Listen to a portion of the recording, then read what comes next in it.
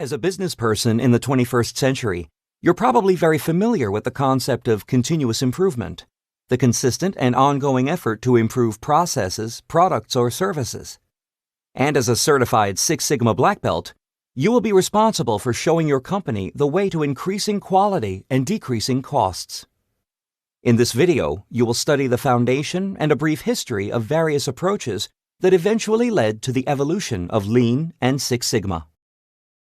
The Industrial Revolution and the advent of machines changed the early concept of quality, which was considered hit or miss and largely determined by the skills of individual craftsmen.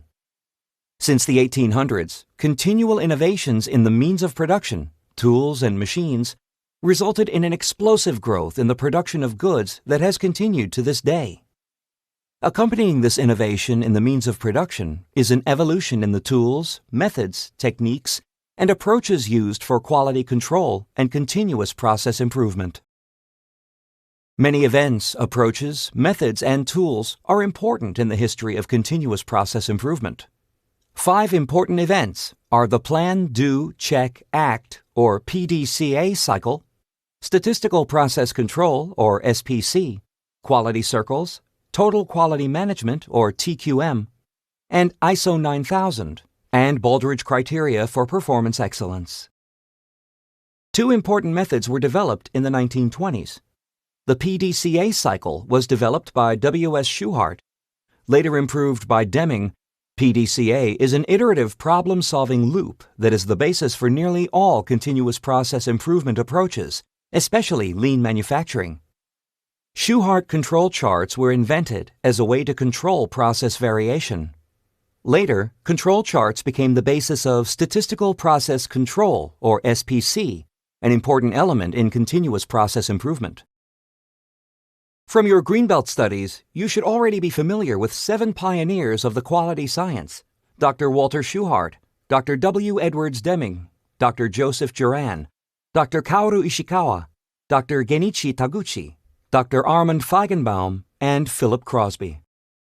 Access the content Quality and Continuous Improvement Pioneers after this video if you wish to review the 7 theorists' contributions. The quality sciences received a boost during the Second World War. The U.S. Army adopted control charts and statistical techniques to help in the manufacture of arms, equipment, ships, planes, and other warfare needs. After the war, the quality of U.S. products fell by the wayside, as American companies abandoned quality in their pursuit of higher profits. At the same time, the quality movement traveled to Japan. Doctors Deming and Juran, among others, went to Japan after the war to help the Japanese people stimulate the economy. Adapting what they learned, engineers at Toyota devised a comprehensive methodology known as the Toyota Production System. A forerunner of lean manufacturing, this system focused on eliminating waste, reducing inventory, and speeding up processing time. In addition, Toyota engineers learned how to tap into the power of their workforce for continuous process improvement. They invented quality circles, independent teams of 6 to 8 workers who meet periodically to identify opportunities for improvement and submit them to management. By the 1980s, using the new manufacturing methodology, Japanese industries were decimating what were considered to be traditionally American markets. U.S. industries scrambled to find ways to meet the challenge. 2 continuous improvement methodologies rose to prominence during this time. Total Quality Management, or TQM, was invented in Japan in the 1950s.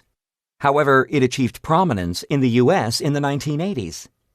TQM is a comprehensive set of management practices and tools that focuses intensively on meeting or exceeding customer requirements. TQM emphasizes process measurement and controls and seeks to involve all employees in process improvement. ISO 9000 is a set of standards that helps businesses to organize for producing high-quality goods. Companies certified as ISO 9000 compliant conduct business locally and internationally with an assurance of an agreed-upon quality level. Both TQM and ISO 9000 helped many companies trim the fat and improve quality. However, there were still many U.S. companies that didn't want to spend time and money on quality. Recognizing a potentially disastrous consequence of this attitude, the U.S. Congress took action. It established the Malcolm Baldrige National Quality Award in an attempt to inspire companies to achieve higher quality. The award is given annually to companies that exemplify innovation, excellence, and world-class performance.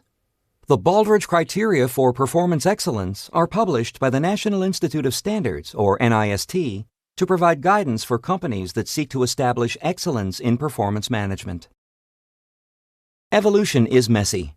Ideas sometimes appear long before they're used, and it's sometimes difficult to pinpoint when events occurred. But in describing the evolution of Lean and Six Sigma, understanding the order in which continuous improvement approaches gained prominence in the quality sciences is important. The PDCA cycle appeared in the 1920s. Statistical process control was in widespread use in the 1960s. Quality circles were adopted by many U.S. manufacturers by the early 1980s, and then Total Quality Management and ISO 9000 appeared in the mid-1980s. Finally, the Baldrige criteria for performance excellence were first published in the late 1980s. In the late 1980s and the 1990s, work in the quality sciences intensified.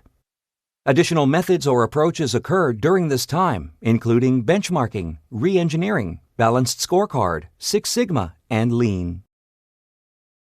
Benchmarking is a strategy for improving the organization by adopting applicable best practices of industry leaders. Benchmarking helps an organization to identify what it does well and not so well, and emulate and adapt the leader's processes in order to achieve superior performance levels. Benchmarking did not influence the evolution of Six Sigma directly. However, benchmarking became a widely accepted method in Six Sigma for setting improvement goals and for identifying best practices and improvement solutions in order to deliver superior products and processes. Re-engineering is a method for streamlining the organization. By the 1990s, many companies built according to the traditional pyramid structure were top-heavy and populated with turf-guarding, empire-building executives. Rigid divisional boundaries protected the status quo and prevented innovation. In their 1993 book, Re-engineering the Corporation, A Manifesto for Business Revolution, Michael Hammer and James Champy urged senior management to throw everything out and build back with less staff and on the basis of processes rather than along functional lines. The re-engineering movement successfully streamlined many organizations. It also resulted in massive layoffs. The Balanced Scorecard is a method of aligning business activities to the vision and strategy of the organization. The Balanced Scorecard improves internal and external communications and monitors organizational performance against strategic goals.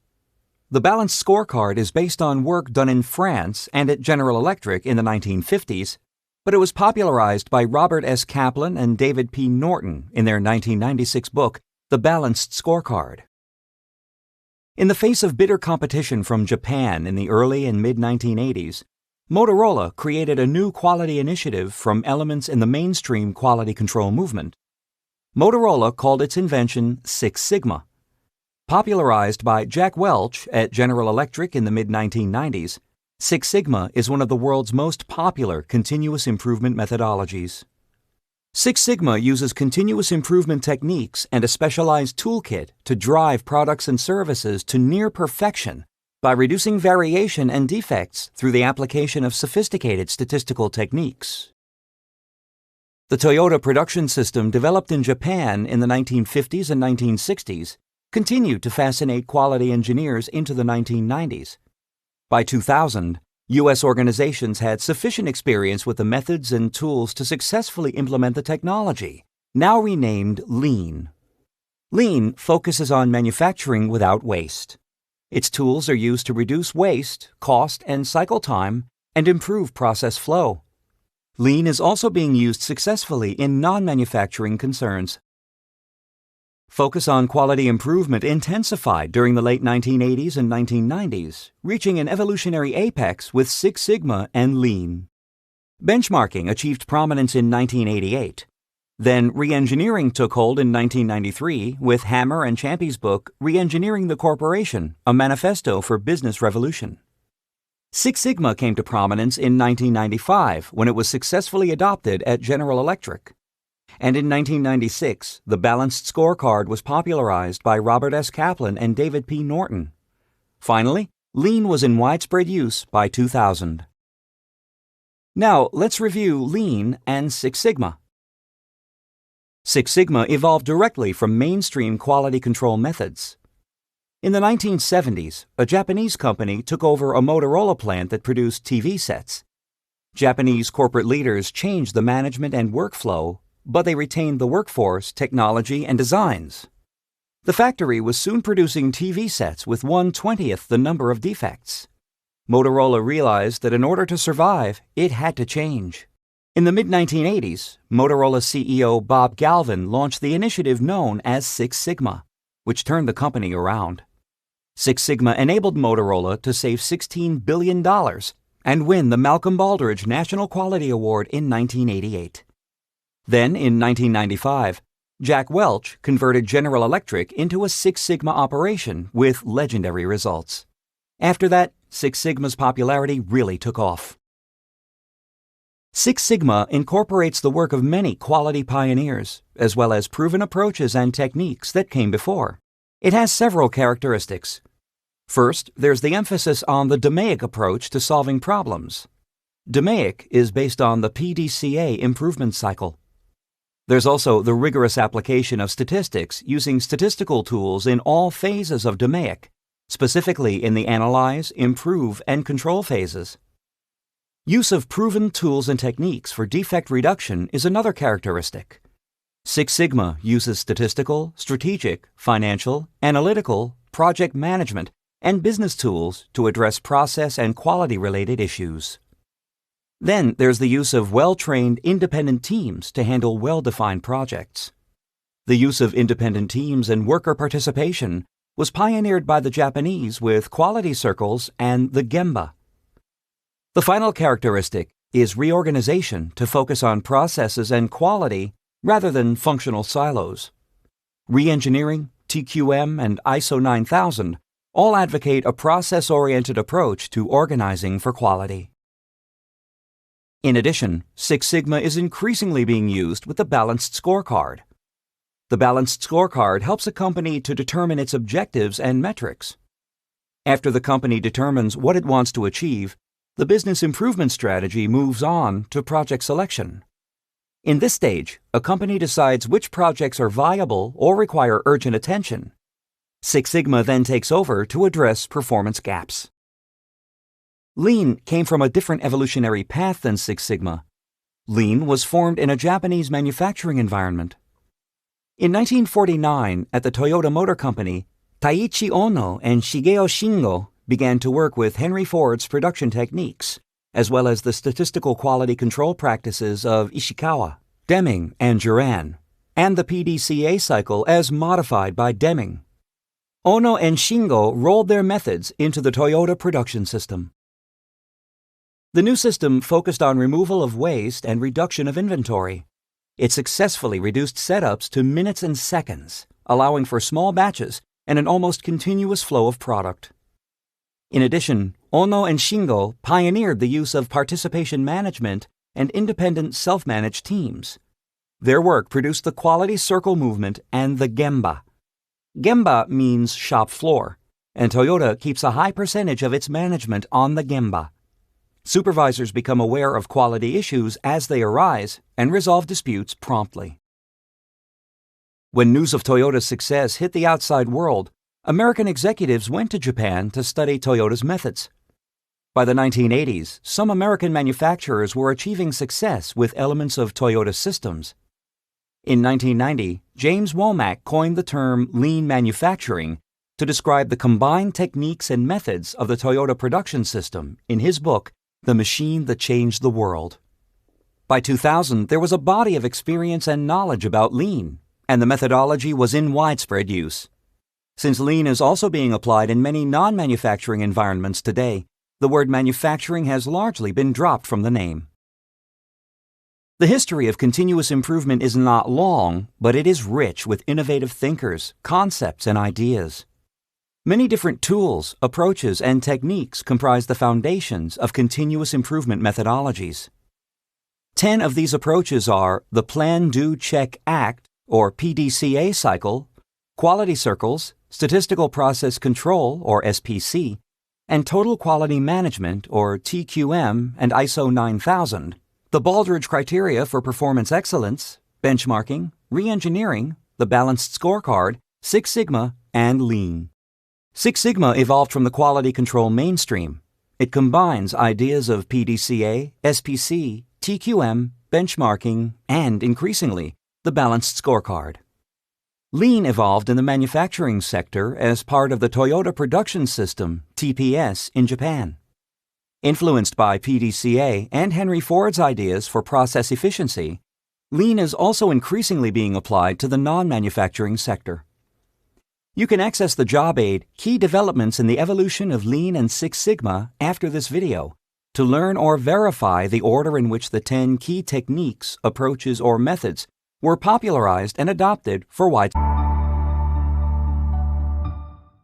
In this video, you will learn the value and goals of Lean and Six Sigma and how they complement each other in an organization's overall quality improvement strategy. Lean is a continuous improvement initiative that streamlines and improves processes by removing waste. In implementing Lean, having an understanding of the thinking and philosophy is as important as knowing how to use the techniques and tools. An organization moves from identifying waste to eliminating it through 4 stages of the Lean methodology: the identification of the opportunity, the design of the solution, the implementation of the solution, and finally, continuous improvement. While Lean provides powerful tools and processes, it is more about people than about tools. During the first stage, identification of the opportunity, several important events occur to prepare workers to identify improvement opportunities. First, everyone in the Lean implementation team is trained to achieve a common understanding of Lean thinking. Training is supported with continuous reinforcement. This isn't fast. It takes time for people to achieve a deep understanding of the various components of Lean. Next, workers learn how to view their process from their customer's perspective, whether that customer is external or another process in the value stream. Workers take responsibility for identifying and eliminating waste. Finally, workers participate in identifying opportunities for improvement by creating target lists of issues and problems. The important thing is that the workers create the lists themselves, making improvement a bottom-up rather than top-down initiative, and workers understand that improvement is a cooperative undertaking. The second stage of the Lean methodology is to design the solution. Once value is identified, the value stream is mapped. The processes and flow that produce each finished product or service are identified. Non-value-added activities are pinpointed, examined, and slated for elimination if possible. All workers across the organization are engaged in this step. Brainstorming meetings are conducted and lists of suggested improvements are generated. Empowering workers to participate in process improvement motivates them and gives them a stake in wanting to make their processes as efficient as possible. In solution implementation, teams decide which improvements to address first. Many project teams begin with the low-hanging fruit, which are the improvements that can be made quickly and cheaply without management involvement. These are often the improvements that directly affect the workers because they target the highly visible waste. Attacking the low-hanging fruit has twin benefits. It gives fast results, and it motivates workers by showing that the organization values their input. The last stage in the Lean methodology is to attain perfection through continuous improvement. Workers who have been trained to think of their work as processes and have been empowered to suggest and enact improvements take ownership of their processes. They continue to troubleshoot to find new ways to eliminate waste, and they monitor the processes to ensure that improvements are sustained. At the same time, new ideas for waste elimination are generated and acted upon. The overall value stream and flow in Lean is improved over time through a series of small incremental improvements. This gradually tightens the entire value stream, squeezes out waste, and moves toward perfection in products and services. In addition to a solid methodology, the Lean Toolkit has some very powerful tools to assist in cleaning up the organization, streamlining flow, and eliminating waste. From your background in Greenbelt concepts, you should already be familiar with 5S methodology, just-in-time or JIT, Kanban, value stream mapping or VSM, Kaizen, 7 wastes, and Pokayoke. Access the content in key lean tools after this video if you wish to review the use of these tools. In Stage 4 of the Lean methodology, the Plan, Do, Check, Act, or PDCA cycle has a very important role. When a problem is identified, the cause is determined. Then a plan is made for solving the problem. This is done with the participation of workers and management. In the Do phase, the improvement plan is communicated to the workers who take responsibility for achieving the objectives. If the workers face any difficulties, or if the plan is not working properly, those differences will be identified in the Check phase of the cycle. When the necessary results are achieved, they will be documented and standards will be set in order to prevent the problem from reoccurring. This is the Act phase. The plan is iterative, so if the results are not achieved, the plan is repeated until they are. More than anything, the success of a lean organization depends on the participation of a trained and knowledgeable workforce. To support lean implementation and ongoing operation, several specialized roles have been developed. The Lean Champion orchestrates an effective deployment of the Lean program.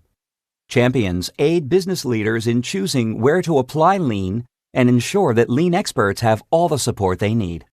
The Lean Sensei, or coach, gives advice and works one-on-one with managers and leaders to train and support them in Lean thinking. People speak of apprenticing themselves to a sensei. A Lean Facilitator is an internal consultant to the organization responsible for implementation, guidance, and training of employees involved in Lean implementation on a day-to-day basis. An organization that adopts the Lean methodology strategy properly reaps great benefits and often quickly. For example, improvements in the value stream usually lead to reduced scrap and waste, as well as a reduction in lead time and cycle time. All of these savings in time and materials save large amounts of money. Adoption of a pull system results in smaller inventories, which eliminates unnecessary space and facilities management. The workplace often undergoes a culture change, producing a highly motivated and fully engaged workforce, where people take pride in their work. Finally, and most importantly, organizations that adopt Lean retain customers and report higher levels of customer satisfaction. Six Sigma is a performance improvement initiative that aims to reduce variation and defects in processes to achieve near perfection in goods and services. It minimizes defects and maximizes value, allowing breakthrough improvements to be made to processes and systems. The ultimate aim of Six Sigma is to achieve customer satisfaction and near perfection in product and service quality. Several goals are established to achieve this aim. The first goal is aligning the voice of the process with the voice of the customer. The voice of the process describes the amount of variation in a process as measured on a bell curve. The voice of the customer describes what the customer expects from a product or customer specification. The second goal is reducing variation in processes and achieving consistently high quality. There is always some variation in a process, but when the process variation goes outside of customer specification limits, that becomes unacceptable to the customer. Six Sigma seeks to identify causes of unacceptable variation and eliminate them, thereby achieving a consistently high level of quality in products and services. Finally, the third goal is reducing defects in order to achieve a defect level of only 3.4 defects per million opportunities, or DPMO. Companies operating at Six Sigma deliver products or services that are 99.9997% defect-free. This corresponds to 3.4 defects per million opportunities. Six Sigma sets an extraordinarily high standard of excellence. The Six Sigma methodology for process improvement is characterized by certain key elements, including DMAIC, Dfss, statistical tools, a project charter, and a supportive leadership structure and hierarchy. DMAIC and Dfss are two process improvement methodologies. Choosing the appropriate methodology is a first step in Six Sigma improvement. DMAIC is an acronym for the 5-step Six Sigma process improvement methodology, define the problem, measure the inputs and outputs, analyze the data, improve the process, and control the improved process. This methodology is used to improve an existing process.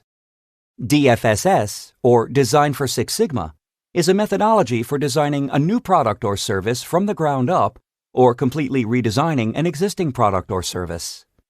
Dfss involves identifying the need for the project, including the strategic goals it will align to, designing the project, optimizing it, and validating the results. In addition to DMAIC and Dfss, 3 more important elements characterize the Six Sigma improvement methodology. First, reliance on statistics. Six Sigma methodologies are based on the use of statistics to improve processes. For instance, control charts are used to understand and monitor the variation in processes. Descriptive statistics are used to measure and visualize the current process.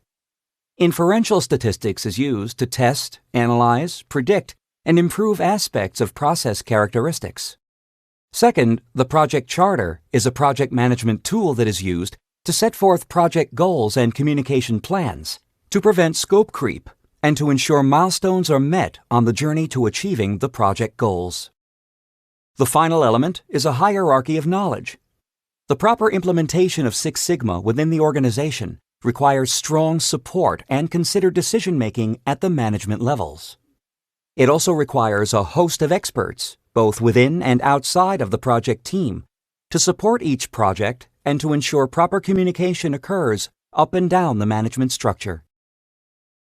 Adopting Six Sigma involves executing strategic change in order to move the company forward.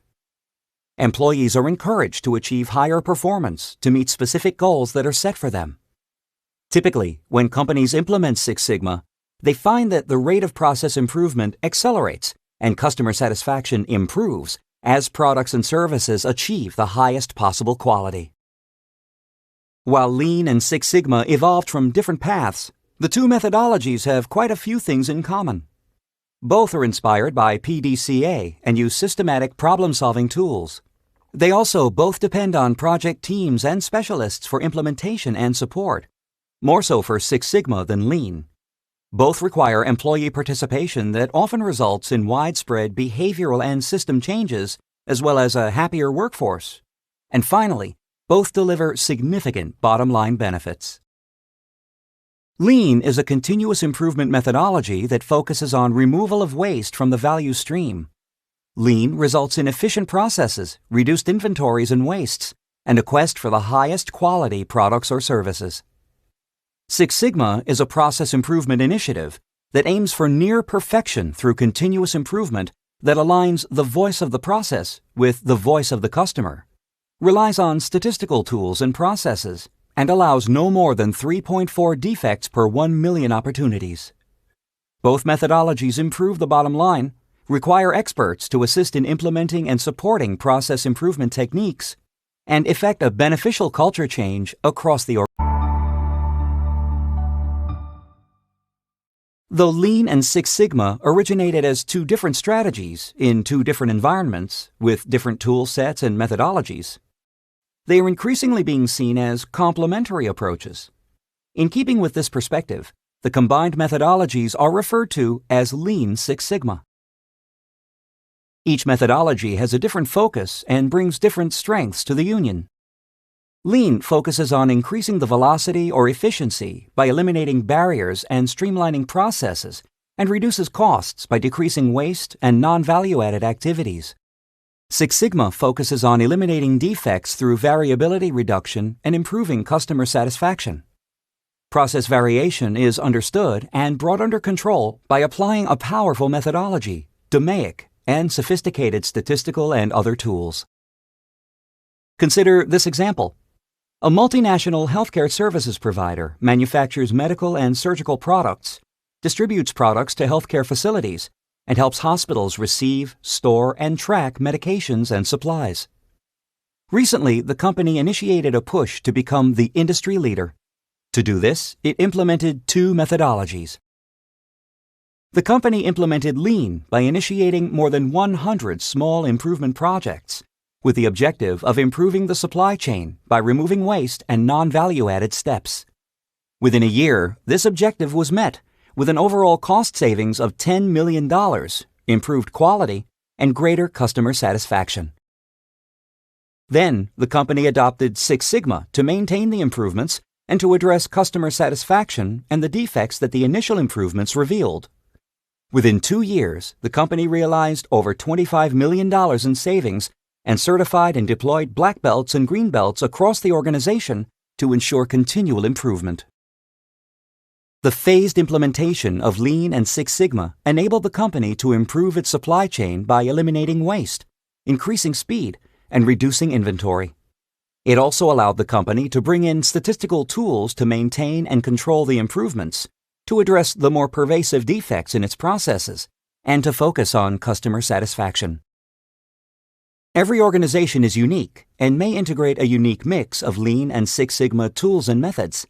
However, nearly all organizations can profit by improvement in process efficiency and quality. When planning an improvement initiative, an organization must examine its own needs and conditions in light of important implementation factors. There's the required time frame, financial commitment, and the primary problem to be addressed.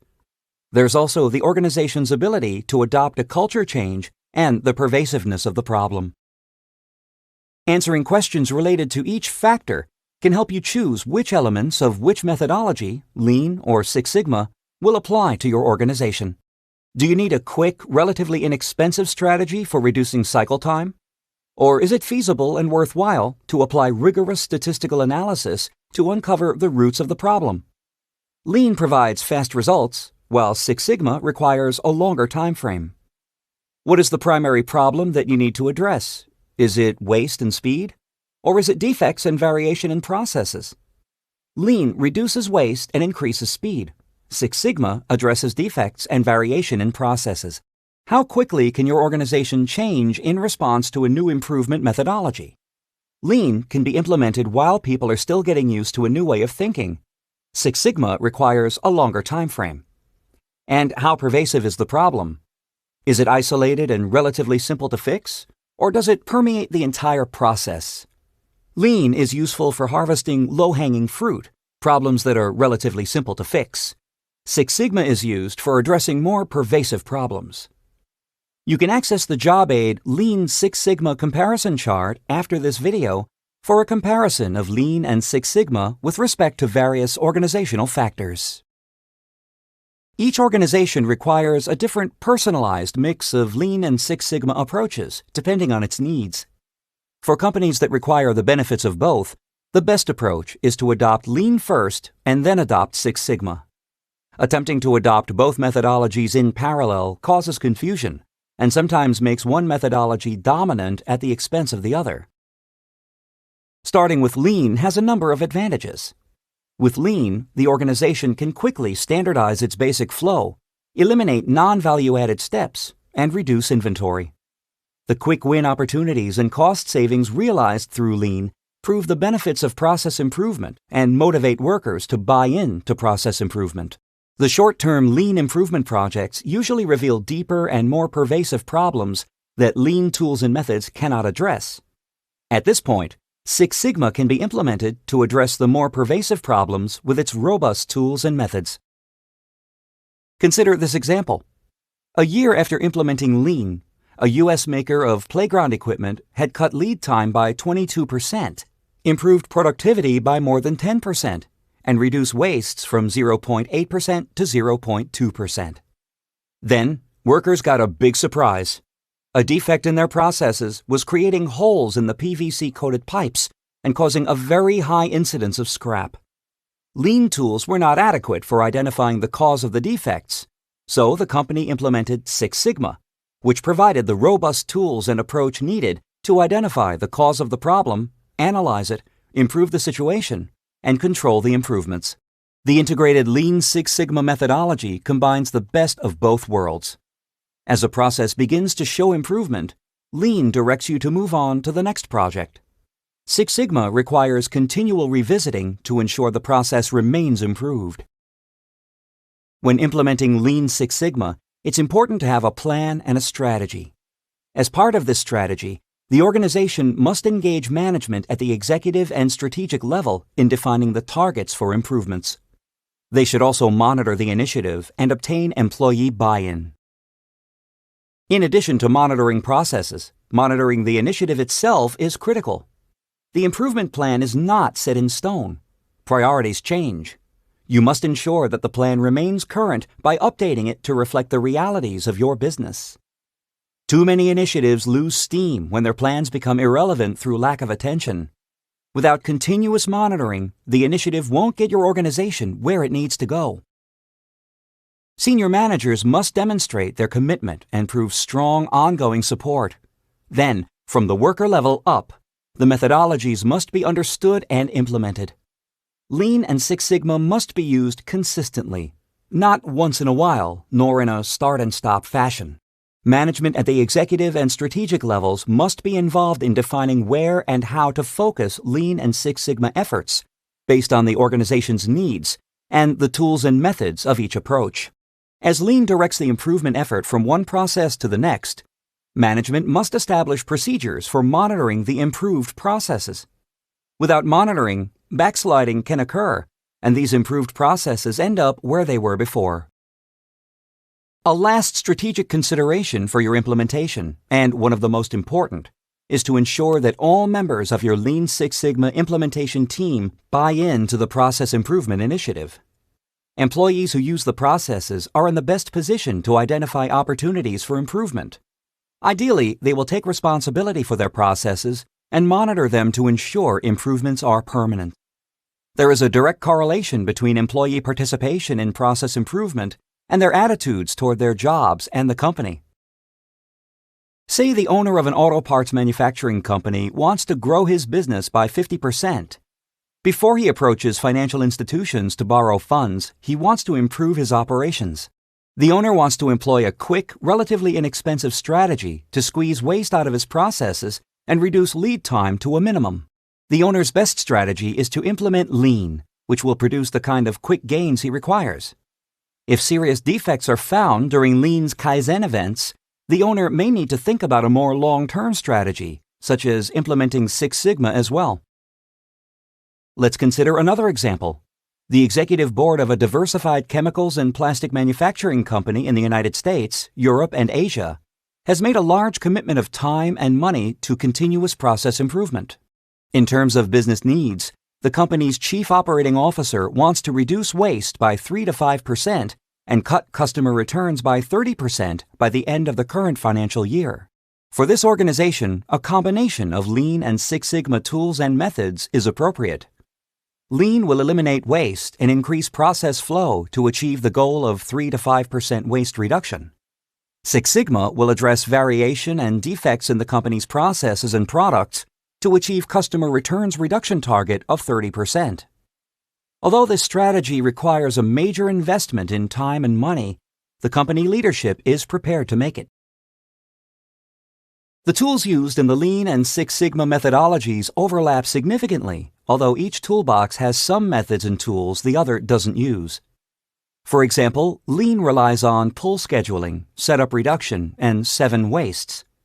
Six Sigma uses design of experiments, also known as DOE, and hypothesis tests to improve quality. Both approaches, however, rely on improvement methodologies and common techniques for problem solving and root cause identification, such as the 5 whys and process mapping. Six Sigma comes equipped with a large toolkit of prescribed tools and methods to use for each phase in the DMAIC roadmap. Increasingly, as Lean and Six Sigma are combined into an integrated methodology, tools that were formerly specific to Lean are being used within Six Sigma with great success.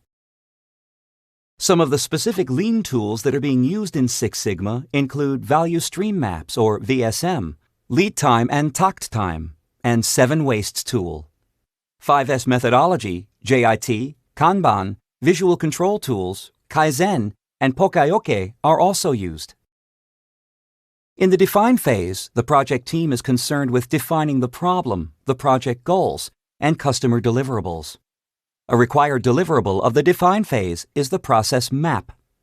In the Lean Six Sigma methodology, the process map is being replaced by Lean's more robust Value Stream Map, VSM. The VSM illustrates process flow, people, inventory, queue times, and process lead times. It is especially useful if the Six Sigma metric is time-based. During the measure phase of Six Sigma DMAIC, using lead time and tucked time metrics, which are valuable Lean tools, to measure the performance of current process is a good idea. Lead time measures the time between the initiation of a process and the completion of the process. Tucked time is the amount of time available to produce a unit of product as required by the customer. Too much variation between the two times indicates a problem. During the analyze phase, the project team analyzes and determines the root causes of the defects. The Lean 7 Wastes tool can help the team quickly identify potential waste in the process. Often, these wastes are merely a symptom of larger problems, including broken processes. During the improve phase, the 5S methodology, sort, store, shine, standardize, and sustain, can help improve a process and eliminate waste through organization, cleanliness, and workplace standardization. JIT and Kanban tools are used to effect inventory reduction and control. Variation in inventory management processes is a common cause of problems. Thus, JIT Kanban tools could be useful to a Six Sigma process improvement team. Finally, during the control phase, Lean visual controls, Kaizen, and Pokayoke are useful tools for controlling future performance. Visual control tools, such as charts and schedule boards, help to maintain control over processes. Kaizen is a method for continuously improving a process through incremental steps, rather than through a leap caused by re-engineering or redesigning a process. Using the Kaizen philosophy helps to maintain improvements. Pokayoke is an analytic approach that involves analyzing a process to uncover where human errors could occur and then implementing a workaround or procedure that will prevent the errors from occurring. You can access the job aid using Lean tools in the DMAIC methodology after the video for a reference to useful Lean tools that are used within Six Sigma. Lean and Six Sigma are complementary methodologies that are often used in concert within a single organization to address both small and large process improvement opportunities. Lean is a bottom-up strategy that is used for achieving many small improvements in a short period of time. It engages workers and motivates them to continuously improve their processes. Six Sigma is a top-down strategy that addresses larger and more pervasive performance problems. An organization that intends to use both methodologies should implement them according to a strategic plan, with full management support and ongoing participation. It is recommended that Lean be adopted first to pick off low-hanging fruit, engage workers, and establish a track record of success with continuous improvement. Six Sigma, the more robust of the two methodologies, should be established after Lean to address more pervasive problems. Implementing an appropriate mix of Lean and Six Sigma tools and methods, that is, a tailored Lean Six Sigma program, can be an essential step in gaining a competitive advantage in today's global marketplace. Business exists to fill a need, even if it's a perceived need. This need is a product or service created with direct or indirect contributions from a set of stakeholders having different skill sets and roles connected through a sequence of processes or sub-processes. Processes are related to each other, such that the output of one process becomes the input of the next process in the workflow. Different people, skills, tools, and resources come into play as the product moves through the workflow. To improve a workflow or set of processes, all of the elements that comprise it must first be identified. To this end, Cypoc diagrams are very useful. A Cypoc diagram is a high-level process map that shows suppliers, inputs, processes, outputs, and customers of a process. Using Cypoc diagrams helps you define the start and end points of a process, identify various stakeholders in the process, sub-processes, and steps, and understand the process from a number of different perspectives. All of these activities are needed to determine which processes need improvement. The target of continuous improvement efforts is the process, the building block of the organization. Dr. Joseph Juran defined process as the logical organization of people, materials, energy, equipment, and information into work activities designed to produce a required end result, product or service. Business processes have three main characteristics. They're a series of events that produce outputs.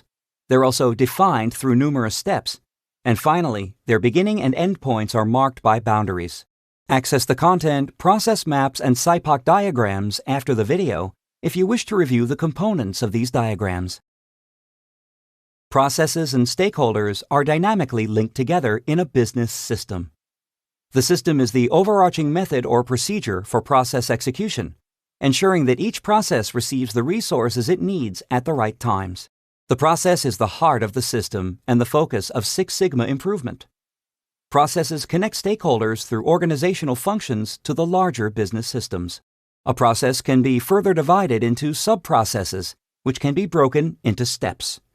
A step is the smallest unit of work that can be measured. Most businesses have multiple systems, a variety of stakeholders, and hundreds of processes. The processes that are essential to creating value for the business are core processes. For example, marketing and customer service are core processes for most organizations. All other processes are considered support processes. Support processes provide vital resources or support to sustain core processes. For example, purchasing and human resources serve the entire supply chain, or a large portion of it, but they are not the main business of the organization. The processes that are classified as core processes can vary from organization to organization. For example, a company that sells IT services would classify IT as a core process, while a company that sells luxury yachts might classify IT as a support process. However, some processes are considered core in all organizations. Marketing processes are associated with company branding, developing strategies for publicizing the company and its products, and identifying and acquiring customers. Sales and service processes are associated with identifying, attracting, and building relationships with external customers and facilitating the placement of orders. Product creation processes are associated with procuring materials from suppliers and producing the products or services. And product development processes are associated with creating new designs, conducting research and development, and supporting the manufacturing processes. All core processes meet three criteria. A process is generally core if you can answer yes to three questions. Does the process cross multiple departments? Does the process generate revenues for the organization? And is the process customer-focused? Core processes use the talents of people from different departments in order to produce the desired output. Support processes generally occur within a single department. For example, product development spans multiple departments, such as design, IT, and R&D.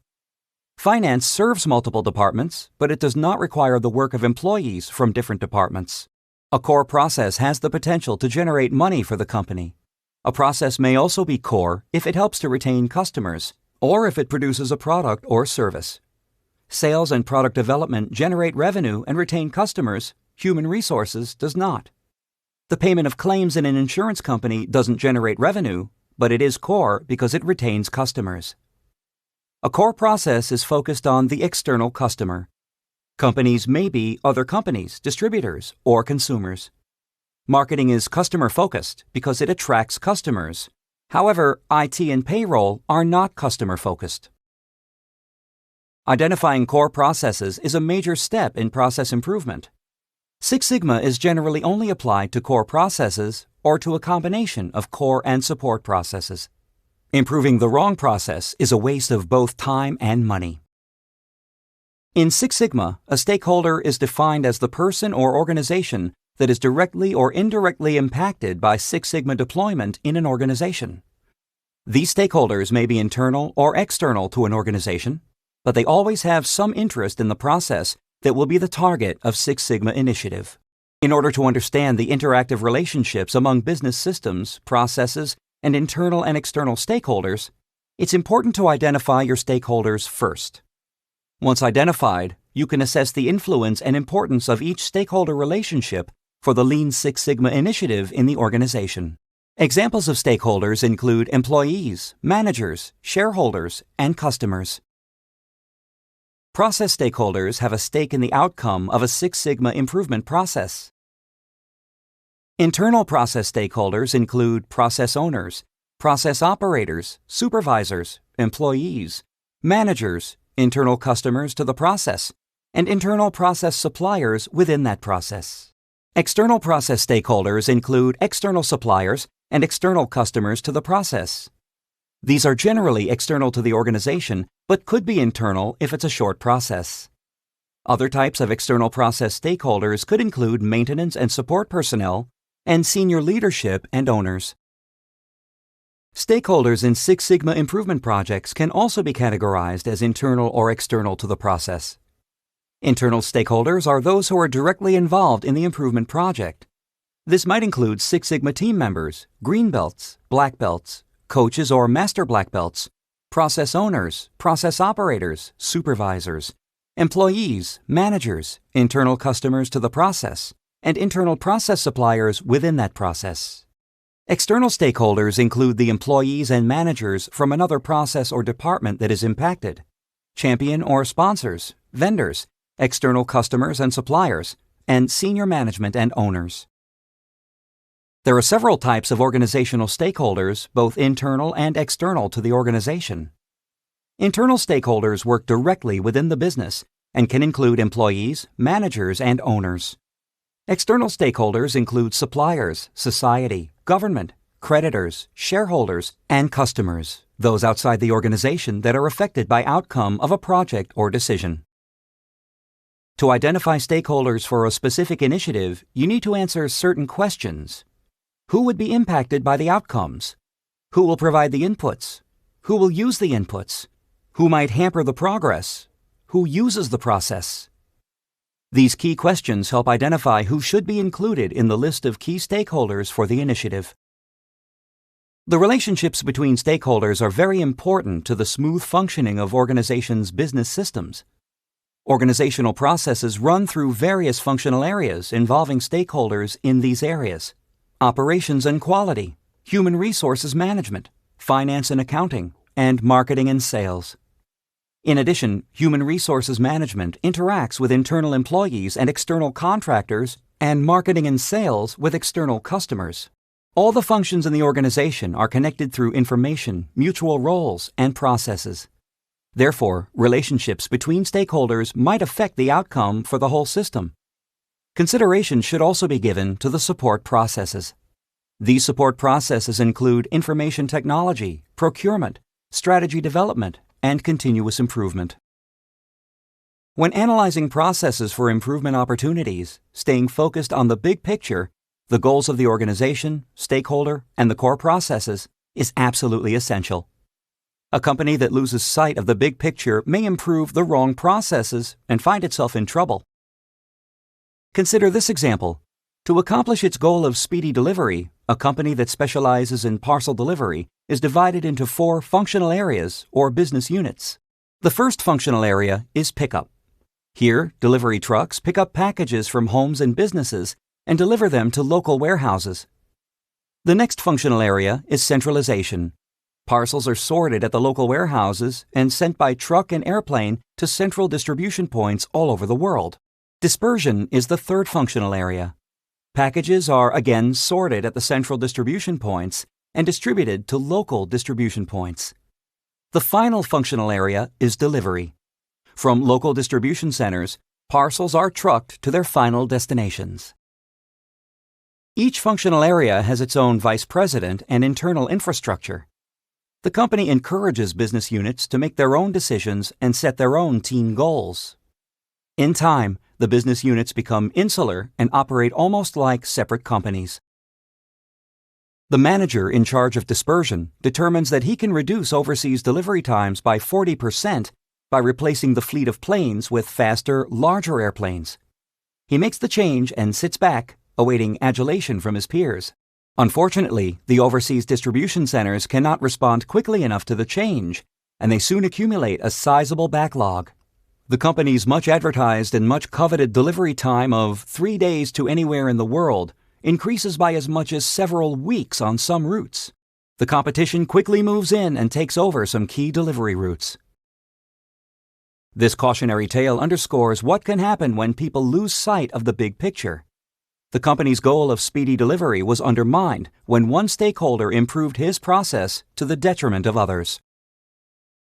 A modern organization can be an extremely complex organism.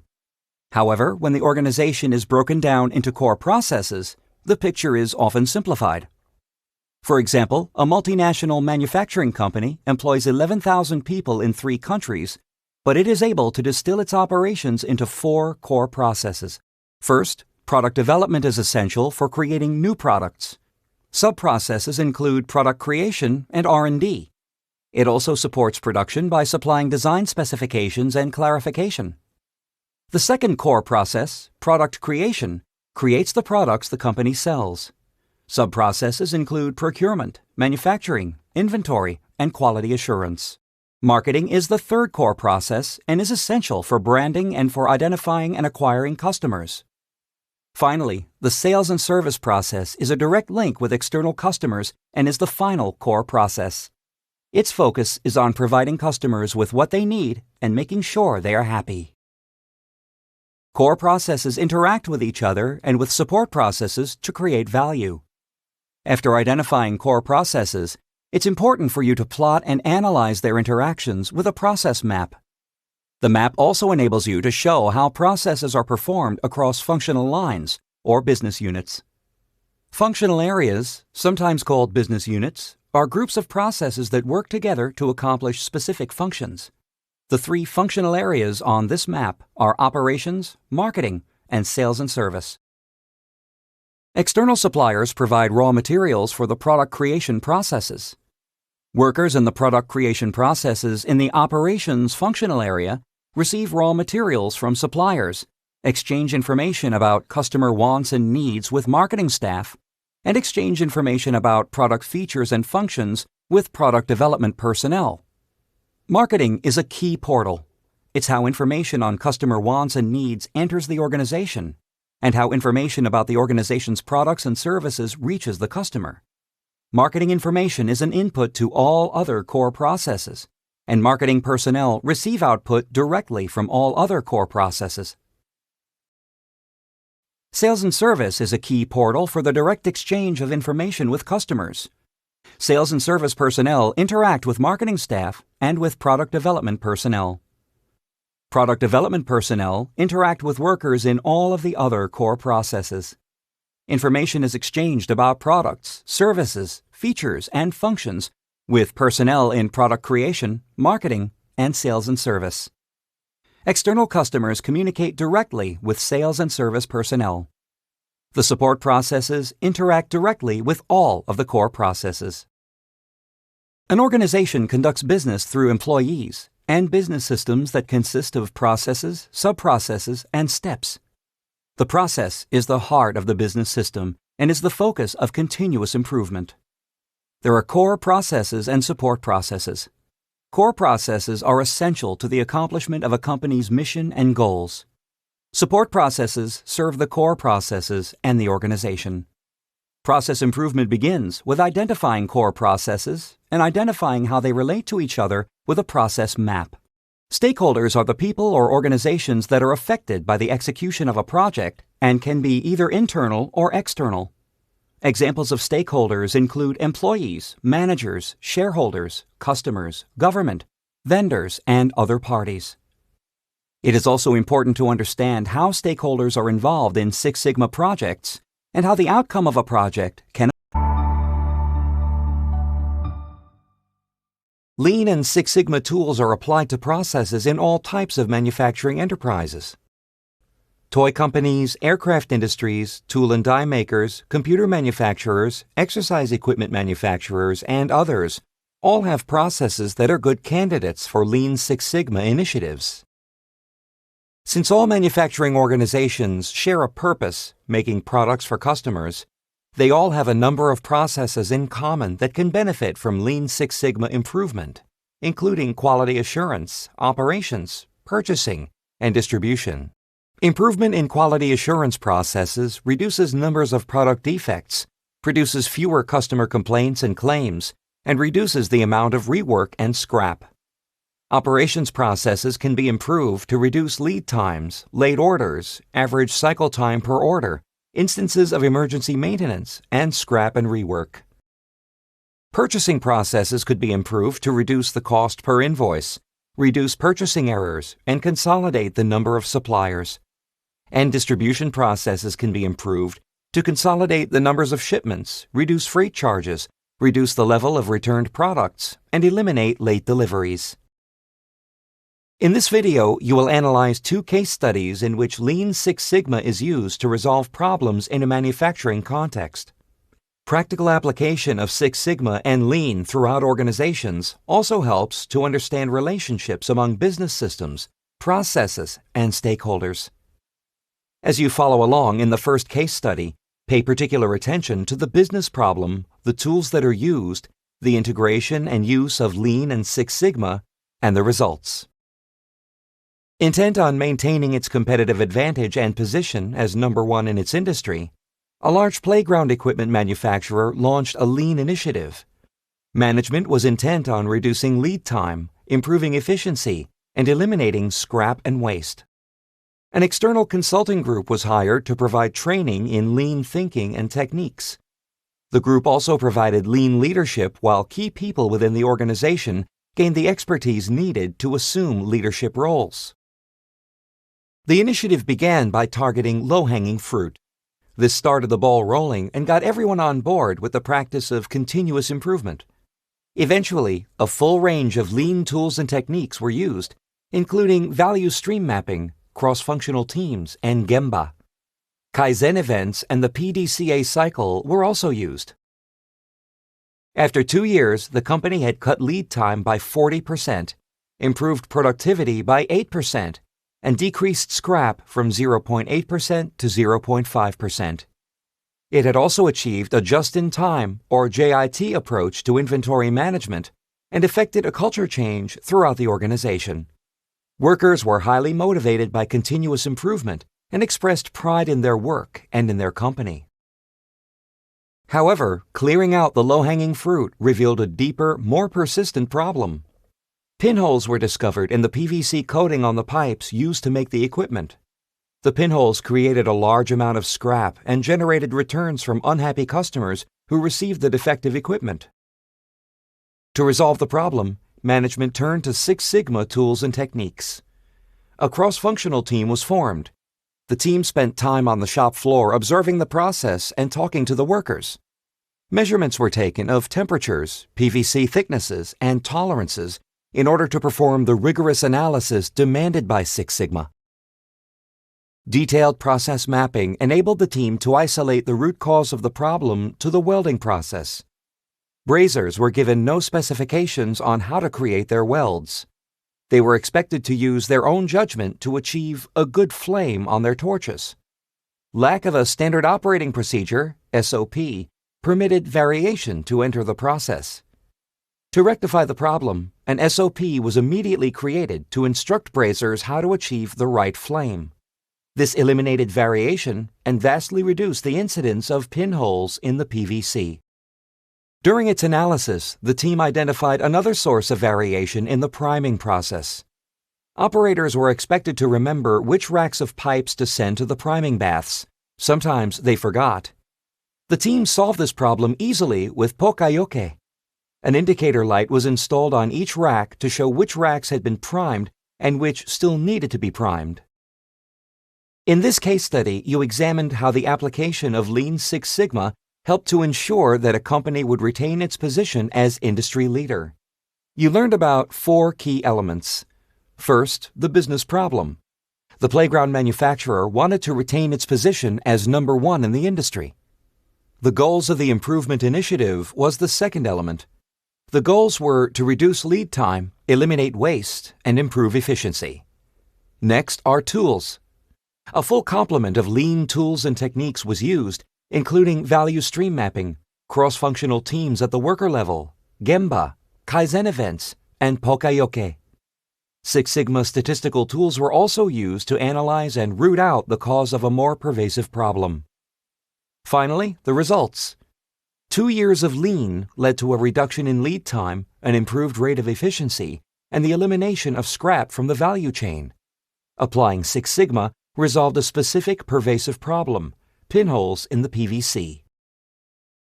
Sometimes the real problem can be solved best with lean techniques.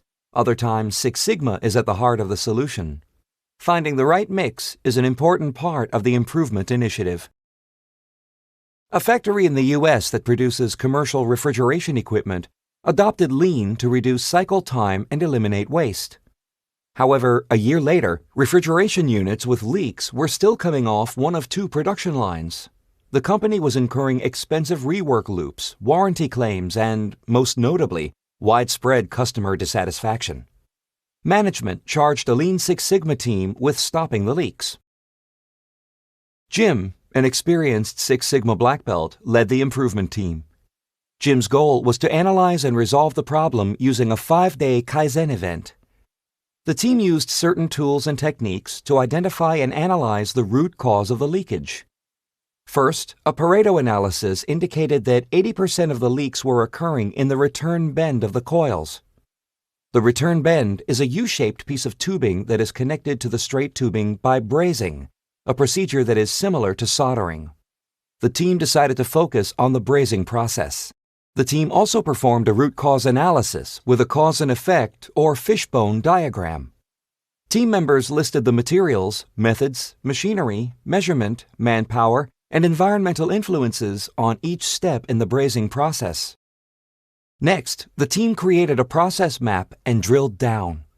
Team members identified 20 separate steps involved in brazing, such as cutting a piece of tube, installing it, and brazing it to the return bend.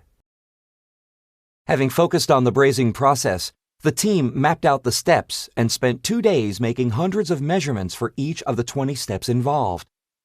Measurement data revealed an astonishing fact. There were dozens of variations in all of the steps, from how far the coils were from each other to how much the tubes stick out before being connected to the return bend. However, while variation is never desirable, not all of it contributed to the leaks. The question remained, which variations produced leaks? The team compared the brazing process in each production line. The tubes on the production line producing units with no leaks stuck out much farther than the tubes on the other production line. Longer tubes mean more overlap and better coverage of brazing material on the return bend. This turned out to be the cause of the leaks. The solution was to increase and standardize the overlap. During the analysis of the brazing process, the team also observed that workers were not getting feedback on the quality of their work. Using lean principles, the team corrected that situation immediately. Defective joints were returned to brazers for correction, which resulted in higher quality at the source. As often happens during analysis, the team found another major problem in one of the brazing steps. Although unrelated to the leaks, the problem was significant enough that the team was given the authority to fix it. The fix produced a significant increase in throughput. In all, the improvements resulted in a 60% reduction in leakages and a 10% reduction in the cost of quality. Lean and Six Sigma are applied to processes in all types of manufacturing enterprises. Often, an organization begins with lean methods and tools, and then applies Six Sigma to the problems that appear when all low-hanging fruit has been harvested. However, the mix of the two methodologies that is appropriate for an organization is unique and depends on the organization's needs, problems, and goals. Using both methodologies enables a manufacturing enterprise to eliminate waste, reduce variation, and improve processes, the company's bottom line, and customer satisfaction. For years, service organizations such as hospitals, banks, telecom operators, hotels, and universities have avoided Lean Six Sigma. It's hard enough to define good service, let alone try to quantify and measure it. However, this has changed in the last decade. The toolkits for Lean and Six Sigma originated on the shop floor to largely improve manufacturing processes. Eventually, people involved with marketing, sales, customer service, and finance tried out some of the tools and found that the tools were just as effective in improving service support processes as they were with manufacturing processes. As word spread, the methodologies were slowly adopted by service organizations. Today, many service organizations, from nonprofits like universities to profit-making enterprises like banks and hospitals, use Lean Six Sigma to improve their organizations and build for future growth. Services have 4 unique characteristics that make them very different from manufacturing products. Services include anything of value delivered to customers through a variety of channels, such as online information or transactions, medical and diagnostics, financial, hospitality, environmental, and professional. The value provided to the customer is sometimes intangible. A service is often an action or event. It isn't something that can be held in one's hands. For example, a doctor gives a physical examination, or an insurance agent discusses a claim over the phone. Next, the products are perishable. Services can't be produced and stored for future use. The actions of a desk clerk when you check into a hotel are a service. Cooking a meal is a service. The outputs of both services can't be stored and must be consumed on the spot. Service enterprises also have heterogeneous outputs. The outputs of a service are variable. For example, a concierge at a hotel provides many different services. Each service is initiated by a customer request. Each request can be different and can result in many different outputs. Finally, there's simultaneous production and consumption. Because it is perishable, the output of a service is consumed at the same time or shortly after it is produced. In a call center, for example, the service is a solution to a problem. The solution is created and delivered to the customer at the same time. Organizations that create and sell services are different from manufacturing organizations. Unique qualities characterize service organizations. For example, they have difficulty applying statistical measures. Measuring an intangible, perishable product is difficult. A hospital services include diagnosis and treatment, 2 variables that can be very difficult to quantify. Another unique characteristic is that customer satisfaction is usually the result of a bundle of support services. A service is often packaged with other support services. Restaurant service includes the waitstaff, but it also includes intangibles like ambience and music that help to create the experience. This makes it difficult to define a discrete service. In the service industry, defects can't be recovered. Poor service can't be replaced like a defective product can. And finally, every instance of poor service is very costly. One instance of poor service can affect repeat business. Most people easily recall instances when a company's representative has been rude or has failed to perform a service or answer a question properly. It's easy to understand how Lean and Six Sigma tools apply to manufacturing. It's not always so easy to imagine how they apply to service industries. When a service organization decides to improve its processes by adopting Lean Six Sigma, one of the key activities is to define what quality means. Generally, 3 things make up quality as the customer perceives it: the service product, the service delivery process, and the customer-provider interaction. First, the organization must define what its product is in terms of the value that is delivered to the customer. This is the service product, which is equivalent to the product created by a manufacturing operation. For example, in a healthcare service, the service product includes diagnosis and treatment. In transportation, the service product is the trip to a destination, plus the porters, flight attendants, baggage handling, and beverages. The elements that comprise a service product must be carefully defined. A 4-star restaurant and a fast food diner both provide a dining experience. However, the factors that comprise their service products are very different. In addition to defining its service product, the organization must define how that service product will be provided to customers. This is the service delivery process. Like a manufacturing process, a service process generally contains a number of steps. For example, the service product of an insurance company is an insurance policy. The service delivery process includes all of the steps required to deliver the policy to the customer.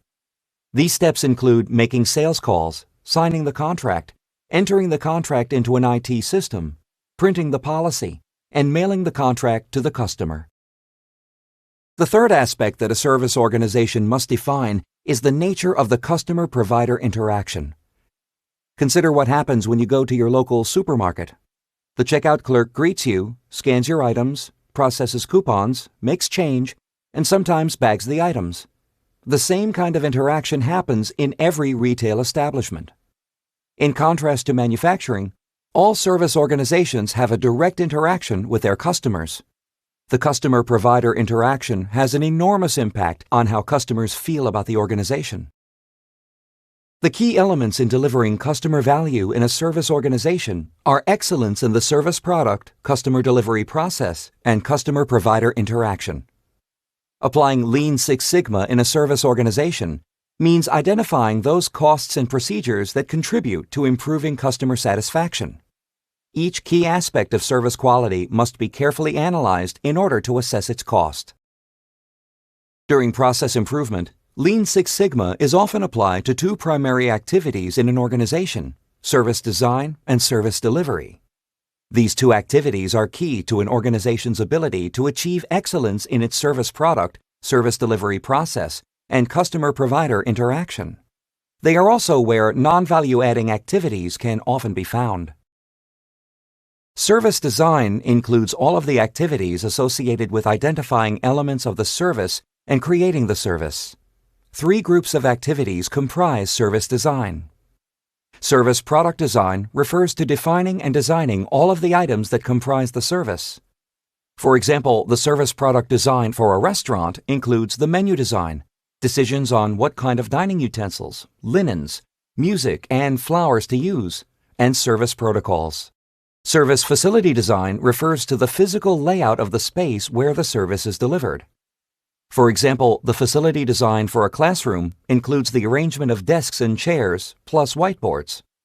The quality of the facility design will directly affect the customer's perception of the quality of the service. Service process design refers to designing the process for delivering service products to customers and maintaining those products. For example, in a car rental center, the service process includes all of the steps for renting a car to a customer. Service delivery process refers to all of the activities involved in delivering the service to the customer. The service delivery process includes the steps necessary for delivering the service products to customers. The ideal service delivery process can deliver the routine service smoothly, effortlessly, and predictably. It also has the flexibility to deal with abnormal service requirements, personalized services, and difficult situations. The service encounter environment is where the service is delivered and the customer-provider interaction occurs. For example, in a doctor's office, the service environment includes waiting rooms, examination rooms, and bathrooms.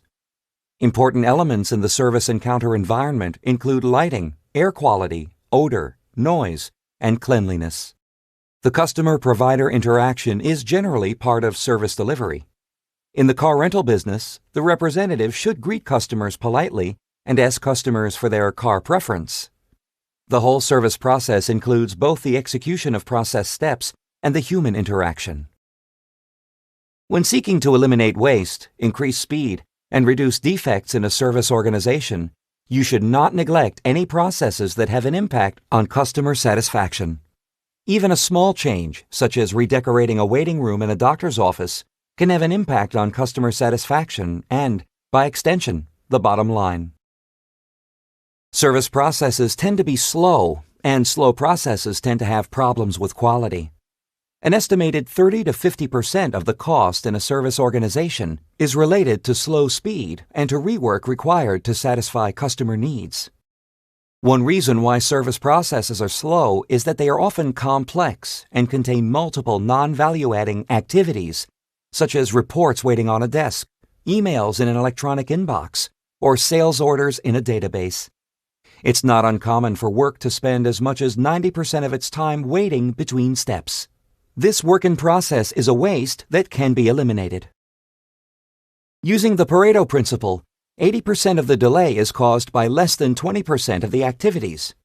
This means that you only need to improve the speed of 20% of a process's steps to achieve an 80% reduction in cycle time. Many jobs in service organizations share characteristics that make them prime candidates for Lean Six Sigma improvement. For example, consider the kind of waste and time delays caused by some common situations. Consider having to chase down information to complete a task. Information is to service organizations as material is to manufacturing. If information is difficult to find or non-existent, processes slow or stop. For example, to answer customer queries, call center operators access technical manuals and databases and contact other operators for information. This often adds wait time for the customers. Or imagine using multiple decision cycles to complete work. Multiple decision cycles create a complex process of decision-making, which moves up from the operational level to strategic levels. For example, a financial institution requires 4 levels of approval on any personal loan over $10,000. While this approval process ensures everyone is informed, it adds a great deal of wait time to the process. Also, consider being constantly interrupted while trying to complete a task. Telephones, email, instant messaging capability, and questions from peers and customers, all of these interruptions can have a profound effect on worker productivity. For example, information workers, such as actuaries, send and receive an average of 204 emails per day and experience an average of 6 interruptions each hour in a typical workday. These interruptions add to employees' non-productive time. Performing work in batches is another kind of waste. Working in batches means that workers must accumulate a group of items before they can start working. For example, insurance company data entry specialists must wait until they have a batch of 40 policy forms from a pre-approval process before entering them into the system. Performing tasks that can get lost between organizational units can also cause delays. When various departments are not seamlessly integrated as one single unit, they start working like silos. A lot of non-value-added work must be done just to get information and communication moving between silos. For example, current sales information in finance is created separately and is updated by the account clerk at the end of every month from the sales reports. Consider this example. The accounting department and external customers of a multinational corporation are complaining about the organization's invoicing system. It takes much longer than it should to complete and submit an invoice to accounts payable. Customers find the invoices confusing and often call the accounting department for clarification. A preliminary investigation indicates that, in addition to other problematic issues, there is no standard operating procedure, SOP, for filling out the invoice. Management takes immediate action. The cost of poor quality, or COPQ, is used to justify the project financially. Using failure mode effects analysis, also known as FMEA, COPQ is estimated to cost the company $400,000 a year, in addition to the loss of customer goodwill. A goal is established to reduce service processing time by 20 to 30%, which should produce a cost savings of over $100,000 in the first year. Management decides to use Six Sigma for its structured DMAIC problem-solving methodology, rigorous Toolkit, and statistics, which will be needed to control improvements. Lean tools and techniques will be pulled in and used as needed within the DMAIC structure. During the define phase, the project team identifies the parameters of the problem and determines how to conduct the project. First, the project charter is drawn up. The project's goals, scope, budget, personnel, resources, and the problem to be resolved are documented in the project charter. Then, a Cypoc diagram is drawn to learn all the relevant elements of the project: suppliers, inputs, processes, outputs, and customers. This diagram serves as a value stream map, or VSM, of the help desk operation. Next, the voice of the customer, or VOC, is taken into account. The team members interview employees and external customers to learn what level of service they expect from the help desk. In addition to phone interviews, team members send out surveys. Finally, critical to quality, or CTQ, issues are assessed. Using the results from VOC, the team narrows in on the elements that are critical to quality for the help desk operations. Next, during the measure phase, the team collects data about cycle time and help desk processes. The team measures cycle time, which is found to be 167 minutes with a standard deviation of 81 minutes. The team then constructs a current state value stream map and a future state value stream map. The current state value stream map reveals one non-value added step that can be eliminated. The future state value stream map is analyzed to determine the potential for reducing cycle time in each step. Finally, the team creates a detailed process map. The inputs and outputs in each step are identified, and the team determines whether steps are controllable or not. Steps that are controllable can be improved. Next, the team analyzes each step on the process map to determine root causes of problems. The current state and future state value stream maps are studied to determine whether there are gaps that represent areas for improvement. Then, the team brainstorms intensively and creates a cause and effect diagram to identify all potential causes of long service processing time. The team concludes that the root causes of long service processing time are the lack of a documented SOP and lack of expertise among the technical help desk personnel. The team adopts a multi-pronged approach during the improve phase. It recommends that the organization develop an SOP to help deliver the services quickly and effectively. They also recommend that the organization establish a requirement that anyone wanting to work on the help desk must have a minimum of 2 years of technical experience. And the final recommendation is that the organization monitor the help desk semi-annually to ensure that employees are staying current with changes in technology. During the last phase of the Six Sigma project, the team creates a checklist for internal strategic management to use and a control chart to monitor service processing time over the long term. You can access the job aid Lean Six Sigma Plan for Service Quality Improvement after the video for an overview of applying Lean Six Sigma steps to process improvement. Consider the salient points of the case study. What was the business problem? Cycle time on calls received at the help desk far exceeded customers' and employees' expectations. Next, consider the improvement goals. The project team was charged with improving cycle time by 20 to 30% and reducing associated costs by at least $100,000. Also, consider how Lean and Six Sigma were integrated. The Six Sigma DMAIC methodology provided the structure, tools, and statistics needed for the initiative. Lean provided the tools and techniques to reduce cycle time and standardize and streamline process flow. Tools and techniques are another key point. The tools contributed by the Six Sigma Toolkit were the DMAIC methodology, Cost of Poor Quality or COPQ, Cypoc Diagrams, Voice of the Customer or VOC, Cause and Effect Diagram, and Control Charts. Lean tools included value analysis, value stream mapping, and work procedure standardization that led to the new SOP. And finally, what were the results? The team exceeded its original goals. Cycle time was reduced from 167 minutes to 128 minutes, and the cost savings from the improvements totaled $117,000. Thinking about how to apply Lean Six Sigma to a service organization is more challenging because service organizations have characteristics that make them very different from manufacturing firms. For instance, a service is often intangible and perishable. Outputs of a service are often heterogeneous, making them difficult to quantify, and services are often produced and consumed at the same time. To apply Lean Six Sigma to its products, a service organization must carefully define its service products, service delivery process, and the nature of the customer-provider interaction.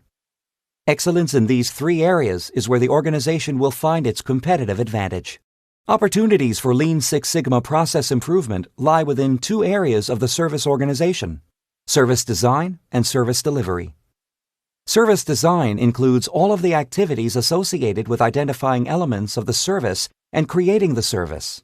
Service delivery comprises activities associated with delivering the service to the customer.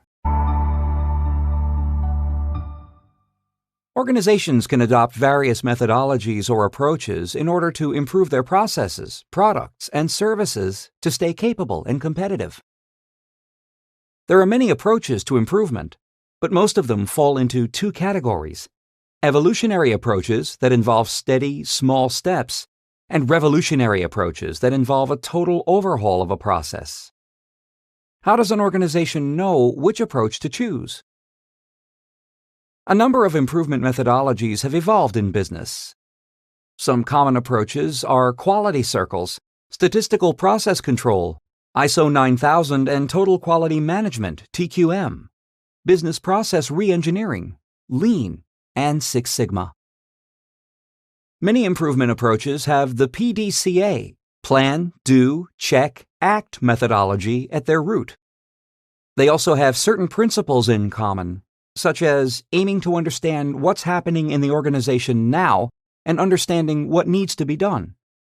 Other principles are to focus on getting activities right the first time, use leadership to implement and sustain improvement, and use technology and tools where they'll deliver value. When an organization recognizes a need and makes a decision to change, it may choose to adopt any of the many improvement methodologies. These approaches can be categorized as evolutionary or revolutionary. When the problem is relatively minor, localized, and not urgent, evolutionary approaches may be suitable. These are ongoing approaches that affect incremental improvements with minimal disruption. Commonly accepted examples of evolutionary approaches are quality circles, statistical process control, SPC, continuous quality improvement, and ISO 9000 and TQM. In contrast, revolutionary approaches should be used when major improvements are needed and needed urgently. Revolutionary approaches are best used to address do-or-die problems, problems that cross departmental boundaries, or dysfunctional processes requiring significant overhauls or dramatic improvements. Business process reengineering is a breakthrough methodology that involves the dramatic restructuring of an entire organization. Lean and Six Sigma are both revolutionary approaches. Lean, which is often implemented using Kaizen events or Kaizen Blitz, focuses on identifying customer value and streamlining processes and improving overall performance by reducing non-value-added waste and cycle time. Six Sigma reduces variation and defects and improves overall quality of the organization's products, services, and processes. Six Sigma shows quantifiable, objective benefits in terms of money saved for the organization and increased customer satisfaction scores. It requires and encourages total leadership buy-in, as well as a pervasive cultural change in the organization toward continuous improvement. An organization should choose a methodology that best suits its requirements and culture. A Six Sigma project or a Lean initiative requires major expenditures in terms of money and employee time, as well as a willingness to make hard decisions about jobs, employee retention, and relationships among stakeholders. This should all be considered when assessing your organization's readiness for Six Sigma improvement projects. Organizations may consider revolutionary approaches for many reasons, such as they want breakthrough improvement, not just continuous improvement. They hope that improvement will happen fast, or they expect a revolutionary approach to solve problems that can't be solved by other methodologies. After you've analyzed your organization's need for change and have decided upon a revolutionary approach, you will most likely consider implementing Six Sigma, Lean, or Six Sigma in combination with Lean. For our purpose, let's consider Six Sigma as an overarching methodology integrating Lean, termed as Lean Six Sigma. As noted earlier, implementation of Six Sigma requires extensive planning, commitment, and change. Before proceeding with Six Sigma, you need to do a readiness assessment to find out whether Six Sigma will yield the improvements you need and whether your organization is ready for Six Sigma. The aim of the readiness assessment is to make a strong strategic case for Six Sigma based on a demonstrable need that can't be filled by existing organizational strategies. Three broad categories of assessment questions make up the 3 steps in the readiness assessment process. The first step, assessing the organization's outlook and future path, answers the question, is change a critical business need now based on bottom line, cultural, or competitive needs? Some questions you should ask in this step include, does the organization have a clear strategic course? And if so, what is that course? Are we likely to meet our financial and growth goals? Do we respond efficiently and effectively to changing circumstances?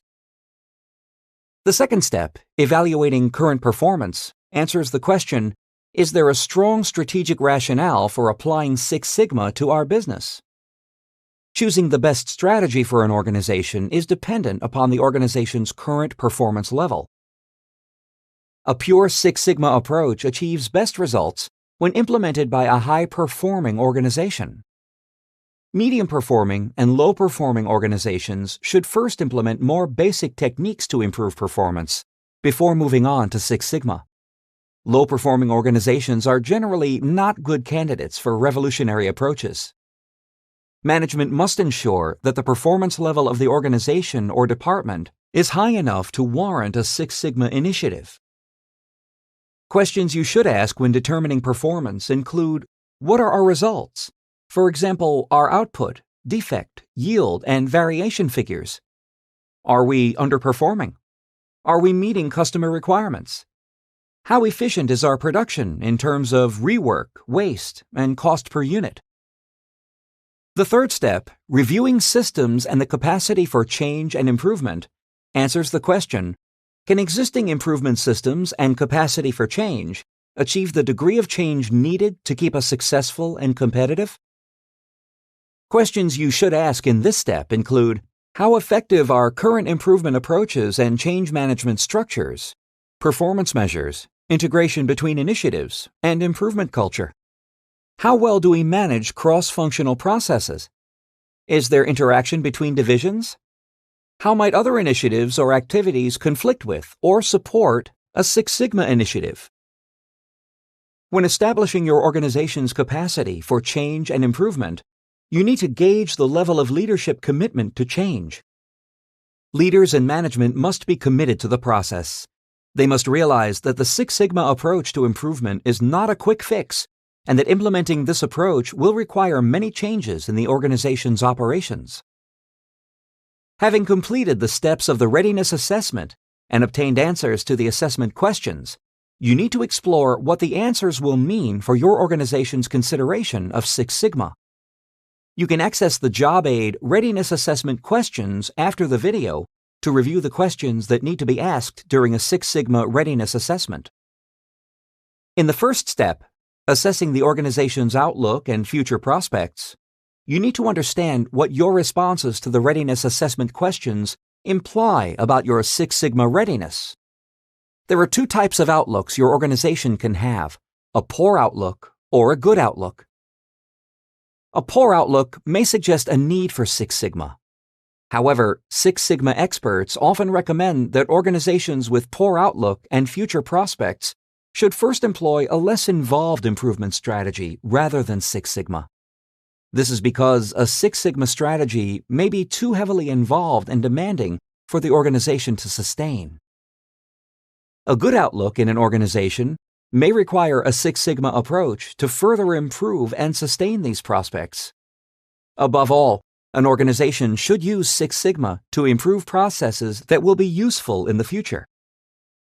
In the second step, evaluating the organization's or department's current performance, your questions address the three crucial areas of production results, customer satisfaction, and process efficiency. All these bases need to be covered in order to get the data you require to identify valuable improvement opportunities. If you can spot significant improvement opportunities, Six Sigma may be the best approach for addressing them to the benefit of the organization. If no such opportunities exist, Six Sigma may not be worth the time and effort. Improving business culture may be identified as a business opportunity, but bottom-line benefits and the potential for them will be easier to demonstrate.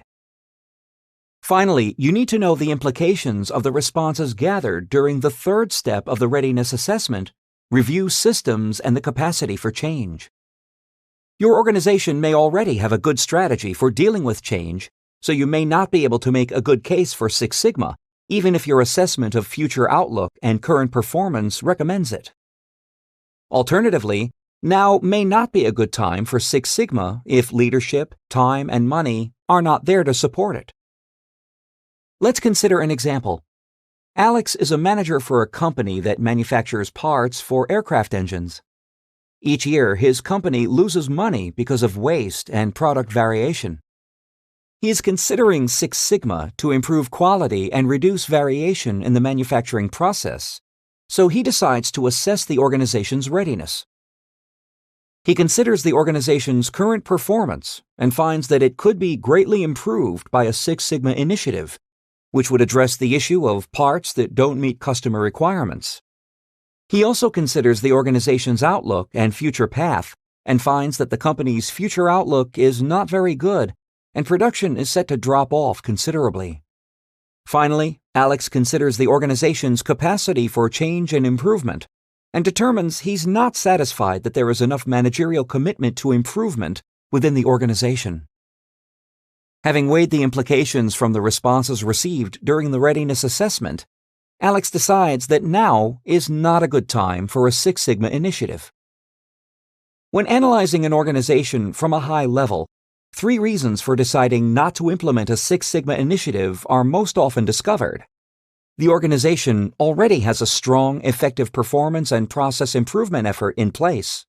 Current changes are already overwhelming employees and resources, and the potential gains do not justify Six Sigma investment.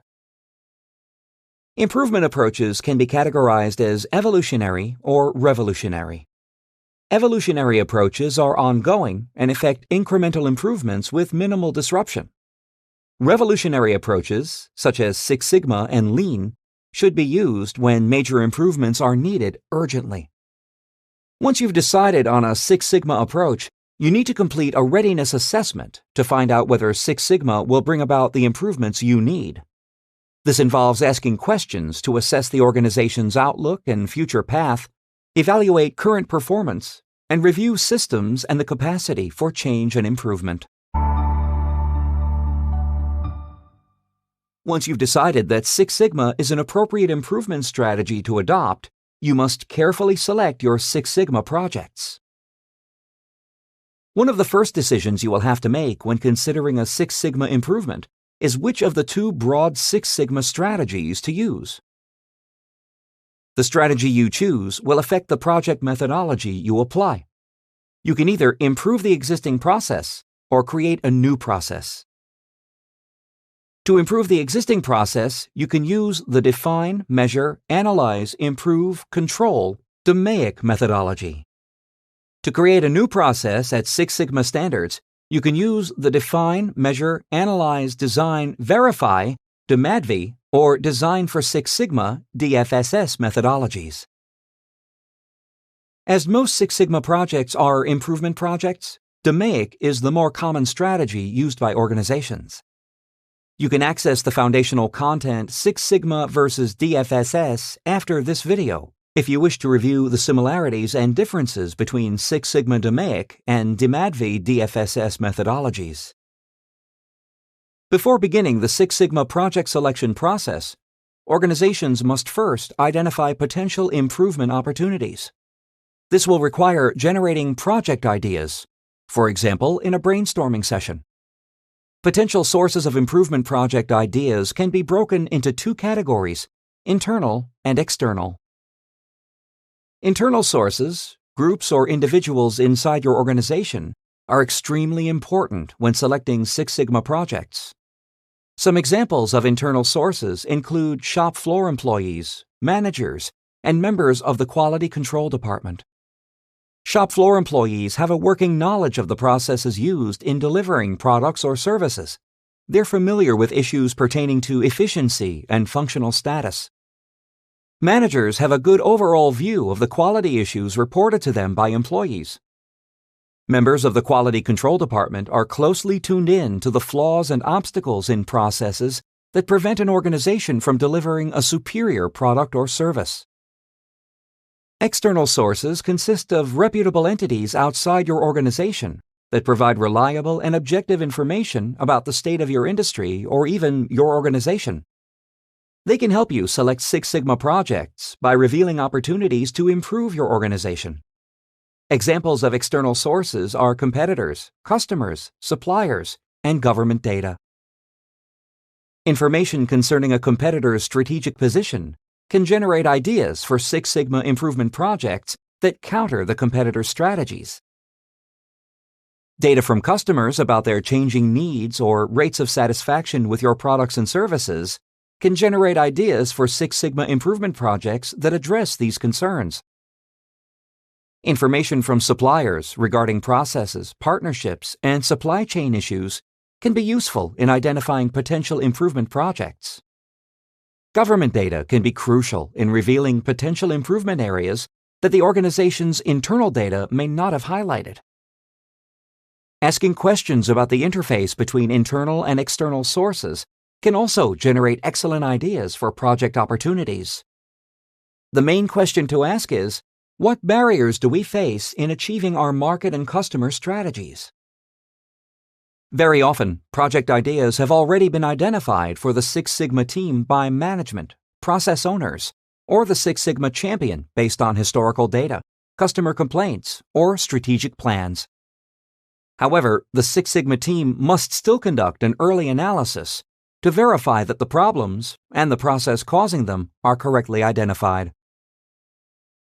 Not all project ideas will be a good fit for the Six Sigma DMAIC methodology. The team must narrow down or shortlist the ideas generated to include only those that are suitable for Six Sigma.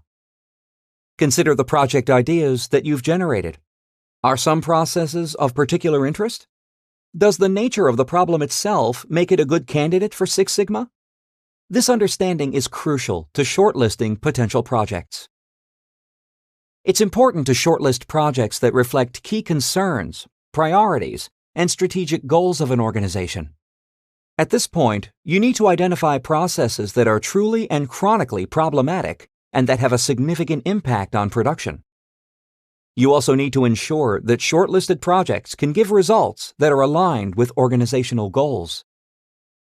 In addition to reflecting the strategic goals of an organization, a suitable Six Sigma improvement project has 3 other basic characteristics. One characteristic is that a gap exists between current and desired performance. If you're going to apply an improvement, you first need a problem to solve or an opportunity to take advantage of. In other words, there should be a gap between current and desired performance. Another characteristic is that the cause of the problem isn't clearly understood. Although there may be theories as to the cause of the problem, nobody has been able to pinpoint the root cause. Alternatively, the existing solution isn't working. The third characteristic is that a solution isn't predetermined or obvious. If a straightforward solution is readily apparent, it may be better to simply apply the solution than to launch a Six Sigma initiative. Even if your organization is already implementing a short-term, quick-win opportunity on an obvious problem, there may still be potential for the more rigorous analysis of Six Sigma, especially if problems remain that are not fully understood. Consider this example. A Six Sigma team is assessing whether a Six Sigma project opportunity exists at a call center for an insurance company. For the previous 2 quarters, the throughput at the call center is 14% and 16% less than projected. They find a gap between current and desired performance, as the call throughput in the call center is less than projected. The cause of problem is not clearly understood. The schedule in place is not assigning adequate staff to deal with call volume, but it is unclear why this is the case. The solution is not predetermined because, as of yet, no effort has been made to solve this problem due to lack of prioritization. Because the potential project fulfills all 3 of the basic conditions for Six Sigma, and its results would align with organizational goals of customer service, the team judges that there is potential for a Six Sigma improvement project targeting call volume. Now that you've compiled a list of improvement project ideas from various sources, and then shortlisted the projects that are suitable for Six Sigma, how do you select the project that is best for your organization right now? Organizations sometimes select more than one project, place them in order of priority, and then implement each one in order. Whether you choose one or several projects, your selection should combine 3 criteria. First, the project should pay off. That is, the benefits of the project should outweigh the costs involved in implementing it. Second, the scope of the project should be actionable, given the available resources. And third, The project should align with organizational goals and customer requirements. The project selection process has 4 steps. The first step is to list your shortlisted project candidates. Usually, you will have shortlisted several potential Six Sigma projects. Now, you need to determine which of these projects will provide the most value for your organization. The second step is to determine the project selection criteria. All criteria should fall under 3 broad categories: bottom line criteria, project feasibility criteria, and organizational impact criteria. Bottom line criteria to be considered include the project's impact on external customers and requirements, its impact on business strategy and competitive position, and financial impacts such as cost reduction, improved efficiency, increased sales, and market share gain. For example, a scrap reduction project generates calculable results in the form of $300,000 in cost savings, which benefits the company's business. Project feasibility criteria that should be considered include required resources and expertise, the likelihood of success, and organizational buy-in. For example, an organization has the resources available for a project because it makes the team available. Also, the team already possesses the expertise to undertake the project. Organizational impact criteria to be considered include learning and cross-functional benefits accruing from the project. For example, a project to improve a database maintenance process creates cross-functional benefits across multiple departments that use the database. A project selection group establishes criteria for project selection. The project selection group normally includes master black belts, organizational champions, and key executive supporters. The third step in the project selection process is to prioritize project ideas using a project selection matrix. This involves assigning scores and weights to selection metrics and comparing the final scores of the various project ideas. The priority matrix evaluates projects by assigning weighted scores to a number of key criteria and then multiplying them to calculate an overall score for the project. The weight represents the relative level of impact or importance the criterion is judged to have for the organization. The scoring system is based on the judgment of the team regarding the project and parameters they are working with. The weighted score is the project's score for each criterion, multiplied by the weight assigned to that criterion. A scale of 0 to 9 and weights summing up to 1.0 is common practice for priority matrices. The example here uses these figures for 9 criteria: sponsorship, benefits, availability of resources, scope, deliverable, time to complete, team membership, and value of Six Sigma approach. The score for sponsorship is high if a director-level sponsor has been identified, supports the project charter, and has time committed and scheduled for the project. It scores low if there's no sponsor, or if the sponsor doesn't support the project. The score for benefits, which is broken into several subcategories, is high if the project has tangible and verifiable benefits for a major stakeholder, and low if the benefits are unclear or non-existent. The score for availability of resources is high if the required resources are available when needed, and low if the resources are not available or if there are excessive restrictions on access to them. The score for scope is high if the projected return substantially exceeds the required return, lower if it exceeds or approximately equals the required return, and lowest if it is not commensurate with the required return. The score for deliverable is high if the improved process, product, or service is clearly and completely defined, and low if the deliverable is poorly or incorrectly defined. The score for time to complete is high if results are realized in less than 3 months, lower if results are realized in 3 to 6 months, and lowest if results take more than 6 months to be realized. The score for team membership is high if the correct team members are recruited and their time is scheduled. The score is lower if the team members are recruited but their time isn't scheduled. The score is lowest if the correct team members aren't recruited. The score for the value of Six Sigma is high if the Six Sigma approach is essential to the project's success and if black or green belt skills are required. If the Six Sigma approach is helpful but not essential, the score is lower. The score is lowest when Six Sigma's value isn't apparent and specific belt skills aren't necessary.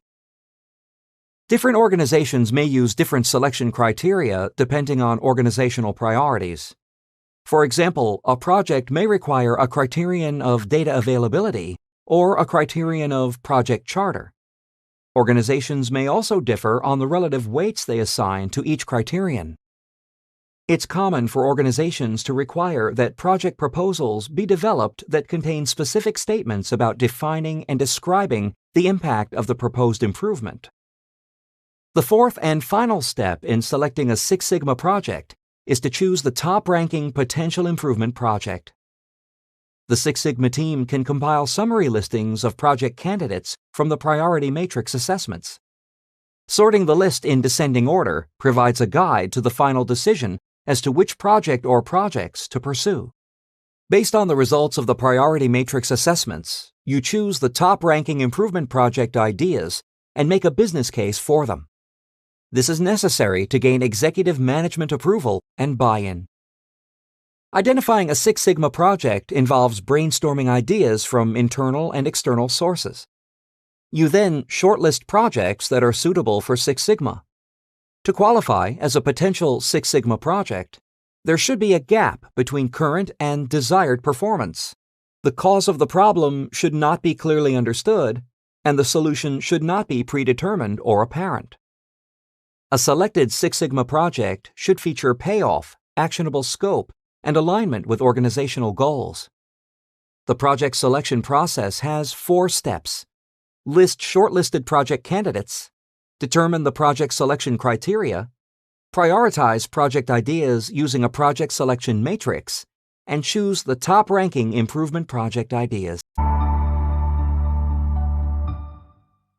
Six Sigma is a good solution to many problems that companies face. More and more companies are realizing, however, that they need to fortify Six Sigma with Lean to achieve most of their goals. Lean Six Sigma combines the benefits of Six Sigma, such as reduced variation and defects, improved quality, and increased customer satisfaction, with the benefits of Lean, such as reduced waste and improved process flow. Lean is often implemented using a Kaizen approach. A Kaizen approach is a continuous improvement strategy that involves a process or an event called a Kaizen event. A Kaizen event is an activity that is generally considered to be part of the Lean methodology. These events are largely used in Lean deployments. Several Lean tools may be used during a Kaizen improvement event. Lean management systems rely on Kaizen events to achieve process improvement, and thus Kaizen may also be incorporated into Lean Six Sigma improvements. There are different applications of the term Kaizen. To understand these applications, having a grasp of the key Kaizen concepts and their place in the Kaizen hierarchy is helpful. Gemba Kaizen refers to an overall philosophy or spirit of continuous improvement. Project Kaizen refers to events that focus on value stream improvement activities. Such activities are carefully selected, strategically important, multifunctional events, and may take weeks to complete. An example of a Project Kaizen event is designing a quotation process for an insurance company to shorten the lead time from an inquiry through to generating a formal quote to the customer. Process Kaizen is focused on the elimination of waste in activities. Process Kaizen events are designed to deliver process improvements quickly, sometimes in hours or over a number of days. Examples of Process Kaizen include Kaizen Blitz and Kaizen Super Blitz. Kaizen Blitz is a planned Kaizen event conducted over a period of 3 to 5 days that utilizes the Kaizen process to enhance value and eliminate waste. Kaizen Super Blitz is a Kaizen event that takes place immediately upon detection of a defect in a process or product. It is of very limited duration, often only a few hours. A Kaizen event is a highly focused assault on an area or process to achieve rapid improvement. It uses a cross-functional team, including process insiders, as well as those outside the process, to achieve as many improvements as possible during a typical 3-day to 5-day event. A Kaizen event augments, but does not replace, continuous improvement. There are several benefits associated with Kaizen events. The results of Kaizen events are significant, clear, and quick. This generates enthusiasm and satisfaction and makes Kaizen events a good way to kickstart or rejuvenate a larger project, such as DMAIC. Kaizen events are an opportunity to gather input from stakeholders and develop collaborative solutions that are understood and owned by the stakeholders. Also, because a shutdown is involved, it demonstrates management commitment. Kaizen events allow people to focus on resolving a problem without distraction. It can change the way people work, fostering greater cooperation and a renewed focus on improvement. Consider this example. A private medical facility decides to implement a Kaizen event to improve its existing patient processing time. To do this, the business shuts down for an entire day to implement the change. Because the aim of the event is focused and relevant, employees are supportive of it. The results of the event are significant and quickly realized. The improved processing system resolves many issues that its users had been complaining about. Because the business shut down for a day, management commitment for the project was clear. It also allowed the system to be overhauled without day-to-day tasks getting in the way. And finally, the success of the project helped create an atmosphere of improvement and cooperation in the office. When planning a process improvement initiative, an organization must decide whether to implement lean Kaizen events or a DMAIC project, or a combination of the two. Six Sigma already has a concept of quick wins, or low-hanging fruits, that is implemented in the early phases of the DMAIC process. Six Sigma teams may discover some opportunities for quick improvements during the define and measure stages of DMAIC. These are similar to opportunities for Kaizen events. A Lean Six Sigma approach will merge the DMAIC and Kaizen approaches, allowing Kaizen opportunities to be identified in the early stages of DMAIC. Such Kaizen events can then be followed by longer-term, more involved DMAIC projects. There are certain conditions under which implementing a Kaizen event is a good idea.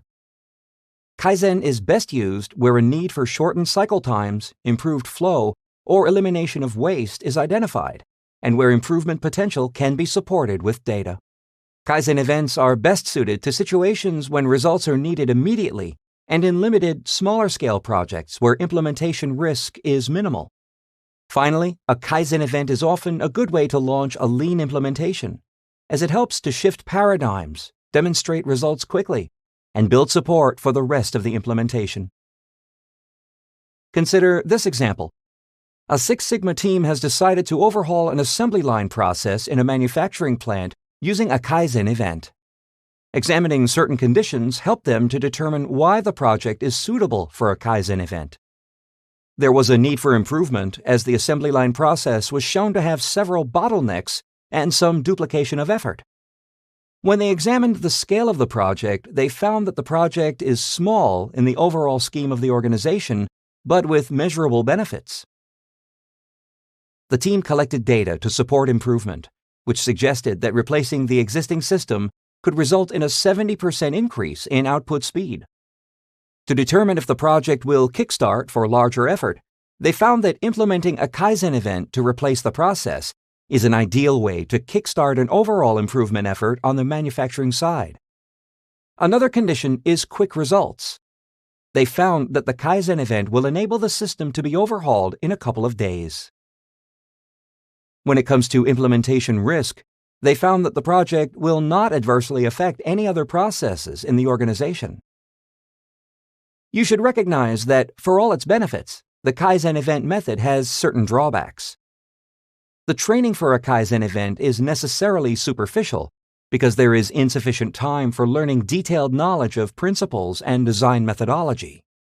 This means that the level of instruction and learning involved may not be as deep as you or your team might wish.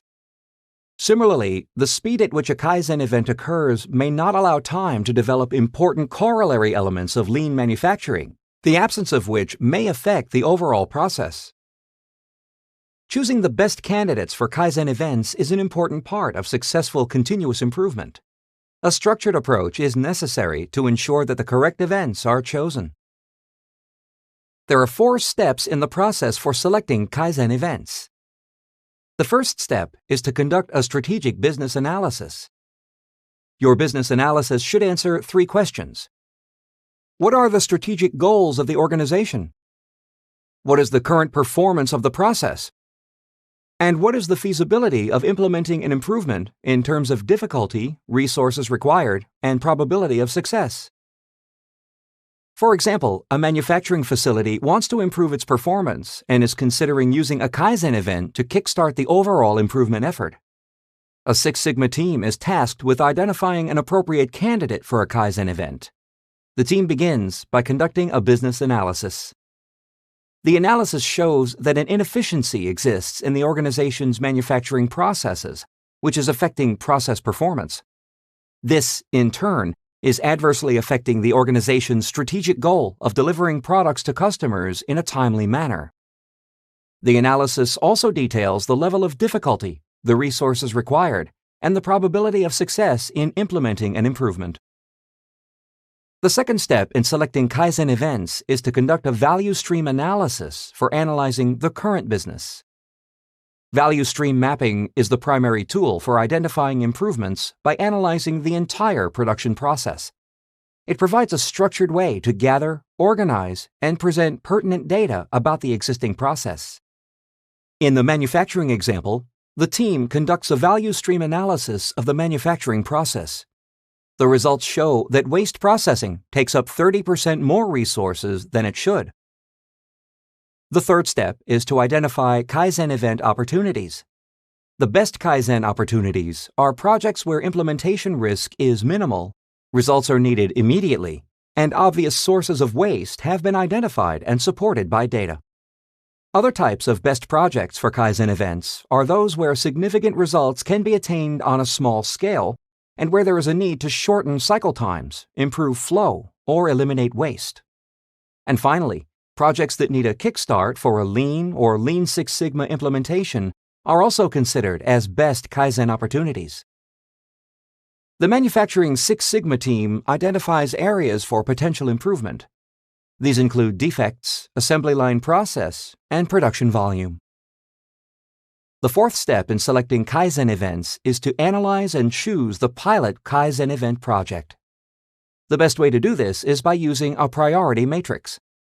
The vertical axis identifies the impact a Kaizen event has on improving performance, either high or low. The horizontal axis identifies the effort required to coordinate the Kaizen event, either low effort or high effort.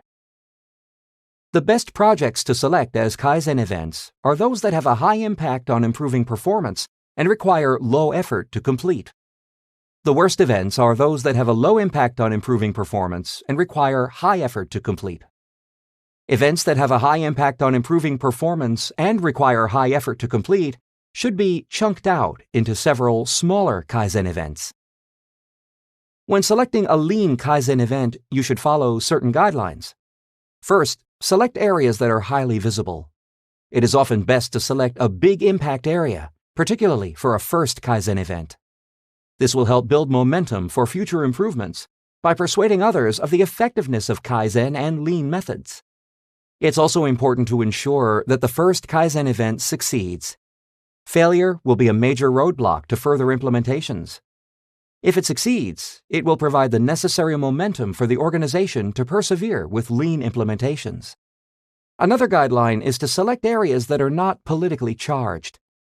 Politically charged issues usually result in gridlock, just as they so often do in national politics. Also, politically charged issues cannot be worked out in a one-week period. As a final guideline, have a lot of work in progress, WIP inventory. If significant inventory must be reduced, this will have a big impact on cash flow. Therefore, an area with a lot of low-hanging fruit would be an ideal place to begin a Kaizen event. In the manufacturing example, the Six Sigma team arranges the possible process improvements in a priority matrix. The team identified defects as an ideal Kaizen area and place it in Quadrant 1, as improvement in this area has a high impact on efficiency with a low level of effort. The team prioritized assembly line process improvement as a chunk-out Kaizen area and place it in Quadrant 3, as it has a high impact on efficiency but will need to be broken down into smaller events. The team categorized production volume as a bad Kaizen area and placed it in quadrant 4, as it would require too much time and effort to address as a Kaizen event for a small effect on efficiency. Consider an example. A call center for a healthcare facility is showing a high incidence of customer dissatisfaction, so a Six Sigma team is assembled to select a Kaizen event to improve performance. The strategic business analysis undertaken shows that customer satisfaction is at its lowest in 3 years. Addressing this issue is the company's current priority. The team conducts a value stream analysis to analyze the current performance of the call center. The study identifies the length of call waiting as a factor in customer dissatisfaction. This is the key potential improvement area. Next, the team conducts a brainstorming session to identify possible Kaizen opportunities. Several suitable Kaizen areas are selected: projects with minimal risk, those with good potential for success, and those that are highly visible with the potential to motivate employees for future improvement projects. 3 areas are assessed as possible Kaizen events: training, software upgrading, and staffing. To help identify the best Kaizen event opportunities, the team uses a priority matrix to classify possible Kaizen events according to effort required and potential impact on efficiency. Using this information, the team places the options on the matrix. Training is categorized as an ideal Kaizen area and is placed in quadrant 1, as it can be done with low effort but has high improvement potential. Similarly, software upgrading is seen as an ideal Kaizen area, as the existing software is obsolete. Also, the software upgrade is aligned closely with organizational goals. Staffing issues are classified as a bad Kaizen area and is placed in quadrant 4, as they would require long-term effort that a Kaizen event could not provide. Also, an event would not achieve the quick results needed. In the final step of the selection process, the team decides to implement a pilot test for the software upgrade option. This option is chosen as a Kaizen event because it will have an immediate effect on call waiting times, and it is aligned to organizational goals. Training the staff would also have an effect, but the results would not be delivered immediately, so it would require a more long-term effort. In this case, the software upgrade option is the low-hanging fruit. Recall the Six Sigma team that implemented a Kaizen event to improve the performance of a healthcare facility's call center? They improved the facility's inbound calling process using a Kaizen event, which significantly reduced call waiting times and helped improve customer satisfaction. Now the team has identified more improvement opportunities and wants to use screening criteria to determine whether Six Sigma, Lean, or a combination of Lean Six Sigma methodologies will be most suitable for exploiting the opportunities. There may be situations, although very rarely, where none of these methods are the best fit. In these cases, a different set of continuous improvement methodology might be more useful. There are a number of alternative improvement methodologies, including quality circles, statistical process control, SPC, ISO 9000 and total quality management, TQM, business process reengineering, and capability maturity model integration, CMMI. Let's review some of these alternative improvement methodologies, starting with quality circles. A quality circle consists of a group of 3 to 12 volunteers who work in the same team or department, or different departments in the organization. The group, led by an employee leader, meets regularly during paid working hours. The members of the group are trained to identify, analyze, and solve some of the problems relating to their work. Solutions are presented to management and can be implemented by members. Statistical process control, or SPC, relies on statistical analysis as a method of quality control. Control charts, popular SPC tools, are now commonly used in the control phase of Six Sigma DMAIC. SPC is generally used for process monitoring and control. This means that SPC helps determine how efficiently a particular process is functioning or performing. The focus of business process reengineering is all types of processes, not just manufacturing. It's based on the assumption that any business can be seen as a family of processes, which are characterized by the outputs they generate. Business process reengineering breaks down non-functional organizational structures, or silos, which contain barriers to communication and typically contribute to the slow and unresponsive nature of bureaucracies. It replaces these with process-aligned structures that are focused on producing useful outputs. Capability Maturity Model Integration, commonly abbreviated to CMMI, is an improvement methodology specifically used in the software industry. It was developed by software engineers as a way of creating guidelines and as a point of reference for software quality and development process improvement. Alternative improvement methodologies include quality circles, SPC, business process reengineering, and CMMI. When other improvement methodologies are applied to improvement opportunities individually and on a limited scale, they can help you achieve goals in a similar way to Lean Six Sigma. One of the Six Sigma ideals is implementing the 8-phase process: recognize, define, measure, analyze, improve, control, standardize, and integrate. A high-quality continuous improvement methodology will implement each of the 8 phases of Six Sigma. Another ideal is asking questions that lead to quantifiable answers in order to produce profitable results. This is the goal of all current methodologies. The next ideal is improving profitability. Improving quality and efficiency are immediate byproducts of Six Sigma. Methodologies like SPC, DOE, Theory of Constraints, FMEA, and others can improve both profitability and quality. A key ideal is adhering to the philosophy and goal of Six Sigma of 3.4 defects per million opportunities. This is the philosophy of capability, loss function, and other tools too. However, modern tools don't deal with defects, they deal with nonconformances. The difference is subtle but important, especially in a legal sense. The next Six Sigma ideal is using a breakthrough strategy. A benchmarking methodology can be used with the same effect as a means to achieve the goal while using a highly focused system of problem solving.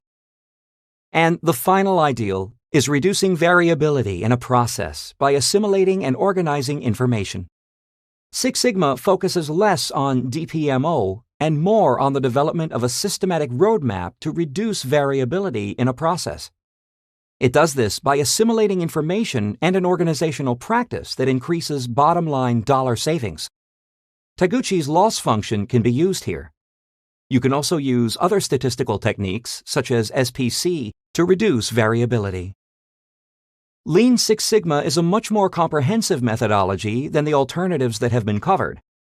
It uses many of the independent methodologies in a complementary rather than conflicting manner. A Kaizen event is a highly focused assault on an area or process to achieve rapid improvement. Executing a Kaizen event involves 6 steps. Develop the problem statement and deliverables, select the team and develop an implementation schedule, identify and measure, analyze, develop recommendations, and implement and monitor. Kaizen events have several associated benefits, but they also have some drawbacks. Kaizen events can be used in association with DMAIC in an overall Lean Six Sigma approach. Choosing the best candidates for Kaizen events is an important part of successful continuous improvement. The process for selecting Kaizen events has 4 steps. Conduct a strategic business analysis. Conduct a value stream analysis for analyzing the current business. Identify Kaizen event opportunities. And analyze and choose the pilot Kaizen event project that aligns best with organizational goals while providing the highest impact on efficiency for the lowest effort. In some situations, Lean Six Sigma or Lean Six Sigma might not be the best improvement methodology to use.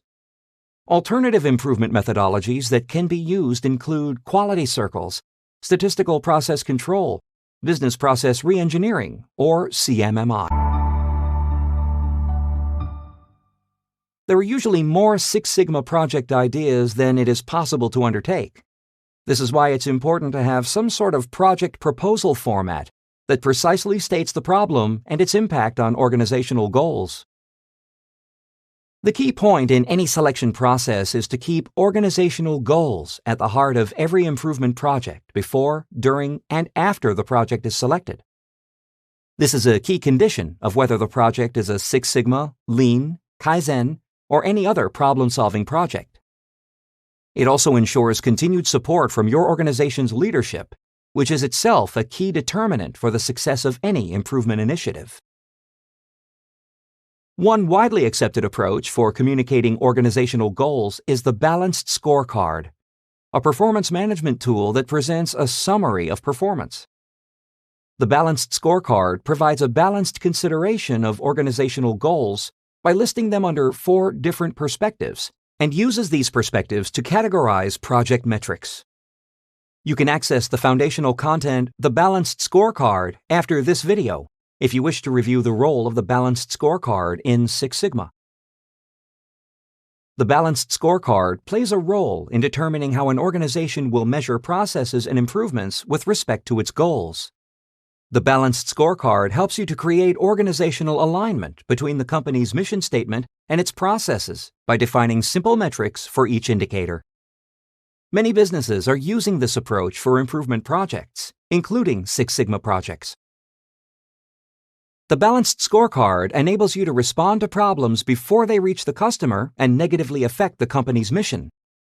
It also enables you to sustain improvements by measuring the processes on a regular basis and identifying strengths and weaknesses.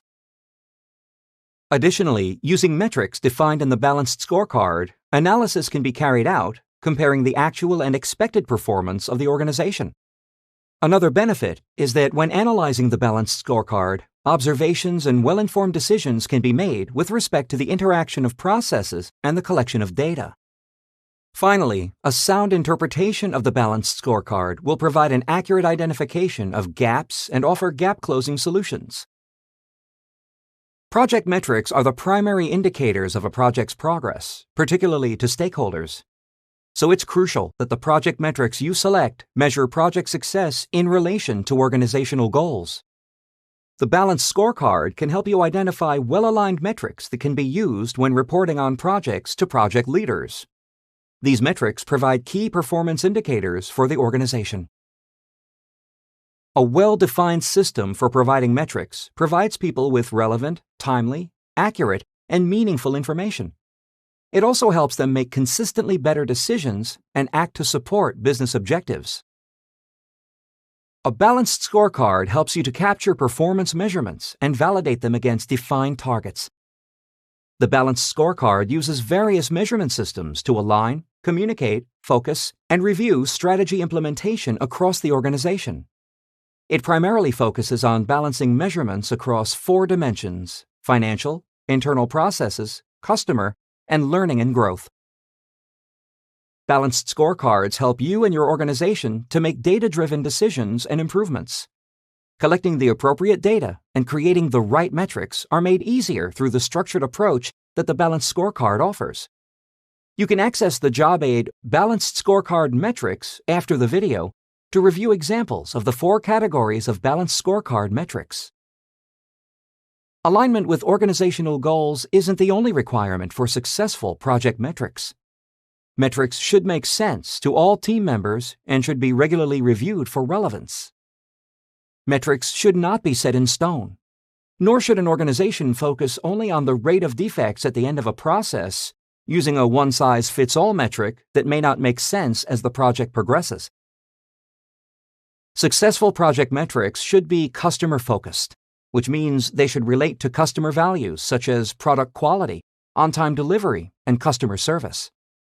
For example, a computer components manufacturer needs metrics that relate to the quality of the components, how quickly they can be delivered, and how many customers are happy with the product. Successful project metrics should also be cross-functional, helping teams to evaluate how effectively they are working in pursuit of a desired result. For example, metrics should show progress toward improvement goals in manufacturing, marketing, sales, and HR. In addition, successful project metrics should be simple and straightforward, and should require only a minimum of manipulation to be meaningful. They should measure performance across time so that they can be analyzed for trends and improvement opportunities. For example, metrics should show improvement data over a period of several months so that trends and relative progress can be discerned. Reporting metrics effectively is as important as producing them.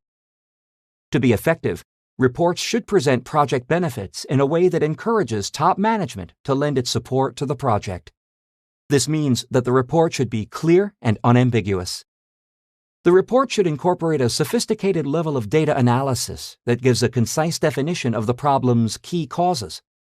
The report should tell a story that is well thought out and ends with a simple conclusion. A key guideline for presenting benefits to gain support is simplicity. Six Sigma practitioners often feel they should include all the tools they've learned in presentations to executive management. This can result in a presentation that is difficult to follow. The report should present the benefits of the project in a clear and simple manner. In addition, use visual representation. A picture is often worth 1,000 words. You can construct a story from complex data by using just a few good charts.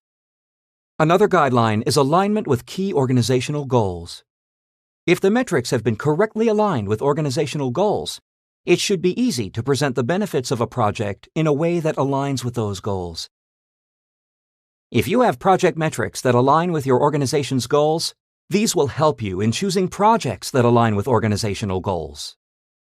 A balanced and aligned set of metrics will guide the project selection process. Using a project-level balanced scorecard will help you evaluate the project as it is implemented. The balanced scorecard helps in both the measurement and the management of business and process performance. It provides clarity on business processes and performance, thus facilitating the deployment of Six Sigma projects.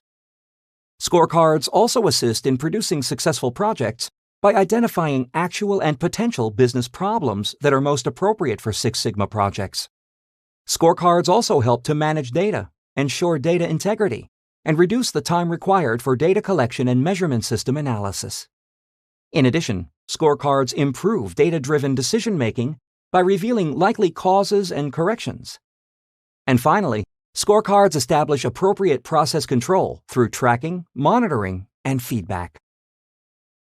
Keeping organizational goals at the heart of every improvement project is crucial.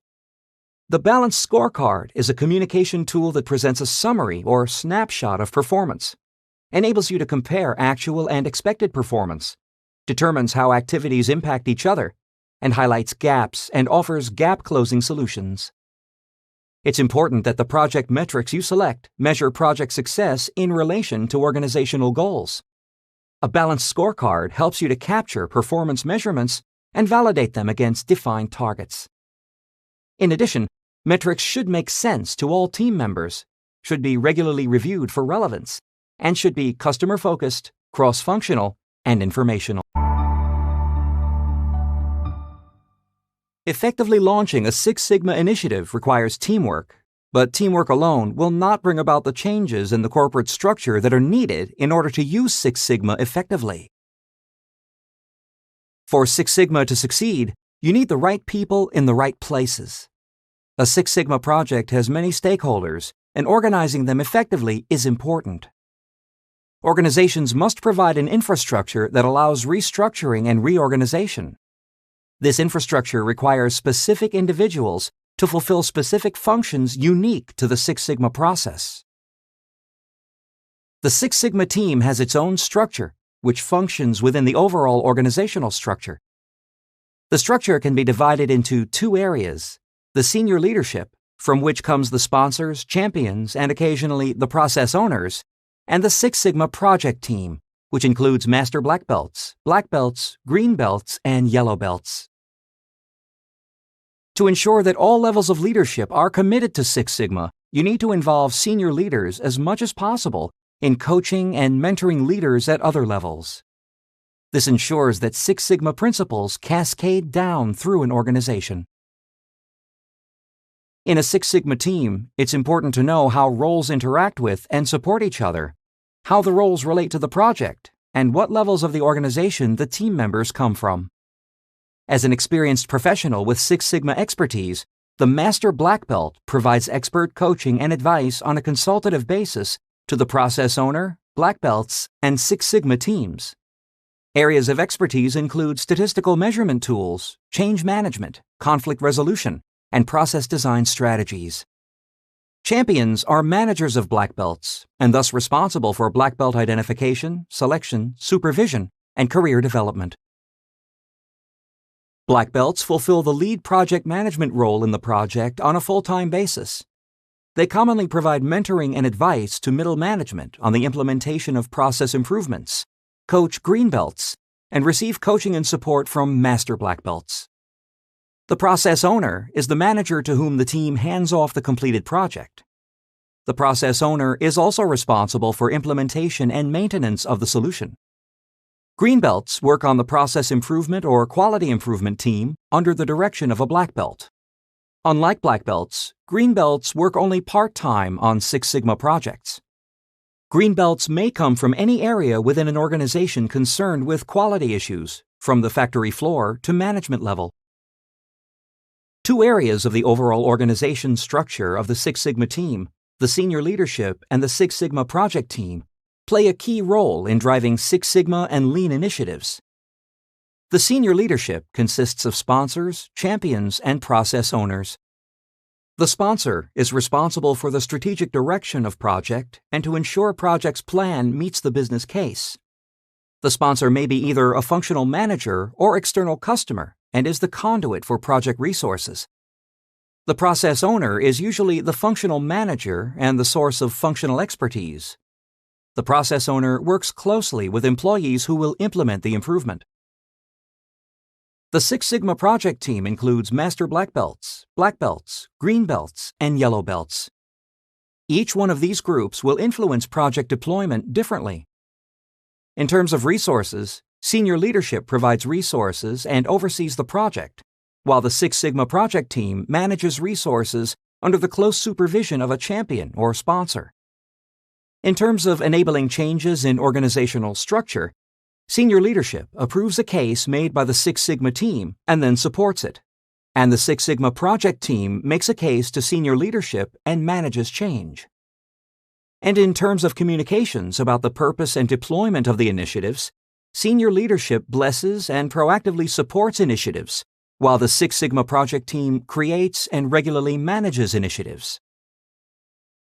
The interaction between the various stakeholders often changes across different DMAIC stages. Throughout DMAIC, the black belt works full-time on executing the project and is supported by team members representing different functional groups, including the champion and process owner. By the end of the control stage and the realization of the solution, the stakeholders are the employees who will use the solution. A black belt fulfills many functions in Six Sigma initiatives in an organization. Black belts are self-motivated, respected throughout the organization, and customer-centered. These qualities enable them to provide crucial support for Six Sigma initiatives. According to some estimates, black belts represent 1% to 3% of a Six Sigma organization's workforce, depending on the size of the organization and the Six Sigma deployment. Black belts work full-time on Lean Six Sigma projects and are responsible for delivering performance improvement results. They typically complete 4 to 6 projects per year, each yielding cost savings ranging from $150,000 to $250,000. This means that each black belt typically contributes to over $1 million per year in cost savings to the organization.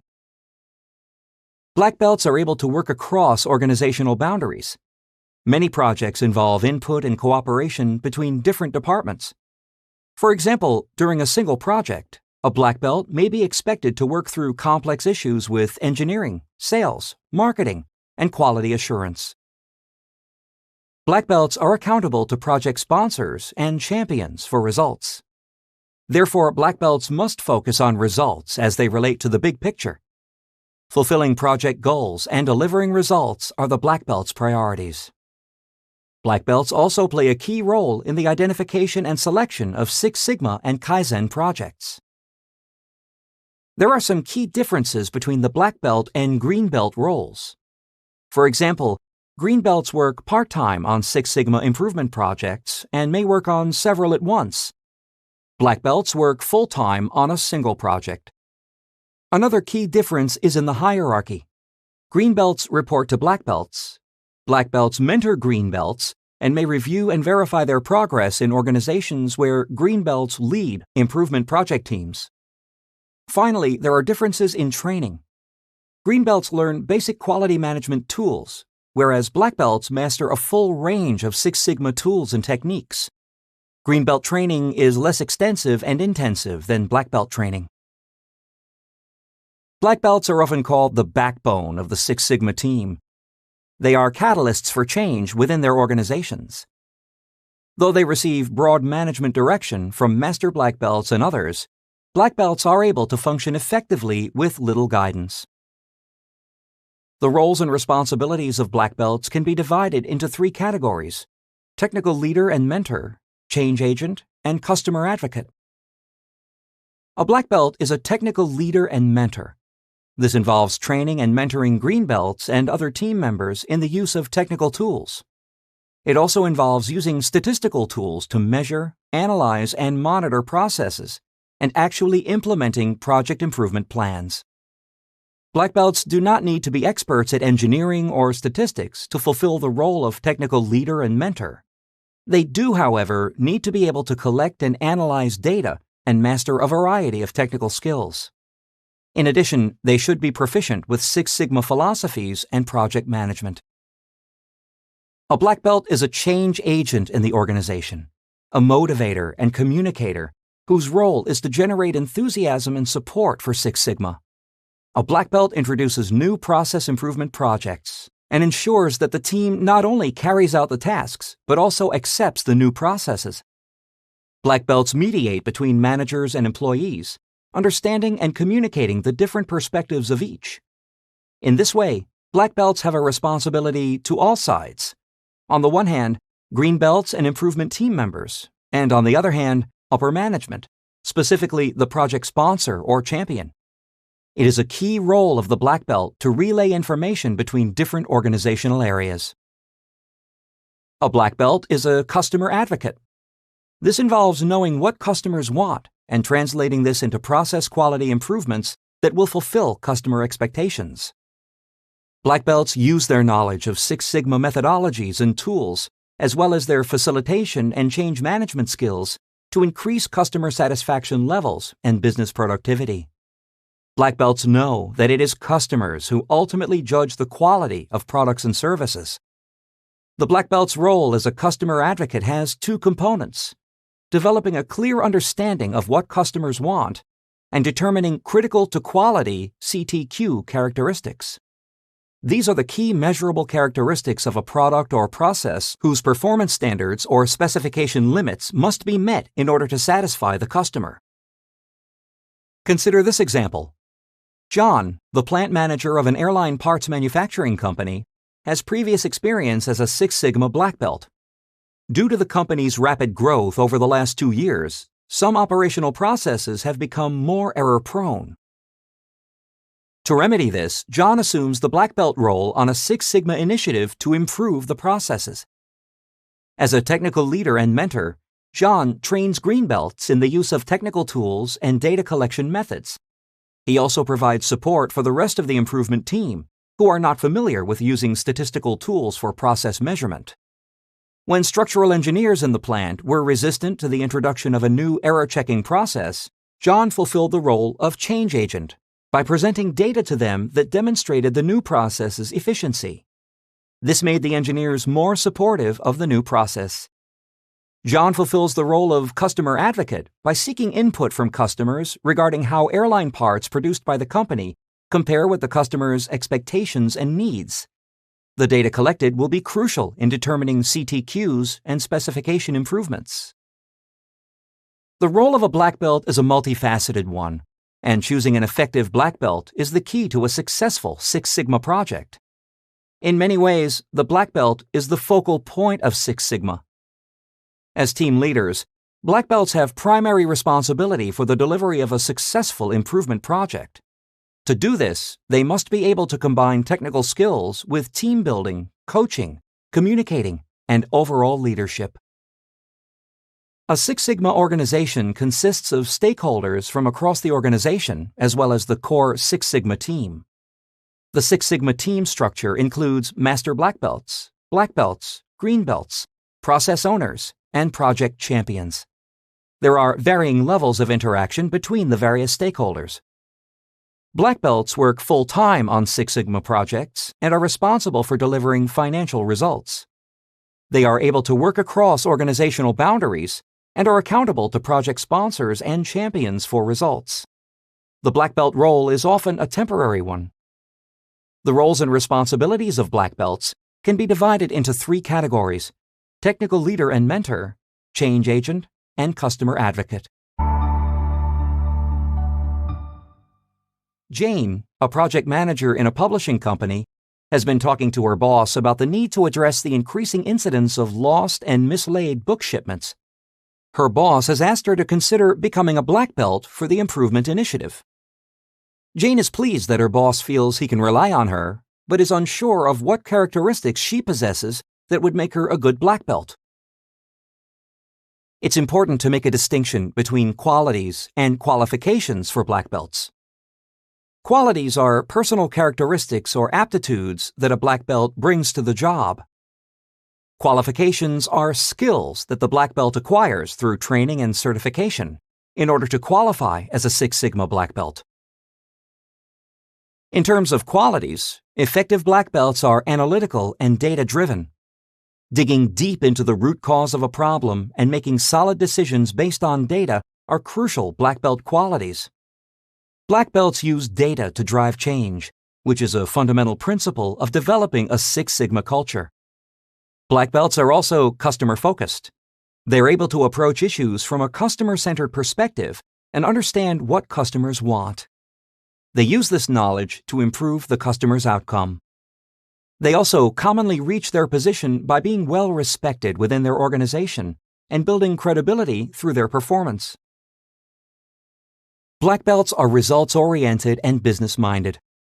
They are always focused on organizational goals and can concentrate on the big picture. Black belts maintain a holistic view of the organization's business mission, culture, and methods. Effective black belts are self-motivated and independent. They take pride in their work and explore new ideas and opportunities. This motivation is evident in the black belt's interactions with her team, customers, and management. Black belts are also flexible and cooperative. The ability to adapt to new project challenges is a key characteristic of a black belt. Good interpersonal skills and a cooperative attitude are also crucial. A successful black belt knows how to work with people. Black belts are good facilitators, motivators, and mentors, and they have outstanding teamwork and communication skills. Remember Jane? One of the reasons her boss has asked her to be a black belt is her ability to analyze a problem and come up with a workable solution that is backed up with data. On a recent project to improve a book scanning system, Jane worked with the developers to gather enough data to demonstrate an inefficiency in the input area. This enabled the team to focus on this area and find a solution. Jane is good at staying customer-focused when dealing with issues. She has already been in contact with the publisher's key customers to discuss the issue of missed shipments and to work out how this can be improved for the customer's benefit.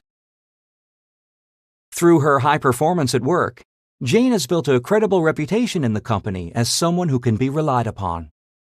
Because she's such a respected member of the organization, she's been promoted very quickly to her current level.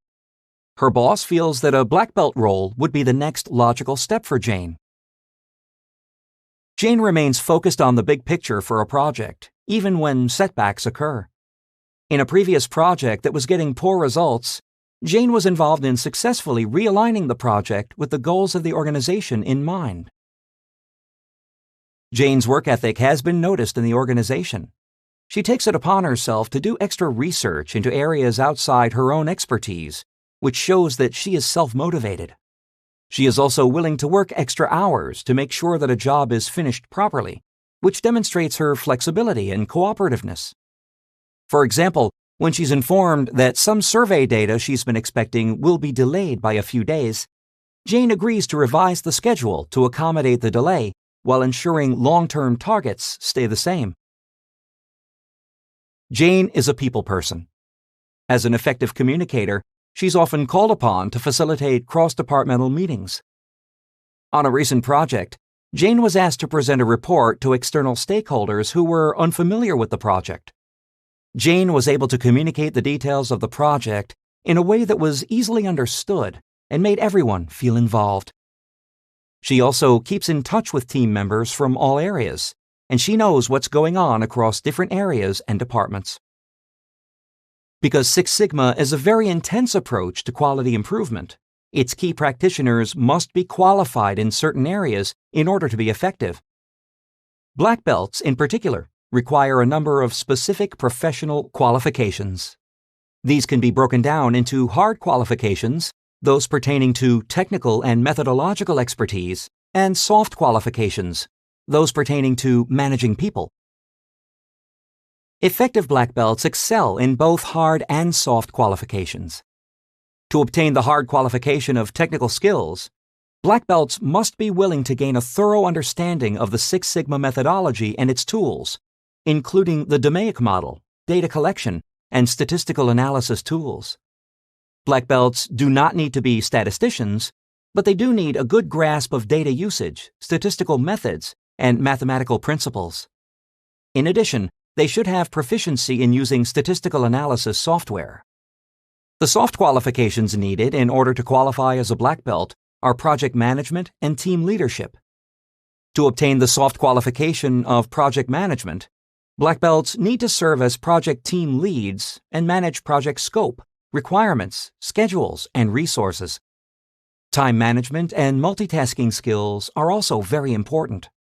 Black belts need to be able to manage projects without direct authority, as some team members may only work part-time on Six Sigma projects and report to other managers. To obtain the soft qualification of team leadership, black belts must be exemplary project team leaders. They must be able to motivate and guide the team in Six Sigma and provide teaching and mentoring whenever needed. The ability to delegate is also a crucial team management skill. Finally, black belts must be able to solve team problems and make quick, well-founded decisions. For example, Rick has been asked to consider a black belt role in his organization. Having previously worked as a green belt, he is familiar with the Six Sigma methodology and tools, including the DMAIC model and data collection. Rick is currently taking a course in statistical methods and statistical software to increase his knowledge. Rick has led some projects in the past, including one where he was responsible for designing the scope and requirements. Along with gaining experience in these areas, those projects improved his time management and multitasking skills. One thing he needs to learn, though, is how to manage projects with part-time team members. He's never had to do this before, and he knows it's a crucial skill for a black belt. Because he has project leader experience, Rick is confident that his team leadership skills are adequate for a black belt role. However, he needs to address some areas that he's unfamiliar with, such as delegating tasks, solving team problems, and providing mentoring to team members. Not every black belt will necessarily possess all the qualities and qualifications, but the black belt position does demand specific credentials, certification, and training. The certification process for black belts is usually set by deployment leaders. Typically, candidates do 4 to 5 weeks of training in Lean and Six Sigma tools and techniques before taking an online or written exam through a certified body. Certification also includes the completion of a large-scale project as the leader of an improvement team. It's not unusual for training to be delivered just as a team begins its first project. Effective black belts embody certain qualities. Black belts are analytical and data-driven, customer-focused, respected within the organization, results-oriented and business-minded, self-motivated, flexible and cooperative, and effective communicators. Effective black belts require a number of specific professional qualifications. They must have technical skills, such as an understanding of the Six Sigma methodology, data collection, and statistical analysis. They must have project management skills, such as managing project scope, requirements, schedules, and resources. They must have team leadership skills, such as motivating the team and providing teaching and Strategic planning is a highly systematic and structured procedure that enables an organization to determine its vision for the future and the actions necessary to achieve this vision. Planning that is rushed or only focuses on the near future can result in the need for constant reworking or last-minute actions that exponentially increase operational costs. For this reason, although strategic planning can initially be time-consuming, it can save time and money in the long run by avoiding operational pitfalls. Statistically, companies without long-term plans on average spend at least 25% more than companies with proper strategic plans. There are three main benefits to deploying strategic planning when carrying out Six Sigma and Lean initiatives. First, as a black belt, you can use strategic planning to improve your understanding of organizational priorities. Next, strategic planning can help you recognize opportunities that can be exploited by identifying the right Lean Six Sigma project candidates and choosing the best candidates from the organization's perspective. And finally, strategic planning helps ensure support from all members of the organization. Gathering support for the organizational strategies promotes successful implementation of Lean and Six Sigma projects. There are four main steps involved in achieving the goals of strategic planning, starting with having a big picture, then seeing where you are. Next is determining where you want to be and setting your improvement goals. And finally, getting to where you want to be strategically. As a black belt, it's essential to pay attention to the big picture. Having a strategic mindset enables you to see the entire organization as a system made up of several subsystems. These subsystems all play a role in achieving larger goals. Also note that modern organizations are made up of organizational subsystems that are dynamically connected to the organization's environment. That's why it's important for you to be aware of your organization's environmental factors, strengths, and weaknesses that can affect your Lean Six Sigma efforts. There are some excellent strategic planning tools, such as pest analysis and SWOT analysis, that you can use to guide you in terms of where you are. A pest analysis involves doing an environmental scan to examine your external business environment and how it impacts your organization's decisions as well as your own decisions. Whereas a SWOT analysis is used to determine how your internal strengths and weaknesses can be harmonized with external opportunities and threats. Organization leadership sets the direction and goals for the organization. Seeing where you are and where you want to be to achieve those goals helps you set your own Lean Six Sigma goals. You need to determine exactly what you want to achieve and how, using Six Sigma, DMAIC, and Lean methodologies. Alternatively, you can redesign or create new processes using Dfss methodologies. Now, consider some examples of possible goals a Six Sigma team in a particular functional area may want to achieve in alignment with organizational goals. For example, reducing costs by 3%, reducing resolution time to 24 hours from the current 72 hours, reducing defects to 500 defects per million opportunities from the current 10,000, improving customer satisfaction to 90%, improving productivity by 10%, and reducing machine downtime to 5%. When setting improvement goals, it's important to consider the hierarchy of organizational goals. Tactical goals feed into departmental goals, and departmental goals feed into corporate goals. This relationship can be illustrated using an example. A tactical goal of reducing scraps by 5%, waste reduction of $100,000 annually in the machining process, supports the departmental goal of cost reduction and, eventually, a corporate goal of increasing net income by 3% for the year. When setting improvement goals, you can use tools such as portfolio analysis and portfolio architecting to help select the best project by analyzing interconnectivity among various processes and parts of the organization. In order to achieve strategic goals, it's necessary to identify project ideas and alternatives. You then select the most valuable and useful projects using tools such as Hoshin Kanri and portfolio analysis, among others. You also need to carry out an organizational risk analysis using tools such as contingency planning and business continuity planning to determine major risks facing your organization and how to mitigate them. This helps to facilitate the achievement of organizational goals. It's important to remember that Six Sigma will be unsuitable for some, if not most, projects.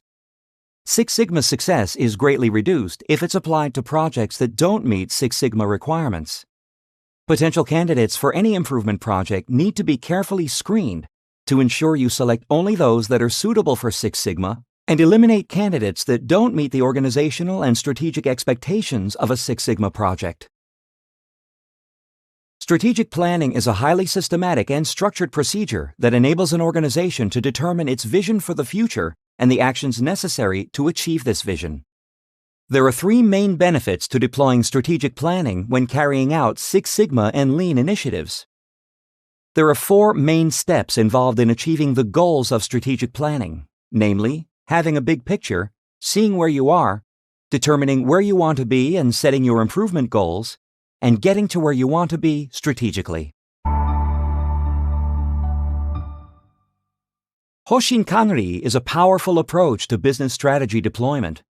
The Japanese words Hoshin and Kanri are commonly defined in English as collectively meaning strategy deployment, and the two terms are often used interchangeably within a business context.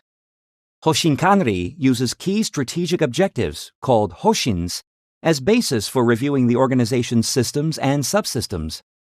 The main goal of the Hoshin Kanri process is to create, review, and deploy a strategic plan for an organization that outlines the organization's goals, strategies, and strategic initiatives.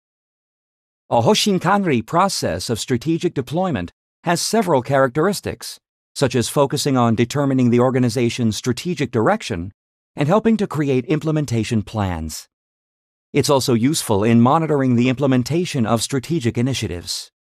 Continuous review is part of the process, so progress is consistently tracked to ensure any necessary adjustments can be made as needed. Hoshin Kanri is valuable in helping organizations focus on the vital few objectives and, through employee engagement, creating an emotional commitment to these objectives. One of the ways Hoshin Kanri generates this buy-in is through the creation of visual templates at each level of the organization. These templates connect the strategy down throughout the organization to bring individuals into alignment with organizational priorities. Hoshin Kanri is particularly suited to Lean Six Sigma, or LSS, due to several reasons. Both are top-down methodologies dependent on organizational strategic alignment and have measurement-driven processes. Also, both processes highlight and target operating gaps in system functioning.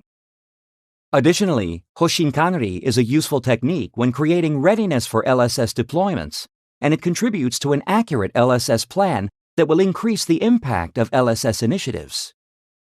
There are 4 steps in the Hoshin Kanri process, which align with the application of Deming's Plan, Do, Check, Act, or PDCA cycle for continuous improvement. For successful strategic deployment, it's essential to engage in a careful planning process. At this stage of the Hoshin Kanri process, use the SMART, specific, measurable, assigned, realistic, time-bound criteria to guide you in determining your objectives. You'll need to be specific in exactly what you want to achieve, so set goals to help achieve objectives. Make sure your objectives are measurable so you can have an indicator of success. Ensure that you specify the person or team who will be assigned to carry out the necessary tasks. Always be realistic to avoid setting impractical objectives that have a diminished chance of success, and focus on timing and plan for when results can be expected. In the planning stage of the Hoshin Kanri process, you and your team determine which high-level objectives are crucial to success. It's important to determine not only what you wish to achieve, but also how to accomplish your goals. The second stage of the Hoshin Kanri process involves putting your plan into action. In order to do this, it's essential to communicate your goals and strategy across all levels of the organization. Work with each departmental manager to facilitate the development of sub-goals and objectives that feed into the critical high-level objectives. Break down the implementation plan into action points and assign responsibility for each item in the plan. The Hoshin Kanri process relies on all staff members recognizing and taking responsibility for their roles in carrying out the overall strategy. For this reason, it's important to make sure that staff members are using the Hoshinkanri process to manage the employees who report to them. During the third stage of the Hoshinkanri process, you need to use the metrics identified during the planning stage to monitor progress. You may find it helpful to create a table containing key components for review. There are several key components you can include in the table. These include the strategic goals of the business, the owners or individuals responsible for each of the goals, the project timeframe, the strategic targets, performance metrics, and results to date. Regularly evaluating and updating this table helps you manage the progress of your initiative on an ongoing basis. The check phase is useful to ensure your strategic plan is a living document, not something that's ignored or discarded. The idea that an organization can only reach its strategic goals by engaging in continual reflection and evaluation is fundamental to the success of Hoshinkanri. In the fourth or ACT stage, the findings from the check stage are used to explore differences between expected and actual results of the Six Sigma initiative. At this stage, you investigate the reasons for these differences in order to decide on corrective strategies. There are several key questions you can use during the ACT phase to guide your decisions. For example, what is working well? What is going wrong? Is the strategy realistic in addressing the problems faced by the organization? Have the appropriate measures of success been selected? What can be improved or done differently in order to achieve the relevant goals? During this stage of the Hoshinkanri process, any concerns or problems are discussed and corrective actions are organized and implemented. As a black belt, it's important to keep your organization moving toward its vision by reviewing your strategy and progress on an ongoing basis. This helps to ensure the strategic plan is continually evolving to keep up with the needs of the changing environment. An X matrix is one of the key products of the Hoshinkanri process. The X matrix provides a visual representation of an organization's strategic plan presented on a single page. It connects organizational goals, strategies, metrics, strategic projects, and those responsible. The X matrix is a valuable tool because it helps make the strategic plan accessible to all members of an organization. It also serves as a visual guide during strategic review sessions. Consider an example of a customer service organization that's in the process of developing an X matrix to guide the organization's strategic initiatives. First, the senior management will meet to conduct a diagnosis using the findings from the check and act phases of Hoshinkanri. Using this data, the management team creates strategic plans and policies for the customer service business. The senior leadership of the company then decides on high-level strategies such as increase on-time deliveries and provide on-site service within 48 hours. These objectives are noted in the strategies quadrant of the X matrix. Next, the staff members decide on improvement priorities and develop these into objectives included in the X matrix. In this example, their objectives include upgrades to software and expansion of global sales workforce. Once the strategies and objectives have been recorded, the management team decides on the deliverables and metrics to be included in the X matrix. In this case, they use percentages as metrics, such as testing capacity increased by 80%. Finally, the team decides on a realistic time frame for the achievement of these objectives using specific dates. They also review the company's resources and determine which individual or department has primary and secondary responsibility for each item. Another approach business professionals use is portfolio analysis to determine how well existing and new projects or initiatives relate to the overall value that the organization expects to achieve from projects in a portfolio. This measure of value is comparative. It is measured according to several criteria, such as the financial impacts of current projects and the potential impact a project would have on organizational resources. There are 4 steps in the portfolio analysis process.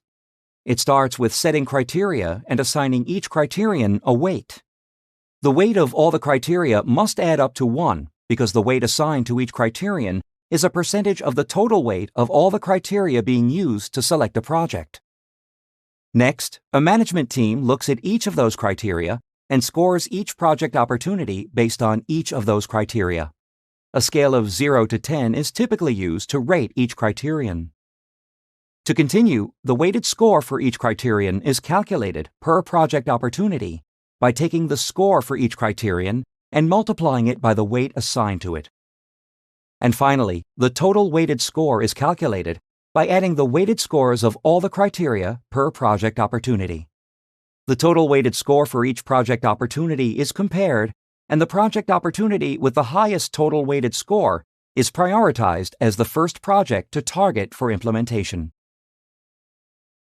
Portfolio analysis focuses on the strategic units that comprise an organization and evaluates the effectiveness and vulnerabilities of these units. It's guided by two main questions. How much time and resources should the organization dedicate to its best products to ensure that they have continued success? And how much time and resources should the organization devote to the development of expensive new products, many of which may be unsuccessful? To set the criteria that will be used during the portfolio analysis, you can use three methods: the analytical criteria method, consensus criteria method, or the combination interrelationships diagraph or matrix method. When selecting the criteria setting method, it's important to take into account the number of projects within the portfolio. Another consideration is whether projects should be analyzed in comparison to other projects, or rather assessed independently.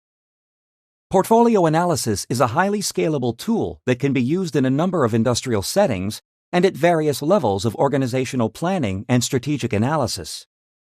For example, at the corporate or highest organizational level, a large global organization can identify its portfolio of strategic business units, or SBUs, from most attractive to least attractive using two key strategic criteria: potential for growth and profitability.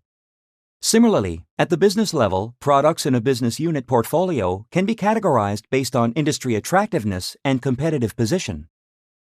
At a more tactical level, such as the departmental level, competing campaigns or improvement projects can be ranked on urgency and attractiveness based on various criteria such as potential returns, cost, value to customers, and ease of implementation.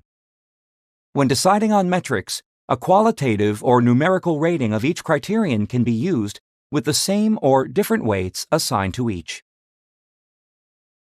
One method for using portfolio analysis and prioritizing your Lean Six Sigma projects is to use a priority matrix. Within the context of portfolio analysis, the priority matrix is called a portfolio analysis matrix. The first step in using a priority matrix would be to have criteria developed based on your organization's needs. There are several criteria you can use when analyzing your projects, including sponsorship and level of support from management, the project's projected benefits, resources required, scope of the project, clarity of the deliverables, time it will take to complete, team membership requirements, and the value of the application. Once you have the criteria developed, you would weigh the importance of each of these criteria. Let's consider an example where the organization decides to use 8 different criteria to measure 3 different projects. Based on each criterion, the team develops a weight for each criterion. They score each project against the criteria using a scale of 0 to 10. The weight of each score is calculated by multiplying the weight for each criterion by its score. For example, with Project 1 and Criterion 1, the weight was 0.16 and the score was 6.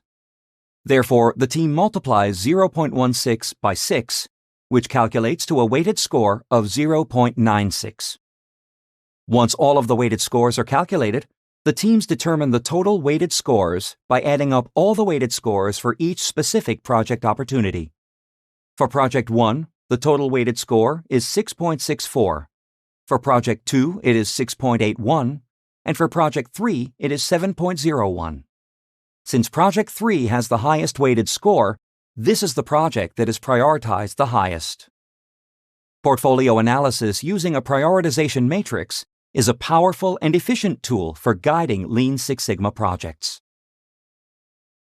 Any Six Sigma process improvement initiative means making numerous incremental changes rather than large single changes. The challenge is managing the impact of these changes on a multitude of organizational subsystems and processes.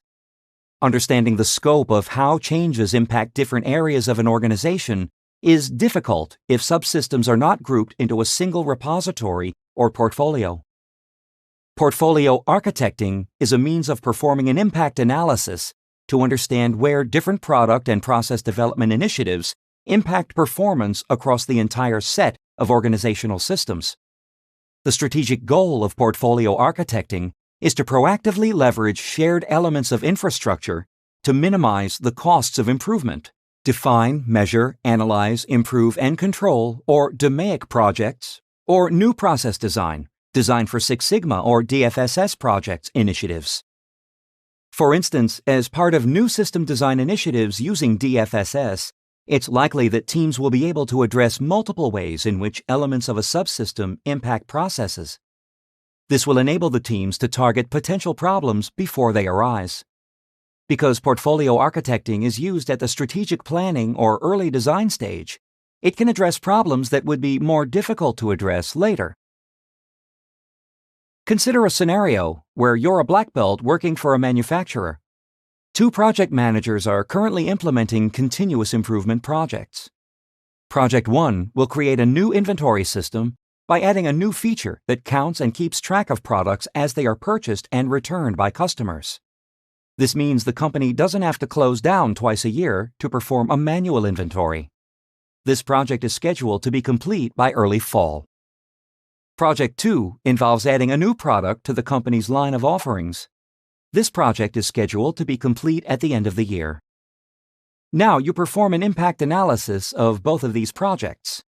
Your analysis identifies that both projects involve implementing changes to the main inventory database. Although Project 2 won't be implemented until the end of the year, the system change that is required, adding the new offering into the inventory database, can be done beforehand. By portfolio architecting, a feasible solution will be implemented. Rather than two different system cutover schedules, both of the system changes can be done during the same cutover, following Project 1's scheduled implementation. When Project 2 is ready to roll out, the system change will already be in place. Portfolio architecting is a strategic approach that takes a long-term, holistic look at the organization's processes and helps to control the consistency of strategic design. It examines where activities regarding new projects may benefit existing projects. Portfolio architecting is a means of understanding where new system design initiatives impact performance across the entire set of systems. The strategic goal of portfolio architecting is to proactively leverage shared elements of infrastructure to minimize the costs of improvement or design initiatives. Hoshinkanri is a powerful approach to business strategy deployment. The main goal of the Hoshinkanri process is to create, review, and deploy a strategic plan for an organization that outlines the organization's goals, strategies, and strategic initiatives. There are 4 steps in the Hoshinkanri process, which align with the application of Deming's Plan, Do, Check, Act, or PDCA cycle for continuous improvement. Portfolio analysis is used to determine how well existing and new projects or initiatives relate to the overall value that the organization expects to achieve from projects in a portfolio. Portfolio architecting is a means of performing an impact analysis to understand where different product and process development initiatives impact performance across the entire set of organizational systems.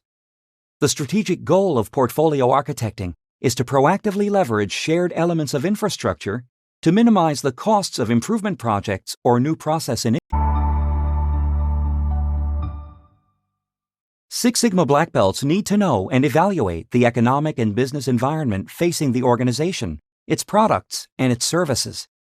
They also need to know why it's important to analyze the environment, so that the solutions they propose and help implement deliver results for the time period intended in the face of environmental risks. One tool that you can use for strategic planning and risk analysis for your organization is a SWOT analysis. SWOT is an acronym for Strengths, Weaknesses, Opportunities, and Threats. Strengths are a company's resources, including the skills, competencies, and experiences of its employees. Weaknesses are areas of a company that are not efficient or effective, usually because of insufficient resources. Opportunities are favorable external circumstances that a company can use to its advantage. Threats are unfavorable external circumstances that may negatively affect a company. Conducting a SWOT analysis allows you to identify and analyze how your organization can leverage its internal strengths and improve its weaknesses to take advantage of opportunities while effectively responding to external threats.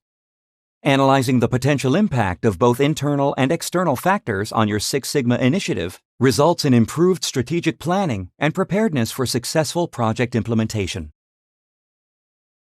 Strengths and weaknesses are internal to your business and can be considered the what-is state of your business's capabilities. Asking questions about your business's capabilities can help you identify strengths and weaknesses. Then you can make informed decisions about what the business is and isn't capable of doing. There are several kinds of questions you might ask to identify these components of the SWOT analysis. To identify strengths, you could ask, what do we do well? What advantages, skills, patents, experience, positioning in the market do we have that other companies don't? Do we have any other advantages, such as financial backing or location? To identify weaknesses, you could ask, what areas of the business are not so successful? What could we do better? Are the weaknesses a result of too little staff, money, equipment, or experience? Opportunities and threats are external to the business. You have no control over whether these things happen or not. You do have the power to prepare for them, though. By identifying the opportunities and threats that face your business, you can prepare to take advantage of opportunities and overcome or minimize threats. Sometimes being prepared to react to changing external factors can be the difference between something being a threat or an opportunity. Suppose that a technological advancement that will improve the usability of your products is now available. But unfortunately, you're unprepared to take advantage of the opportunity, and a competitor beats you to the market by grabbing a bigger market share. In this case, a potential opportunity becomes a threat. When identifying opportunities and threats, you need to ask questions about external circumstances, things that, if they occur, would present opportunities or threats to your business. Ask these questions to identify opportunities. What is happening in the market that could be advantageous? This may include things like emerging markets. Is there an absence of or reduced competition? Is there increased demand? And to identify threats, ask, what is happening in the market that could be a problem? For instance, is it declining? Is there new restrictive legislation? Is there a drop in demand? Are current interest rates or inflation hurting business? Another way to help to enhance strategic planning and deployment of Six Sigma and Lean initiatives in the organization is to perform a feasibility study, which involves 5 stages. In the first stage, you define the opportunity in detail. This includes defining the specific, measurable objectives that the proposed solution must address.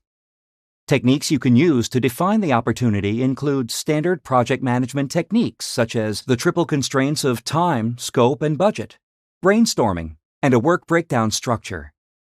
Activities in this stage of feasibility study map with the first phase of Six Sigma DMAIC, define. In the second stage, you conduct a current state assessment.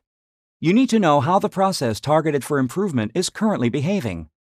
Techniques used to determine current performance include process flow diagrams, data flow diagrams, technology architecture diagrams, domain modeling, as well as Six Sigma techniques. You use this stage to measure both the current and future state process efficiency. Stage 2 is equivalent to the measure and analyze phases in Six Sigma DMAIC. In Stage 3, you identify potential solutions. During this stage, you turn your attention to external realities, such as the state of the industry, competitors, best practices, and potential risks. Based on what is learned, brainstorm to generate potential solutions to meet the established objectives. You can use 2 techniques to identify potential solutions: business process reengineering and cause and effect diagrams. This stage of a feasibility study maps to the improve phase of Six Sigma DMAIC.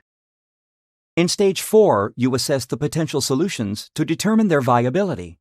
This helps you determine which solution will best meet your improvement objectives. Benchmarking, cost-benefit analysis, and decision analysis are techniques you can use to help you assess potential solutions. This stage in feasibility study can help you conduct risk analysis and mitigation for the proposed solutions during the improve phase of Six Sigma DMAIC. In Stage 5, you document and communicate study results. Typically, an executive briefing is used to document findings, outlining the results of the study for each proposed solution. You can communicate the results by using reports and presentations. Include any visual aids, charts, or tables needed to communicate the information required to decide which solution to implement. Following this stage of the feasibility study can help you document and communicate the results of the improve phase. Now, let's consider an example of how a Six Sigma team can use the last 3 stages of a feasibility study in the improve phase of its project. A city council is looking for ways to reduce the amount of waste entering its landfill. Hannah, a black belt, has been assigned to a Six Sigma project to make this happen. First, follow along to find out about how the project progressed through the first 4 DMAIC, define, measure, analyze, improve, and control phases. Starting with the define phase, Hannah investigates the opportunities for improvement. She finds out the City Council has been advised that, at the current rate, the landfill's life expectancy is decreasing. This means the landfill is filling up faster than anticipated when it was built. In an effort to prolong the life of the landfill, City Council has decided it must act to reduce the waste entering the landfill. Hannah and her team need a way to measure improvement, so they determine how much waste is currently entering the landfill, which provides a baseline measurement to compare future performance. The city has no recycling program, which means all its waste is going directly to the landfill. After analyzing the problem, Hannah sets a target of reducing waste entering the landfill by 20% in the first year. Now, in the improve phase, Hannah and the team begin to identify potential solutions. They look to the industry for advice and current approaches to waste management, and other cities and countries for examples of best practices, as well as actions they should avoid.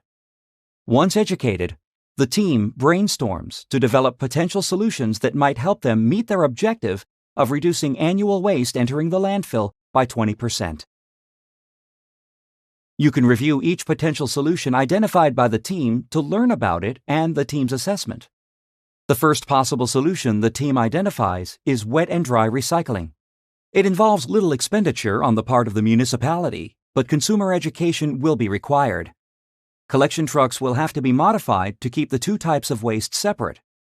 This option really doesn't keep solid waste, such as bottles, cans, plastics, and containers, out of the landfill, and easily biodegradable waste, such as the wet items, is broken down naturally as it is already in the landfill. Blue and gray box recycling is the second potential solution identified. This type of recycling will require the municipality to provide the blue and gray boxes to households and will require some education. Large recycling depots throughout the municipality will address the need for facilities for people living in apartment buildings. Experience from other municipalities suggests that adding recycling trucks is a better option than using the same trucks as those used for collecting waste. The third potential solution is to implement both wet and dry and blue and gray box recycling. The team believes that implementing both will incur all the costs, but not really that much more benefit. The fourth potential solution is implementing a user fee system. But the team can't find a fair or easy way to track how much garbage each household is generating. This, in turn, would make charging households when they hit their limit too hard to enforce. Also, the cost involved in doing so would not offset the amount of waste entering the landfill. With the assessment of all 4 solutions complete, Hannah is ready to submit her findings to City Council. She generates a report detailing her assessment of all the potential solutions. She added supporting visuals to aid understanding, identified all information sources, and included all the data received from the landfill. To recap, you can use the final 3 stages of a feasibility study during the improve phase of DMAIC to identify solutions and then analyze and mitigate their risks. It's important that, as you search for solutions to particular performance problems, you maintain focus on the organization and how the changes made necessary in the pursuit of process improvement affect the organization. You can access the job aid Conducting a Feasibility Study after this video to help you with your own feasibility studies. Now, let's focus some attention on the factors outside your business. The environment your organization faces is constantly changing, and you know that with change comes risk. How can you monitor the business environment for changes that impact your organization? You can perform a pest analysis to constantly monitor the business environment and to identify changes that may present risk to your organization. PEST is an acronym for Political, Economic, Social, and Technological, the 4 areas monitored using the PEST method. Before discussing the PEST analysis in more detail, let's consider some of the differences between SWOT and PEST. Both SWOT and PEST analysis help you to identify and consider risks in 4 areas, but that is pretty much where the similarity ends. They do differ in significant ways. One difference is where the analysis looks. A PEST analysis looks outward to the external environment only. A SWOT analysis does look at external factors, however, it also looks inward at factors within the control of the organization. Then, with a PEST analysis, the perspective is focused on assessing the market from the standpoint of a particular proposition or business. When you perform a PEST analysis, you are mainly concerned with how changes in the business environment will impact your organization. The perspective of a SWOT analysis is focused solely on the business unit, proposition, or idea, but can be yours or a competitor's. And a final difference, PEST analysis may be more relevant for larger or more complex businesses or propositions than for smaller, simpler ones. SWOT, on the other hand, is equally relevant for use in big or small, complex or simple situations. All right, let's move on now to cover the PEST method in more detail. Like the SWOT method, the PEST method also relies on a matrix to aid the analysis. The matrix has 4 quadrants labeled political, economic, social, and technological, one for each area to be considered during the analysis. Political issues are those attributed to the actions of governments. A change in government and changes by government to its actions, attitudes, monetary policies, and tax rates are examples of the types of political issues you need to monitor. For instance, say you have operations in a country that's in a state of political unrest and an election is forecast. You'll need to be prepared for any radical changes that may take place if the government changes. Economic issues are those that are attributed to the market. Changes in employment levels, interest rates, material prices, the stock market, or the business cycle are examples of economic issues you'll need to monitor. For instance, if you're aware that the economy in which you operate is heading into a recession, you'll have to take steps to prepare for the impact. Social issues are those involving the society in which you operate. Changes in social aspects such as birth and death rates, education levels, diversity, and the average age of the population all need to be considered. Take, for example, the impact of the baby boomers. Depending on your business, you may be very concerned with the possible impact of this social group. Technological issues are those that involve changes in technology or advances that impact technology. Changes in production technology, new materials, investment in research and development, information, energy sources, emerging technologies, and new processes are among the technological issues you should monitor. Consider the impact new materials such as Teflon and Velcro have had on the manufacture of products. Velcro revolutionized fasteners, and Teflon is found in all kinds of products, from cooking equipment to oil filters. Another key area for a black belt is being able to understand and apply contingency planning and business continuity planning. The 3 main reasons for contingency and business continuity planning are for identifying key risk areas, prioritizing improvements projects, and developing new process design to mitigate risks. Black belts are also required to conduct a risk analysis in order to take these risks into account during the planning and implementation phases of DMAIC or Dfss projects. There are many different categories of organizational risk that you need to consider, starting with business and legal risks, which include breach of regulations, change management problems, and security breaches or cyber attacks. The next risks to consider are natural disasters such as hurricane, fire, flood, or tsunami. Then there are human resource issues like a skills shortage, loss of key personnel, or workplace injuries. Another concern is financial, relating to liquidity or cash flow problems, fraud or financial malfeasance, or a failure to deliver expected return on investment. The next category deals with technology and infrastructure failure, for example, software failure, data loss, or power failure. Then you need to consider equipment failure such as building defects, transportation breakdown, or plant failure. External factors also need to be considered, issues such as recession, acts of terrorism, political policy changes, political interference, and cheaper competitor products or services. The final considerations deal with supply failure and cover quality defects and inventory or vendor problems. Business continuity, or BC, can be defined as the uninterrupted availability of all key resources supporting essential business functions. BC is aimed at keeping all critical business activities running regardless of disruption. As a black belt, Business Continuity Management, or BCM, is crucial to ensuring the success of a Lean Six Sigma, or LSS, initiative. When considered together, both the value of your initiative and the potential consequences of organizational risk justify investment in BC. LSS project dynamics require a flexible and adaptable recovery plan that addresses the specific project's priorities and circumstances in the case of a disaster or disruption. With a business continuity program, BCP, in place, the likelihood of disruption is reduced, and, if a disruption does occur, the damage to your project will be mitigated. Remember, a business disruption can potentially be experienced in several areas, such as finance, marketing, legal and regulatory compliance, or quality certification. Business contracts often contain a penalty clause that holds a business financially liable in the event of a failure to deliver goods or provide a service, as agreed upon in the contract. If the service failure was caused by a business disruption, the other party may enforce the clause, leading to potentially severe financial consequences.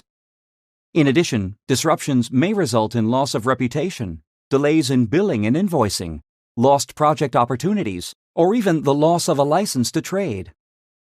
Disruptions or disasters can have a negative impact on customer confidence. It's crucial to aim for uninterrupted service and provision of goods to the customer. When faced with strong competition, preventing a business disruption is important to ensure you retain your business reputation and market position.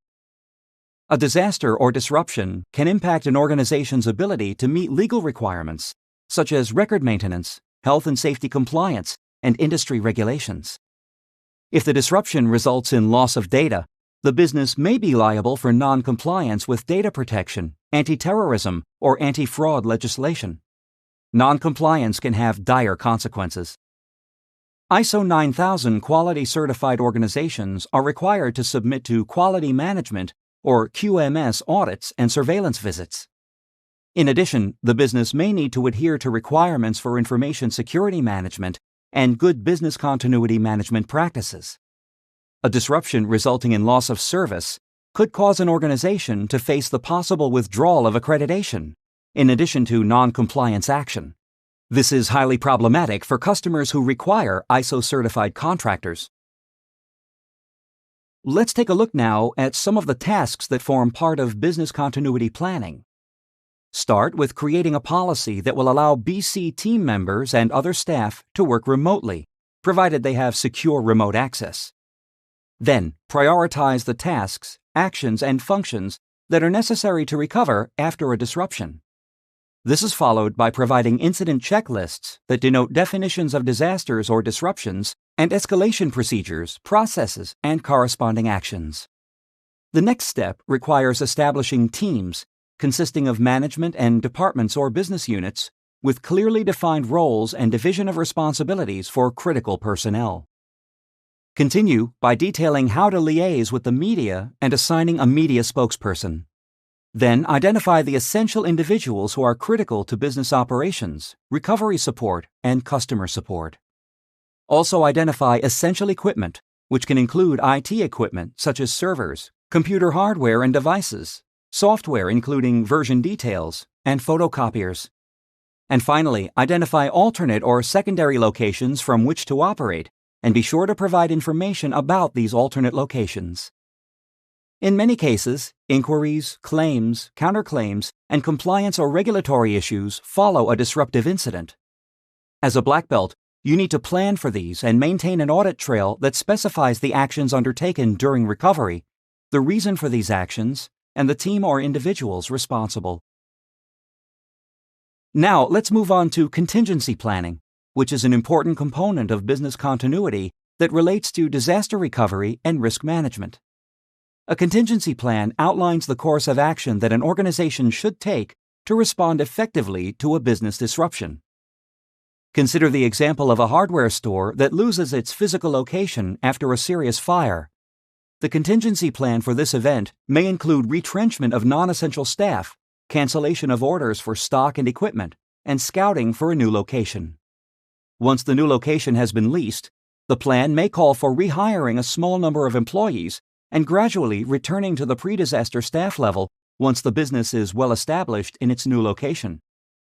When implementing an LSS project, proper contingency planning can ensure that business operations continue as normal prior, during, and after the disruptive event. Contingency planning manages and mitigates risks while sustaining revenue and operations. Alternatively, organizations may use a contingency plan to guide alternative actions if expected results fail to materialize, so a contingency plan is sometimes referred to as Plan B. Contingency planning is organization-specific, but typically consists of 7 main processes. The contingency planning team is responsible for several activities during each process. It all starts with developing a planning policy statement, which provides the necessary guidance for developing a comprehensive contingency plan. This is followed by conducting a business impact analysis, or BIA, to identify and prioritize the organization's mission-critical systems and components.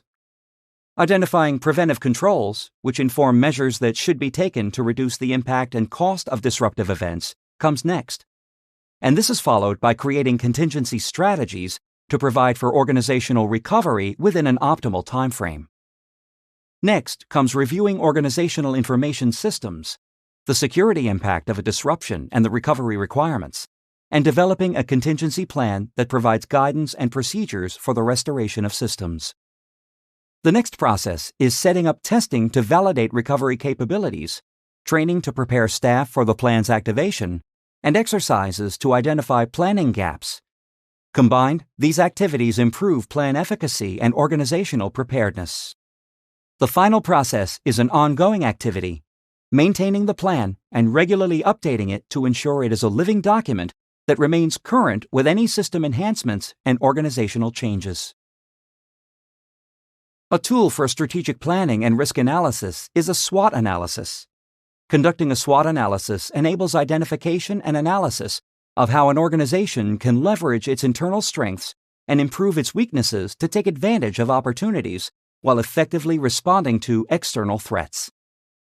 Another way to help to enhance strategic planning and deployment of Six Sigma and Lean initiatives in the organization is to perform a feasibility study, which involves 5 stages. A pest analysis can be used to constantly monitor the business environment and to identify changes that may present risks to an organization. Another key area for a black belt is being able to understand and apply contingency planning and business continuity planning. Six Sigma leadership is change leadership, and the importance of initial buy-in, continued support, and interest at the executive level is well known. A lack of interest and support at this level is the major cause of failure or early termination of projects. Enterprise leadership, the highest level executive leadership in an organization, sets the stage for a Six Sigma culture. It is vital to any Six Sigma effort because improvement methodologies such as Six Sigma are best implemented from the top down. Enterprise-wide improvement, such as what Six Sigma aims for, isn't likely to be grown from a small grassroots movement in some part of an organization. Let's consider the following situation. 3 out of the 6 middle managers in the assembly area of a major automotive manufacturing firm were excited about the possibilities of using Six Sigma to reduce defects and rework. They got together and tried to institute a Six Sigma improvement project in the areas under their responsibility. The attempt didn't get much past the initial stages. The resources needed to fund the Six Sigma projects pushed each individual manager's budget to the max because the current schedules, budgets, and resource allocations were designed to meet quarterly goals and were insufficient for longer-term objectives. Requests for additional support fell on deaf ears because no commitment to the initiative existed outside those 3 sections. In the end, executives were unconvinced that significantly reducing defects and rework within the 3 sections using Six Sigma would make a bottom-line difference when other areas and departments would remain unchanged. Before we learn more about the different leadership levels, we need to make an important distinction. The term Six Sigma team usually refers to the lower 3 tiers of the leadership structure. This includes the champions and process owners who provide business unit leadership, the master black belts, and green belts who lead the improvement project team, and the yellow belts and team members who carry out the collection and analysis of data needed to improve the process. Enterprise management, although vital to team success, is above and distinct from the Six Sigma project team. Let's examine the different levels of leadership now. There are 4 main tiers involved in a successful, organization-wide Six Sigma deployment, and understanding the relationships between the leadership roles of each tier is important. The main roles of each tier of leadership are different, and the roles of a particular level are dependent upon the level above it. The roles of employees and team supporters, including yellow belts, encompass carrying out the improvement assignments that make up the Six Sigma initiative. This includes more than just being skilled and blindly following instructions for data collection and analysis. Employees must participate in discussions, decisions, and plans, and report results to the improvement project team. They must also ask questions, report results, and provide vital information and feedback to the improvement team. Since employees at this level seldom work full-time on a Six Sigma project, they must coordinate their team work with their regular jobs. The role of the improvement project team leaders is to implement the project plan and manage the project. This encompasses training and providing expertise, choosing key players and team members, supporting team members, maintaining schedules, and documenting progress. They are also regarded as the implementation leadership and usually comprise of master black belts, and green belts. The improvement team keeps participants informed and up to date by communicating plans, helping in project selection and project tracking, and recruiting key players and consultants. The improvement team also helps develop training materials, plan and execute training, and work to execute the internal marketing plan. Essentially, they manage the day-to-day rollout of the Six Sigma effort. Sometimes a single leader is all that is required, but if the scope is large, an entire team may be needed to support teams throughout the hierarchy that are involved in the Six Sigma initiative. Business unit leaders, the project champions and the process owners, are directly involved in the project as the Six Sigma team's strategic leaders, making strategic decisions, guiding progress, aligning the work with business goals, and monitoring project scope. They do so at a high level, supporting the improvement team leaders while refraining from taking over the day-to-day operations. Champions also act as liaisons to the enterprise leadership team by promoting team efforts to upper management and running interference when necessary. In most organizations, a senior manager is designated as the champion and tasked with overseeing the Six Sigma initiative. That person is accountable to the enterprise leadership team for project success. Process owners are also vital participants in any improvement initiative, as they have the authority, resources, and knowledge necessary to institute major change. The top level in the 4-tier structure is the enterprise leadership team. Enterprise leaders have a central role in planning Six Sigma improvement from a high level and maintaining a strong, participating presence in the implementation. Enterprise leadership may be a steering committee made up of top executives who oversee several Six Sigma projects as part of an overall quality improvement initiative. Organizations vary as to the composition of the enterprise leadership team, but generally speaking, it's made up of top management, the executive officers, directors, VPs, and departmental heads of the organization. These executive leaders are commonly referred to as C-level leaders, which refers to their positions as CEOs, CFOs, and COOs. Project sponsors or champions sometimes act as part of this group, depending upon the particular organization and the size and nature of the deployment. However, in most cases, they are considered part of the Six Sigma team. Now, let's continue by examining the 4 key responsibilities of enterprise leadership in Six Sigma deployments. Enterprise leadership must set direction by choosing the appropriate improvement method for the strategic goals of the organization. Setting direction also includes establishing the general project selection metrics, goals, and criteria that will be used to evaluate progress. The second major responsibility of enterprise management is to build commitment. Building commitment requires leaders to develop a strong rationale for the change initiative that is specific to the organization's needs. This can then be used to focus efforts and attention throughout the organization. Enterprise leaders must be effective Six Sigma advocates, communicating the purpose and vision for the improvement process, and essentially marketing the vision throughout the organization. They must sell the benefits of Six Sigma improvement as not only good for the organization's future, but also for the employees within the organization. Enterprise leaders must also enable teams to accomplish the tasks before them. They do this by ensuring that adequate resources are allocated, by selecting employees for the key positions who have the necessary experience and expertise, and by generally empowering teams. Team enablement also includes establishing training, evaluating and approving adequate budgets, removing roadblocks to change, and working at the executive level to manage the organizational changes caused by Six Sigma. The fourth key responsibility of enterprise leadership is to secure results, which means holding teams accountable for results based on reliable measures. Measures such as numbers of defects, cycle time improvement, reduced costs and rework, customer and employee retention, profit margins, and increased sales must be based on solid evidence and honest reporting. Simply demanding results won't make them happen. So, in addition to requiring accurate measurement of whether the results have been achieved, enterprise leaders must link incentives such as managers' bonuses and employee incentives to Six Sigma goal achievement to motivate workers to achieve them. To examine the enterprise leadership role more closely, let's take a look at some of Ellen's daily tasks. She's the COO and a part of the enterprise leadership team at a budget airline.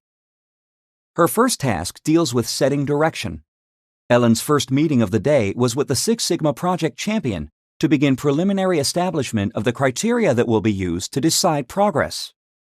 They agree that since improved efficiency in luggage handling is the goal, the metrics used should be cycle time for luggage processing, number of lost luggage claims, and increased customer satisfaction ratings for luggage handling.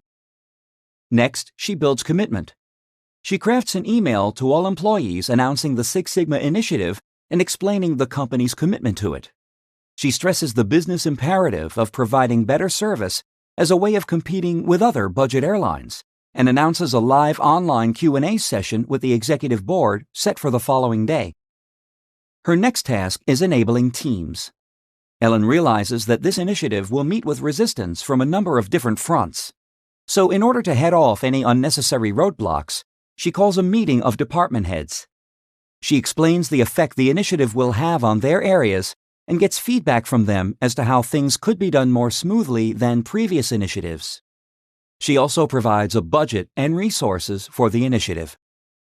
And finally, she needs to find ways to secure results, so she puts through the paperwork to establish a bonus system related to the project. Incentive bonuses will be provided at each of the 3 major milestones that she and the project champion identified. Enterprise leadership and Six Sigma team leadership differ in their focus and on several key characteristics. The Six Sigma team leadership includes both business unit leaders and improvement team leaders, such as black belts and master black belts. When acting within the Six Sigma team, business unit leaders, champions, and process owners share the concerns and viewpoint of the team. When acting as part of the enterprise leadership team, as they may do in some cases, the characteristics associated with enterprise leadership apply to them as well.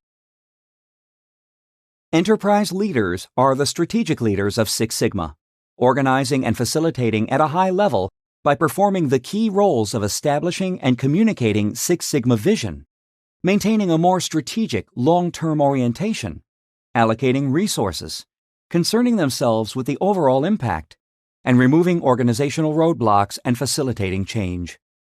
Enterprise leaders know that the benefits of Six Sigma improvement are felt not only by the organization, but by those who work within it, and they communicate this at every opportunity.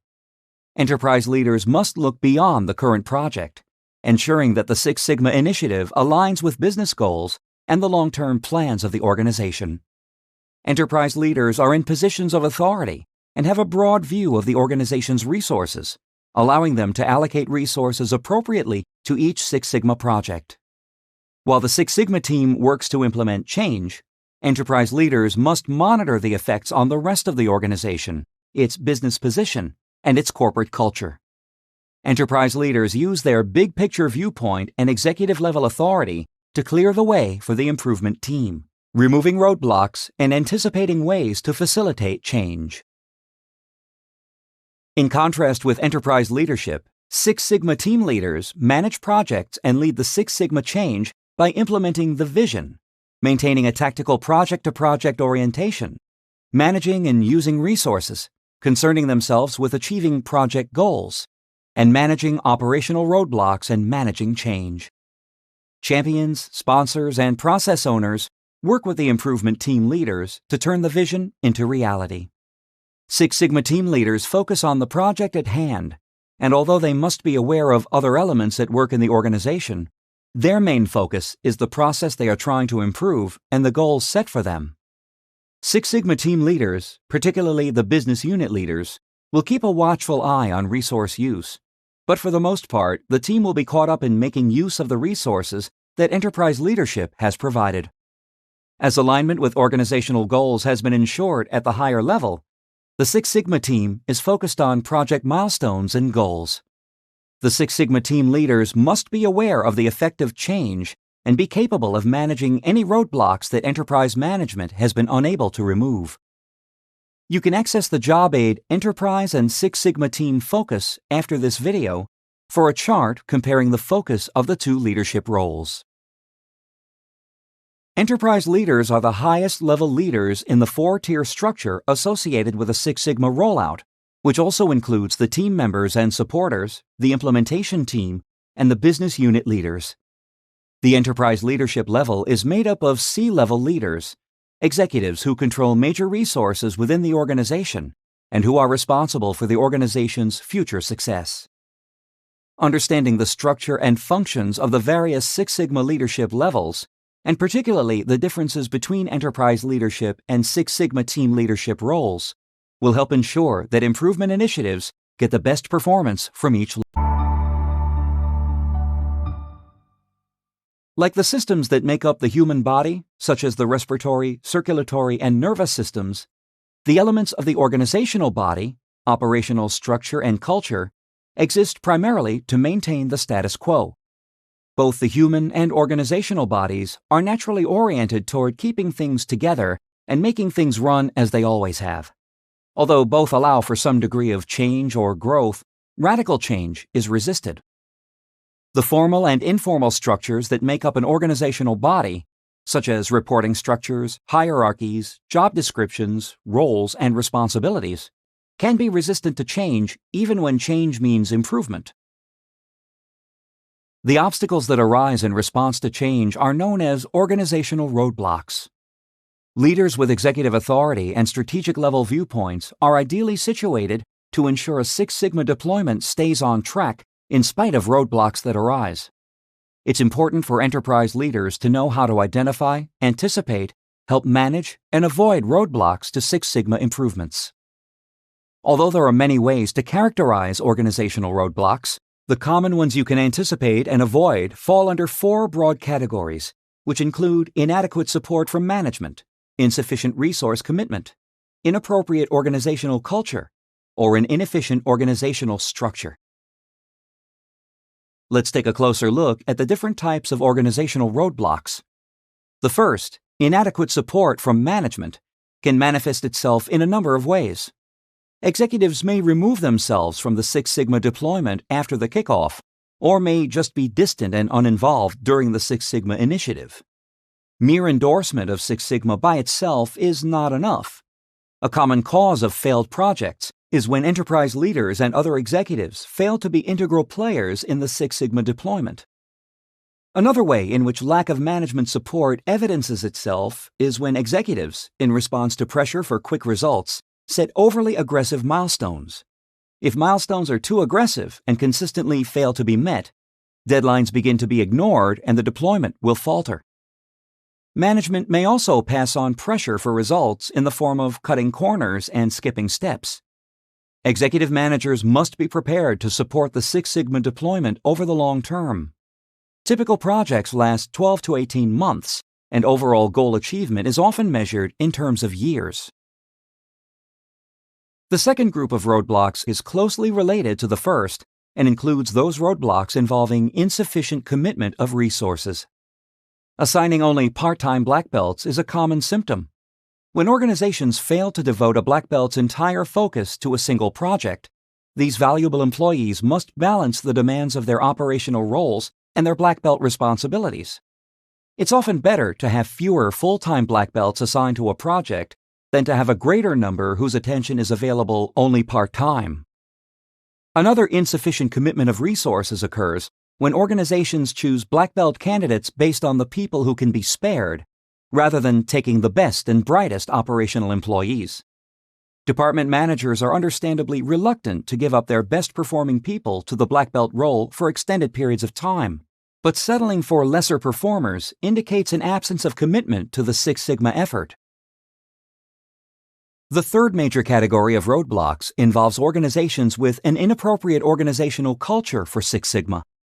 This may be the case when the culture does not speak in the language of numbers.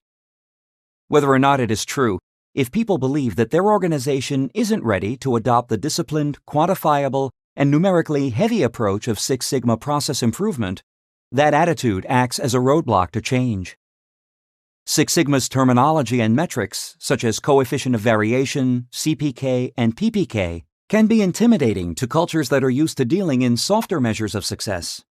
In a culture where employees are unfamiliar with the basic tools of quality improvement, such as control charts, process maps, and root cause analysis, or where guesses and hunches play a big part in decision-making, Six Sigma change will seem daunting. Working with numbers is important for developing a culture of continuous improvement. Another roadblock involving inappropriate organizational culture occurs when the organization's culture cannot openly deal with defects. Process improvement can be hindered by cultures that refuse to face up to a realistic definition of a defect, or those that, upon recognizing a problem, tend to sweep the evidence under the rug. If the organization's approach to defects is to apply a reasonable solution and then hide the evidence, then that organizational culture runs contrary to the Six Sigma approach. One symptom that occurs frequently is a company manipulating the definition of a defect. By setting internal targets that are always reachable, a company can claim any degree of performance. But the definition of defect that's going to result in true process improvement is an item or service that fails to deliver from the customer's point of view. Some organizations are afraid to admit there are problems with their processes and are therefore intolerant of mistakes. In such corporate cultures, employees feel uncomfortable reporting fully about mistakes and defects. Often, management's first reaction to an error is to assign blame to people rather than systems and respond by firing someone. If people are used to hiding the evidence of defects, then the Six Sigma idea of exposing errors to thorough analysis in order to eliminate them will be a culture shock. Other culture-related roadblocks include cultures that are weak in teamwork and support of teams, lack a customer focus, or have a Six Sigma is not for us attitude. Six Sigma is a team and project-based approach. Cultures that don't support teams may tend to give priority to team members' daily operational duties at the expense of their Six Sigma involvement. The improvement initiative may take a back seat, with team members failing to show up at meetings and not meeting commitments. These cultures are often set up to reward individual successes and lack mechanisms for rewarding team success. The result can be unmotivated team members, unempowered teams, and subsequent project delays and failures. The Six Sigma culture is customer-centered, with the quality of a product or service measured from the customer's point of view. If an organization's internal targets and policies are not based on what's critical to the customer, then organizational roadblocks based on lack of customer focus occur. Meeting internal quality goals is meaningless if the results fail to provide customers with what they define as defect-free products and services. Companies lacking a customer focus are often unaware of customer expectations. Some cultures have the attitude that methodically improving a process through Six Sigma won't work for certain situations, even though its structured approach to process improvement has been used for all kinds of process improvement. People often think that less tangible improvements, such as customer or employee satisfaction, cannot be achieved using Six Sigma, and that its use should be confined to manufacturing. They feel that healthcare, education, telecom, banking, hospitality, and other less product-oriented industries will not benefit. In reality, the need for Six Sigma is often greater in these areas because the critical measures of quality are harder to pin down and difficult to ensure by other means. The fourth broad category of roadblocks includes those formed by inefficient organizational structure and includes functional structures, organizational rules, standard operating procedures, SOPs, and permissions that can impede Six Sigma progress. If organizational rules such as those required for resources or finances to be released are complex or require multiple approvals, delays can result and slow down improvements. Or when standard operating procedures in a company require consensus of the top management team for every decision, forward movement may be slow. When functional structures, such as departmental divisions and policies, reflect a high degree of autonomy, cross-functional projects, such as the ones Six Sigma often involves, are made more difficult. If, for example, a sales-related improvement project's success is dependent upon improvements to the shipping process, but cooperation from the shipping department is withheld, then the organizational structure is blocking success. Then, as Six Sigma is implemented, the old adage that no battle plan survives contact with the enemy comes into play. Unforeseen roadblocks will arise. Although they may be based in the four main roadblock categories, the fact that they arise during the project rollout and in many cases cannot be anticipated makes them deserving of their own category as tactical error roadblocks. Tactical error roadblocks include overscoping projects, forcing people to become black belts, analysis paralysis, and conducting pilot projects. Enterprise leaders must recognize when CEOs or project champions are tending to overscope projects. When project goals are too broad, projects can be hard to close out. When goals are too aggressive, constantly missed deadlines may result. Both situations can demotivate participants. A scope stated as to raise an international firm's performance from 3 Sigma to 6 Sigma is too broad for a single project. Alternately, even a small goal can be too aggressive, such as to raise one bank's performance from 3 Sigma to 6 Sigma in 6 weeks. Forcing people to become black belts, regardless of whether or not they are interested in the position, or coercing employees to take on the task or lose their jobs, are both poor ways to get good performance from black belts. Some high performers in functional roles may be happy and well suited in those roles and have no desire to be black belts. If they are not enthusiastic about becoming expert in Six Sigma methods, then the result will be what you would expect: failure, or at best, poor performance. Getting bogged down in the statistical world when useful improvements could have already been made to a process exemplifies the tactical error roadblock known as analysis paralysis.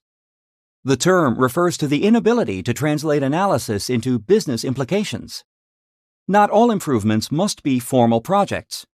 Going that route can waste time and effort when simply making an easy and obvious low-level change may move a project forward faster and better. Conducting a pilot project to determine if Six Sigma works before considering organizational deployment sounds like a great starting point, but the success or failure of a small, specific project is not a good test of whether Six Sigma will work for the whole organization. A pilot project can fail for any number of reasons, and this roadblock will waste time and resources. Organizations must carefully analyze their management commitment to Six Sigma, willingness to commit resources, current culture, and organizational structure to identify potential roadblocks to a Six Sigma deployment. Enterprise leaders must anticipate organizational roadblocks whenever possible and help the Six Sigma team avoid or overcome them. During implementation, tactical error roadblocks may occur that could not have been anticipated by a roadblock analysis, and enterprise leaders must recognize these roadblocks to properly address them.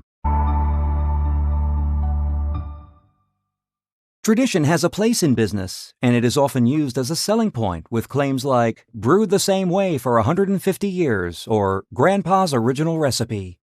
In highly competitive global markets, however, if you do things the way you've always done them, the competition may soon leave you in the dust. Adaptability and the ability to constantly improve and stay ahead of the competition are a must. In the case of Six Sigma or other such organization-wide initiatives, changes to processes, procedures, and methods can be broad and dramatic, including the intentional transformation of organizational culture. Organizational leaders and other management-level leaders must be agents of change, skilled at moving people from one way of doing things to another. In addition to being knowledgeable about the process changes involved with Six Sigma, leaders must be aware of the other changes that can result and the impact they may have on employees. Six Sigma brings about organizational structure changes and work method changes, as well as physical, procedural, and cultural changes. Organizational structure changes occur when Six Sigma process improvements make certain departments, positions, and roles redundant or obsolete. Downsizing or elimination of a full-fledged quality assurance department, for example, may occur if defect rates fall below a certain point. Six Sigma results in changes to work methods. Organizations that are used to running on instinct and experience will see a shift to making decisions based on data analysis. As employees become familiar with new ways of doing things and see the results, they may approach other aspects of the workplace differently as well. Methods such as control charts that are used in manufacturing and administrative operations may also become popular for other smaller types of improvements. As a Six Sigma team analyzes an operation and realigns it to improve output to the customer, physical changes may be required. A company that has grown rapidly in the same workspace may have expanded in an illogical fashion. This could result in zigzagging and lots of wasted steps when moving the work between departments. Six Sigma methods might streamline and simplify the workplace layout, saving time and reducing error. Most workflows and operational practices have written standard operating procedures, SOPs, or are specified under department policies. Changes to these will be regarded as procedural changes. As Six Sigma is implemented, that documentation will change. SOPs, which may have been originally crafted by a team of expert consultants, might require a combined team of internal technology experts, black belts, and managers to revise them. Six Sigma targets the culture of an organization for change. People are encouraged to rethink organizational practices, processes, and attitudes about quality, defects, waste, customer satisfaction, and problem solving. Defect definitions, for example, may have to change from being based on arbitrary percentages to being defined by what the customer truly requires. Every change, including improvement, meets resistance. It is hardly surprising that organization-wide programs like Six Sigma, which result in so many types of change, can meet with resistance on many fronts and for many different reasons. People simply don't like change and tend to perceive all change as a loss of some kind. This resistance to change stems from many core human emotions, including fear of the unknown, as well as feeling powerless, overwhelmed, or complacent. change generally means moving from a known set of rules and circumstances to a new and unknown way of doing things. In the case of Six Sigma, change means adopting an entirely different way of defining business processes and involves many unfamiliar techniques for analyzing and collecting data. Six Sigma is not a grassroots movement. It is a mandate from high up in the organization. Other than the few executives who made the decision to implement Six Sigma in the first place, everyone else in the organization may see it as imposed upon them. To keep their jobs, they have to get with the program whether they want to or not. Workers who may already have jam-packed schedules and heavy workloads may be afraid of the extra work that new responsibilities will add, the additional training required to develop new skills, and the additional team obligations and meetings that will be added to their schedules. Complacency involves the classic, if it ain't broke, don't fix it way of thinking. Employees see no reason to change the processes that have, so far, made and kept the company competitive. Six Sigma leaders who ignore these emotions risk deployment failure. Estimates of the failure rate of change initiatives put it at around 70%. To avoid failure, leaders must deal with these emotions and try to win over as many resistors as possible. Emotionally charged reactions to change include denial of the need to change, hostility for imposing uncomfortable change, withdrawal caused by removal from employees' comfort zone, and passive aggression where the employee actions work to undermine the change. Fear of the unknown can certainly be somewhat allayed as more information is provided. Learning there's a grizzly bear outside your tent would be terrifying. Finding out it's a tame bear might calm you a bit. It's important information. But until you meet the bear and make an emotional connection of trust, you'll probably still be somewhat concerned. Change is the unknown, and an organization-wide change initiative is certainly a bear. Delivering comprehensive presentations to all employees will help.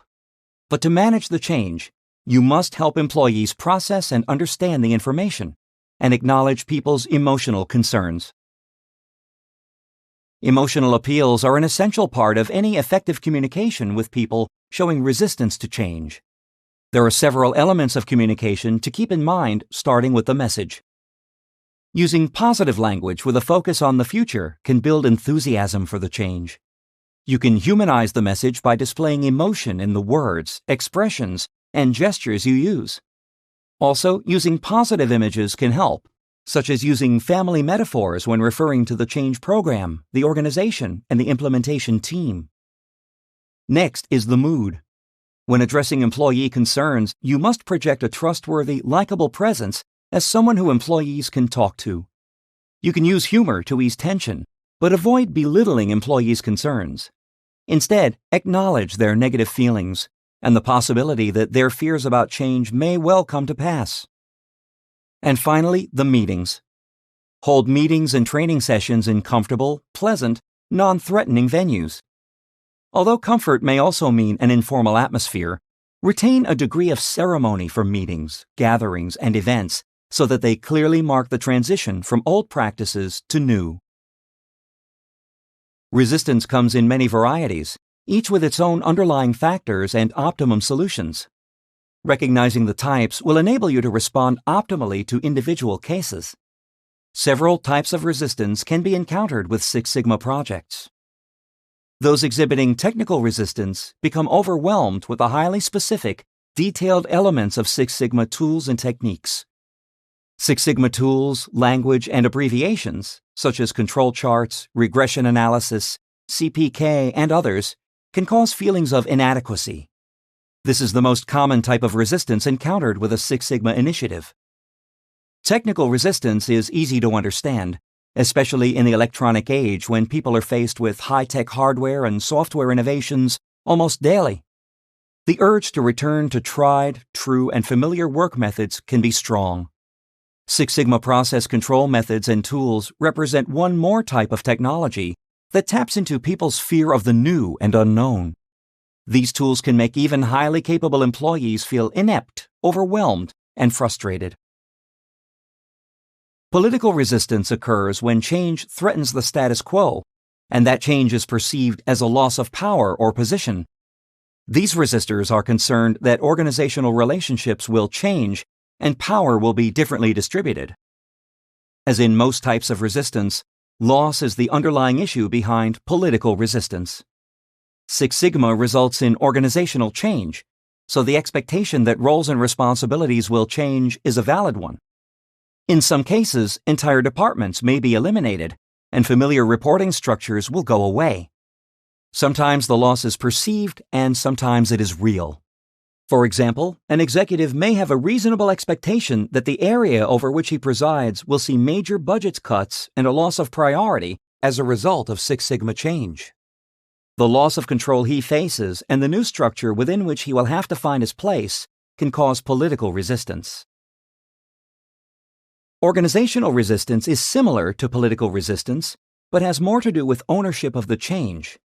The idea that the change was not invented here is primary to organizational resistors, who are focused on the fact the change is not their idea and consider this a loss associated with the change. Organizational resistors feel a greater need for control, and so they feel powerless in the face of Six Sigma change. A department head showing resistance to a required work method change may do so on a purely emotional basis. Logic and necessity might dictate the change, but the department head might reject it emotionally simply because it was not her idea. When personal events affect employees' ability to deal with Six Sigma change, you get individualized resistance. The resulting stakeholder fears and emotional paralysis stem from a combination of stresses from outside of work and those caused by Six Sigma. Classic examples of individualized resistors are people who are so affected by various stressors at home, at work, and those directly related to the Six Sigma change that they have trouble functioning. Six Sigma can seem like the straw that broke the camel's back. They may not even show overt resistance to Six Sigma, perhaps only foot dragging or being passively compliant. Now that we've covered the different types of resistance, let's examine how you can deal with each type. Dealing with each type of resistance requires specific strategies to address the root causes, the feelings of being complacent, powerless, and overwhelmed, as well as fear of the unknown. The umbrella strategy of using emotional appeals applies to all. For example, a knee-jerk response to issues related to technical resistance might be to provide more information and training. But if the root problem is that individuals are feeling overwhelmed, then this may just overwhelm them further. Strategies for effectively dealing with technical resistance include involving resistors as you inform and educate them, getting them to be hands-on with the technology, focusing on the higher-level concepts, and encouraging them and building small successes. Consider this situation. A department head taking Six Sigma training was struggling to make sense of the formula for sample standard deviation. After repeated efforts, he emailed the black belt in charge of training and asked her for a basic explanation in layperson's terms. He was sure that he could handle the algebraic math with a little help. The black belt, trying to be helpful, sent back a 10-page document explaining sample standard deviation in detail. The department head threw up his hands and gave up. The black belt should have called or visited, walked the department head through the formula in simple terms, and then helped him work through a real-life example. By applying the appropriate strategies, your technical resistors will eventually start to feel less and less inadequate. You want to get them to the point where they say, "Hey, that really wasn't that difficult after all." Complacency, fear of the unknown, fear of losing position, and fear of losing control underlie political resistance. Political resistors are focused on potential losses to the overall way of doing things. You must address their fears and rebalance their attitudes by acknowledging the validity of their concerns, emphasizing the positive vision of what's ahead, and isolating resistors. Let's take a look at an example. A customer service call center manager at an electronics manufacturer expects major cuts to her department after the Six Sigma initiative. Reduced numbers of defects and shipping errors will result in a diminished role for her and her department. Although she will still be performing a vital role after Six Sigma implementation, she's a political resistor. To address this, the Six Sigma champion acknowledges her points about the department's potential reductions, but stresses the effectiveness of the new methods and the overall benefit to the company. The champion keeps in touch with all the other managers to ensure their continued commitment, thus isolating the call center manager and rendering any attempts on her part to recruit others to her resistance ineffectual. Eventually, she begins to go with the flow. Had the quality manager been more concerned with her own loss of status, real or perceived, she would have been more of an organizational resistor and would probably have framed her objections in terms of lost personal status. As organizational resistors are more concerned with the effects of a change on their own ego, status, or control, the best strategy for dealing with them is involving them more and giving them ownership of the change. The appropriate strategy in this case might have been to place the first Six Sigma project under the quality manager's direct supervision and allow her to receive credit for its successful completion. Rather than attempting to modify the resistor's attitude as in political resistance, the strategy here is to modify the initiative to give the resistor a greater sense of control and ownership. The initiative must retain its integrity, while some control in the implementation and credit for early successes are given to the resistor. It's difficult for someone to continue to resist a change when they are being given control and credit for its success.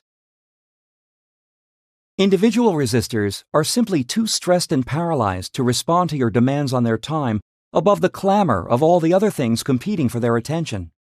So, to get an individualized resistor moving in the right direction again, you must begin by developing a rapport with the resistor. Then follow that with reducing your demands upon her and point out that some progress on the job relative to the diminished demands will further reduce her stress. Here's another situation to think about. The head of training for a firm was already overbooked when the Six Sigma initiative was announced. Current training needs were keeping him late 3 days a week, and the job required frequent overseas travel. This was not a problem before the arrival of his 3 children, but now demands on his time are much greater. School plays, athletics, music lessons, birthday parties, and other events are all pulling at him. When the black belt leading the Six Sigma team noticed the training head was doing only the bare minimum, slipping deadlines and complaining of the workload, she realized she had an individualized resistor. After listening to the training manager's concerns and assuring him that things could be adjusted, the black belt immediately pushed all but the most necessary training deadlines out to give the stressed trainer a breather. Then, working with a newfound rapport, the black belt eased the resistor back on schedule. Notice that once again, the solution is to modify the initiative slightly rather than modify the resistor. It is important for leaders to be aware of the different categories and associated strategies when managing resistance, as it's likely that Six Sigma deployment will elicit one, several, or all of the types. When multiple types of resistance are present, you should prioritize them and deal with each in turn. You can access the job aid Types of Resistance after this video for a list of the types, root causes, and strategies for overcoming resistance. Six Sigma brings sweeping change to an organization, both to its operating procedures and its culture. Six Sigma leaders are change agents, and because all change meets with some resistance, they must be adept at recognizing and dealing with it.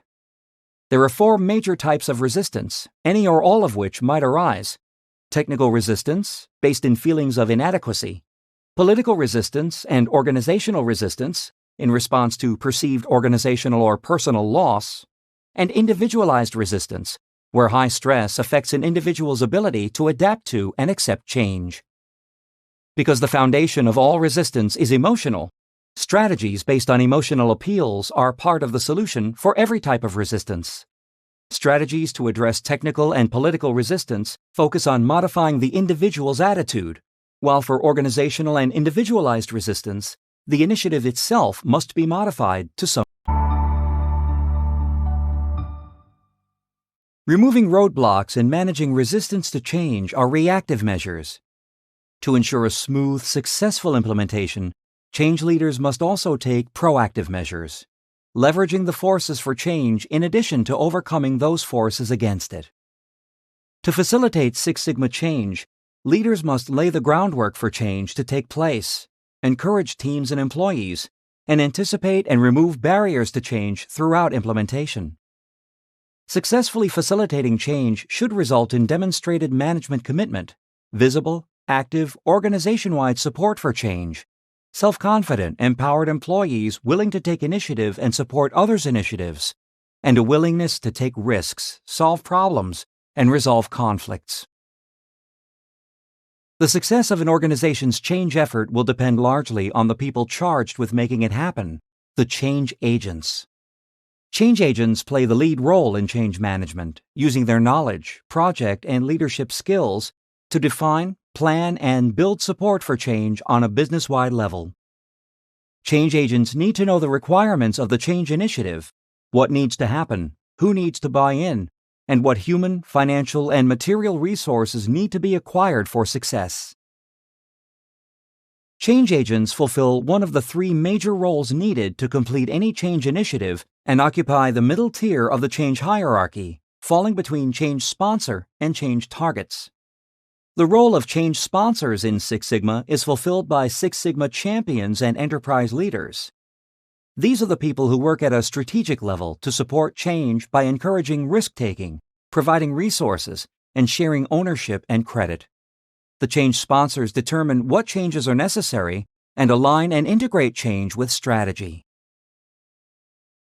The change agents in a Six Sigma initiative are the Six Sigma team leaders, the master black belts and black belts who are responsible for making the case for change, assigning resources, and taking risks. These change agents own the change process, and they work with others to make it happen. They are responsible for proposing, implementing, and testing creative solutions for change and persistently pushing the change forward. As Six Sigma is an organization-wide initiative, the change targets in Six Sigma include all other organization members. These change targets receive all of the resources, direction, and encouragement from the change agents and use these to make strategically aligned changes. They are responsible for the daily, on-the-ground implementation of the initiative. The black belts acting as change agents must fulfill a number of roles to ensure effective implementation. The first role is to champion the change. After sponsors have laid the initial groundwork and steered the organization toward the change initiative, change agents take the ball and run with it, championing the change. Then they need to make the case for change, take risks, and make change aligned with strategy. Change agents are the ones who craft and communicate the vision for the Six Sigma initiative, ensuring it is transmitted to all parts of the organization. Change agents ensure that as they are taking project risks, they remain in alignment with organizational strategy.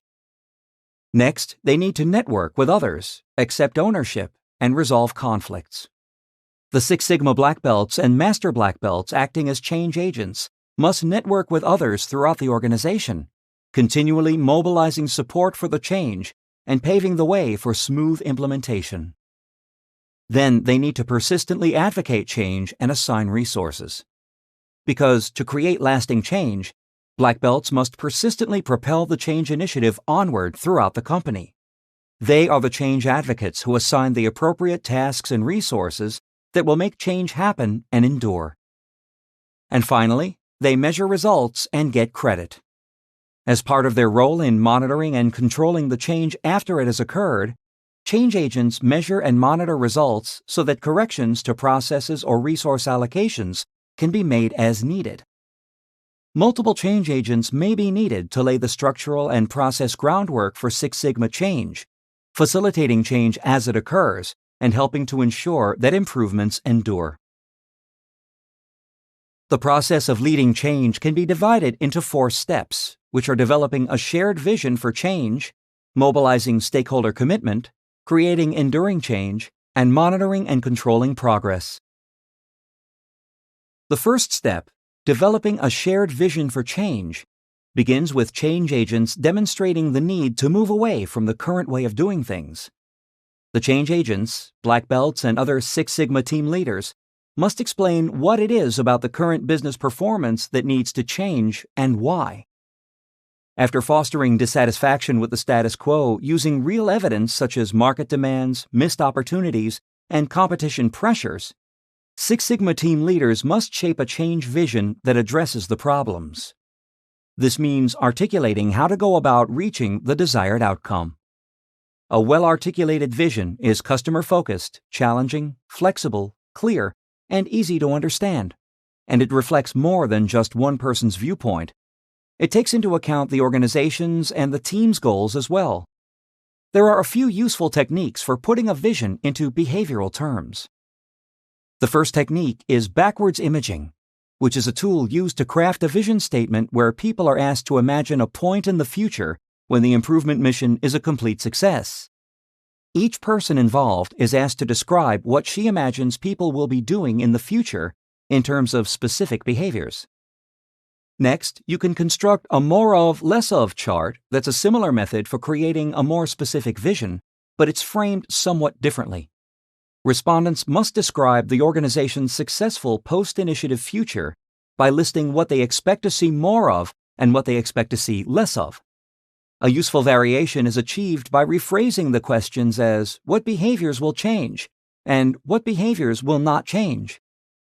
And a final one, you can also clarify and describe change in behavioral terms through writing what's called an elevator speech. Those involved are asked to articulate the need for change and describe the future improved state while imagining they only have the length of a short elevator ride to do so. Using this metaphor, each person writes a short, clear, and concise pitch, 2 minutes or less, that they could imagine using to sell the change initiative to an unconvinced key stakeholder. Once the shared vision has taken hold in the company, there will be evidence of dissatisfaction with the current state of things, readiness for change, an understanding of the real problems, and a clear vision of the future improved state.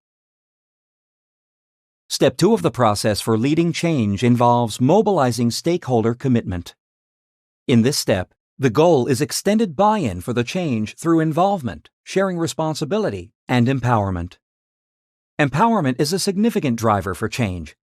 By clearly outlining job descriptions, expectations, roles, and responsibilities, and by sharing power, individuals know exactly what they can and cannot do and feel freer to act. For example, if the Six Sigma Black Belts specifically charged with the ownership of the change effort know they are responsible for proposing and implementing the project and developing creative testing solutions, they will feel free to act. If those lines of responsibility are blurred, they may be hesitant to do so. There are several strategies you can use for mobilizing commitment. Start by forming a network of support. By developing a network of committed individuals to act as advocates for change, you can extend your persuasive influence regarding the change initiative throughout the organization. Try dealing with conflict and solving problems in a way that builds commitment. Using appropriate conflict resolution techniques to prioritize the high-impact issues and basing solutions on consensus techniques and brainstorming will make employees more adept at resolving conflict and solving problems, and more committed to solutions. Then you could use a stakeholder analysis to assess barriers and resistance. A stakeholder analysis is a simple chart-based method of determining which key stakeholders are already supportive and which need more encouragement or persuasion to join the effort, or to at least get out of its way. Finally, try motivating stakeholders. Rewards and recognition can help mobilize support for the change initiative. This might include public expressions of appreciation or change initiative-related bonuses. To determine where key stakeholders stand using a stakeholder analysis, you set up a chart listing the people you consider key stakeholders. Those people who control critical resources, influence others, own a key process, or could otherwise facilitate or block the change. Across the top of the chart, you put a scale to describe the stakeholders' positions, for example, against, neutral, and supportive. Based on both objective evidence and subjective opinion, have the team classify each stakeholder's position. Once everyone generally agrees on the classifications, turn the discussion to where each stakeholder needs to be for the change initiative to be successful. Keep in mind that it isn't always necessary to make someone strongly supportive. Sometimes it's enough to get them to stop actively opposing the change effort. Performing a stakeholder analysis can give you a detailed sense of who the key stakeholders are, how they currently feel about the change initiative, and the level of support needed from each for success. Successfully completing the second step of the change process, mobilizing stakeholder commitment, results in broad-based commitment and support for the change effort, an ability to manage conflicts, and an ability to solve problems appropriately throughout the organization. Step 3 of the process for leading change is creating enduring change. In this step, change leaders work to transfer learning and spread the benefits of change throughout the organization, integrating the new way of doing things into other business initiatives and other areas. Strategies and actions for creating enduring change include assigning someone the responsibility for making the change last and using images, language, media, and culture to support the change. Other strategies include encouraging participation and empowered leadership throughout the organization, integrating changes from one area to other parts of the business process, and demonstrating continuing commitment to the Six Sigma process in public. Additional actions could involve transferring learning and best practices widely throughout the organization, and from one site or business process to another, and clarifying roles, responsibilities, and accountabilities so people know what they can do on their own. When Step 3 is complete, the changes are visible and integrated across business units. You can expect an actively involved workforce of confident and empowered employees. As a result of their training and improvement experience, they feel able to act without fully detailed plans or excessive guidance and oversight. Step 3 sets up the changes that have been made so that they are likely to endure. Step 4 of the process for leading change is monitoring and controlling progress. This step sees the changes through by continuing to monitor them and watch for shifts as other projects and other priorities try to take precedence. To monitor and control the change process, leaders must establish targets, benchmarks, and milestones for the changes and hold people accountable for continued progress. Part of doing so is to measure and monitor targets and then share the information on progress with the rest of the organization. Leaders must continue to commit some time, attention, and energy to ensure the results achieved through the Six Sigma Change Initiative and the changes to the organization's way of doing things are not lost. The result of this step will be continued visible progress in concrete terms. By following the process of leading change, a team should expect a progression from dissatisfaction with the status quo to the acceptance of a shared vision by the end of Step 1. By the end of Step 2, there should be broad-based commitment and support for the change effort, as well as good conflict management and problem solving. Change should be visible and integrated across the organization by the end of Step 3, with empowered employees driving change forward. Then, successfully executing Step 4 results in continued visible progress of the implemented changes. Change agents are vital to setting the direction of change, moving the organization from the status quo toward a new way of doing things, and in making sure the resulting changes last. In Six Sigma, the Master Black Belts and Black Belts who lead the Six Sigma implementation team are the primary agents of change. On the input side, they receive encouragement, resources, and responsibility from change sponsors. On the output side, they assign resources and provide their own direction and encouragement to the change targets. The 4-step change process for leading change includes developing a shared vision for change, mobilizing stakeholder commitment, creating enduring change, and controlling and monitoring progress. Specific change strategies are required for success under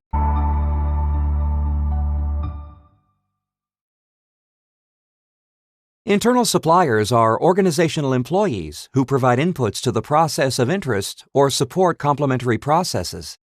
In a broader sense, stakeholders are all those individuals who have direct or indirect vested interest in a process or its outcomes that an improvement project is touching, changing, and trying to improve. Six Sigma recognizes that a good knowledge of stakeholders is a source of opportunity and competitive advantage. It stresses the importance of identifying stakeholders and analyzing stakeholder relationships for fostering opportunities to maximize value. Six Sigma practitioners use relationship-building strategies, as well as practical tools, for developing and maintaining collaborative relationships with stakeholders. Also, Six Sigma is forward-thinking, meaning stakeholders' reasoning is geared toward future objectives. External suppliers to a process are external to the organization, and provide inputs to the process such as information, parts and materials, skills, services, and semi-finished products and services. Internal suppliers are organizational employees and complementary processes that provide inputs to the process of interest. Six Sigma is a project-based approach. This means that projects are the core activity driving change in the organization.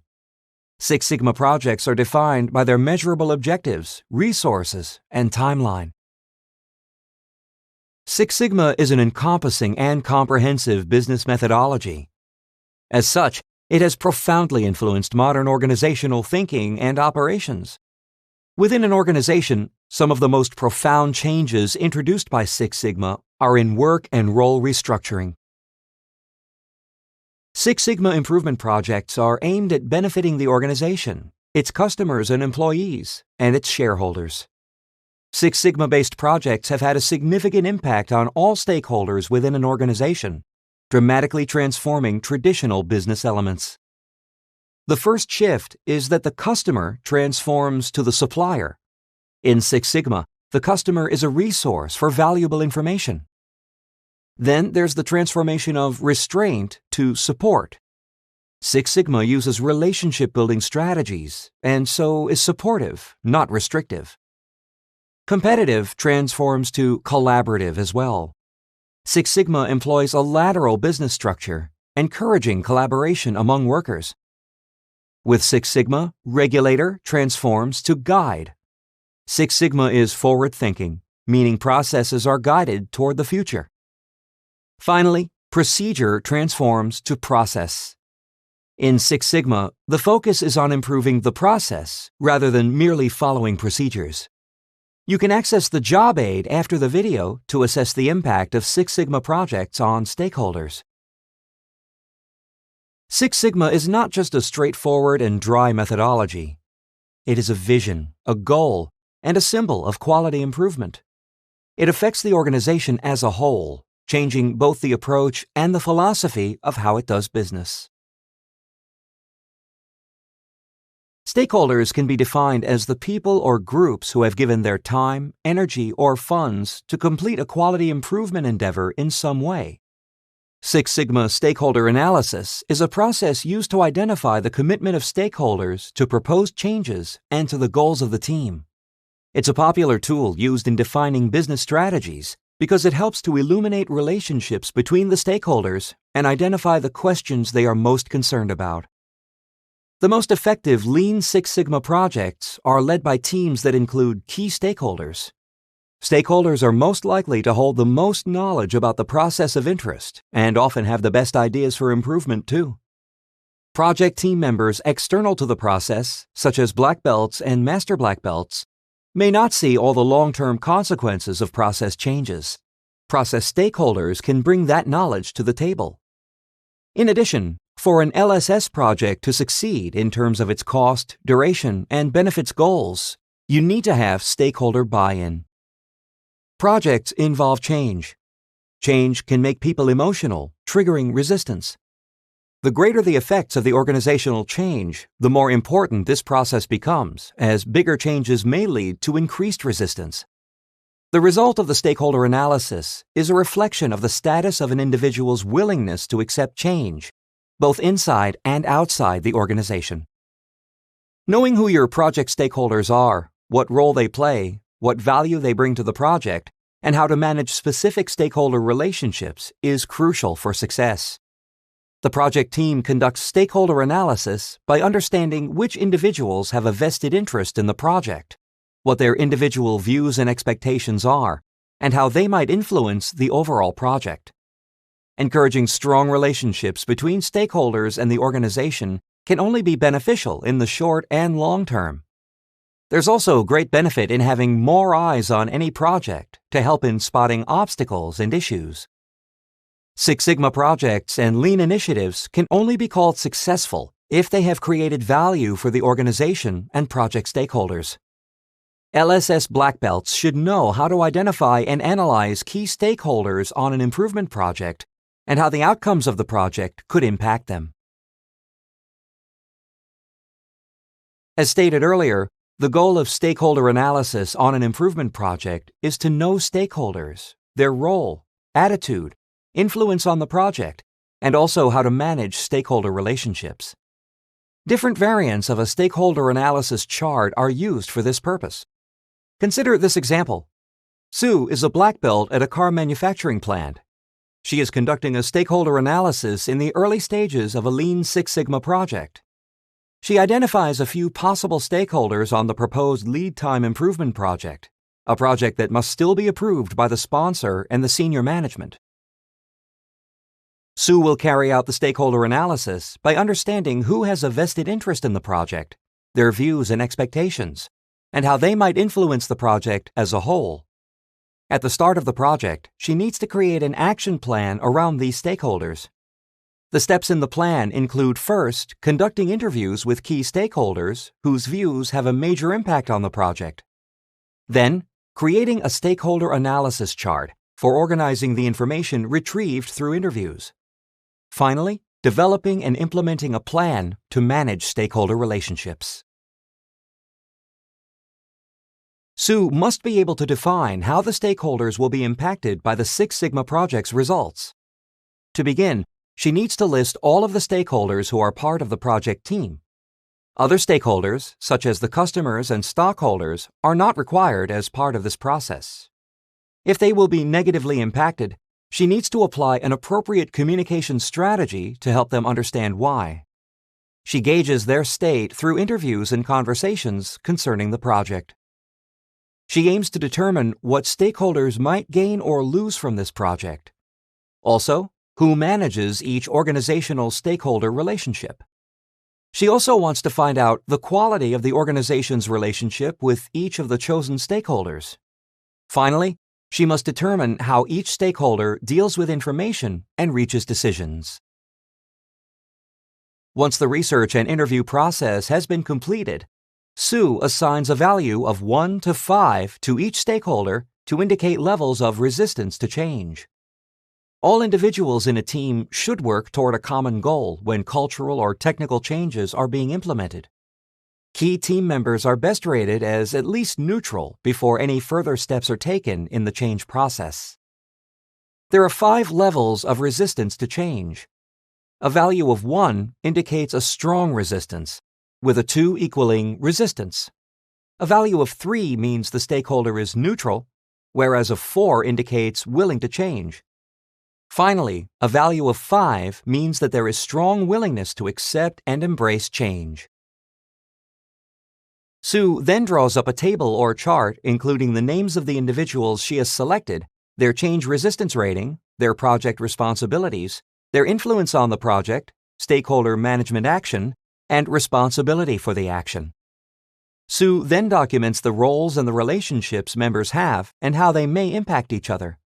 These are the relationships the stakeholders have in their everyday workplace. She identifies actions required to manage stakeholders' relationships on a regular basis.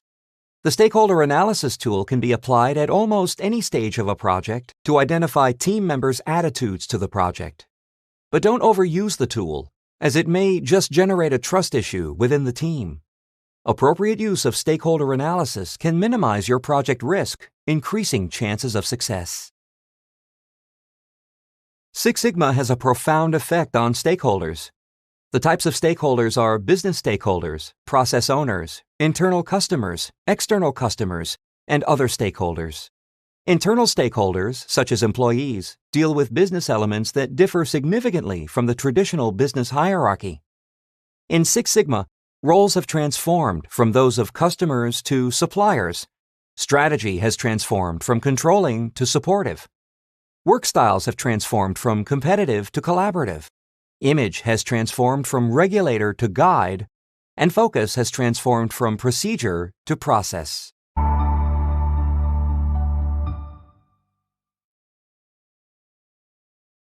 There are obvious benefits for direct stakeholders within a Six Sigma organization, but the broad scope of Six Sigma means that it provides benefits to all stakeholders. By addressing process improvement, Six Sigma benefits owners and shareholders through increased revenue, customers through reduced costs and increased reliability, end users through more capable products and services, and even competitors through positive changes in corporate culture. Six Sigma places great emphasis on understanding the dynamics of stakeholder relationships and how these can be used to generate value. Primary business stakeholders are the recipients of the greatest benefits of Six Sigma. The financial commitment of business owners, shareholders, and investors are the foundation on which an organization is built. The reduced costs, higher reliability, and increased sales resulting from quality improvement can reap significant financial benefits for them. Process owners have the authority to determine how a process operates. The success or failure of a project or initiative rests in their hands. Six Sigma encompasses a number of tools that assist process owners to manage their team and to effectively assess and assign decision-making authority and involvement. Six Sigma also provides a baseline for improved performance so that real value can be attributed to process improvement. Although internal customers are not directly involved in the Six Sigma project, they also benefit from quality improvement. Internal customers are usually other employees or functional departments at the organization, but can also include business partners. Six Sigma techniques such as best practices and data-based problem-solving streamline processes within an organization and eliminate redundant and time-wasting activities. Six Sigma also affords internal customers the opportunity to reduce their own departmental or operating costs. Six Sigma contributes to employee morale and motivation by giving employees the opportunity to provide input on the processes in their workplace. Employees who work on projects acquire knowledge and learn new skills that they bring back to their functional departments. External customers benefit from Six Sigma through efficient processes that lead to cost savings. But just as important is the quality and consistency of the products and services they're purchasing. Traditional business relationships with customers often hinge on an adversarial price game. Six Sigma's focus is on relationship building, initiative creation, and the mutual exchange of information. Suppliers, vendors, and other stakeholders also benefit from Six Sigma implementation. Six Sigma views suppliers as collaborators in a process. Some organizations may concentrate solely on cost, while others may select suppliers with exceptional reliability and delivery ability to eliminate the inventory costs with purchasing and storing raw materials.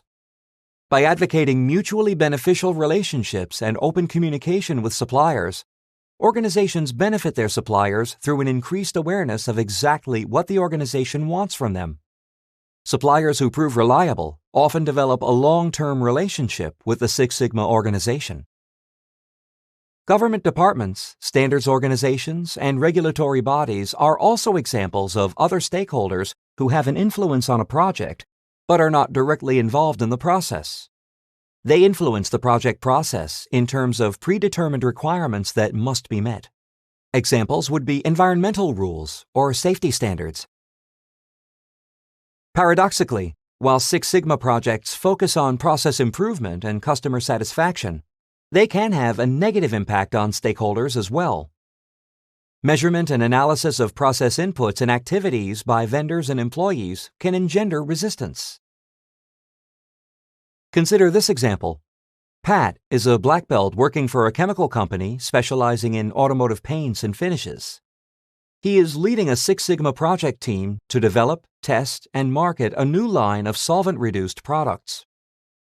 During the define stage of the project, Pat met with Hunter, a regulatory assistance officer from the legal department, to review government regulations about the management of hazardous waste. Pat was aware that communication with stakeholders, along with early documentation of constraints on the system, needed to be instituted to reduce misunderstandings and costly rework. Pat recognized Hunter was an internal customer of the project because Hunter was not directly involved in the project. She was also mainly concerned with the constraints on the project and worked for a functional department at the organization. By assuring the project would comply with legal requirements, Hunter mitigated the risk that her own department would be faced with costs in the future. Every project carries some degree of risk. Without taking risks, organizations will never reap the rewards that projects can deliver. Six Sigma tools allow project managers to find the optimum balance between risk and reward for each type of stakeholder.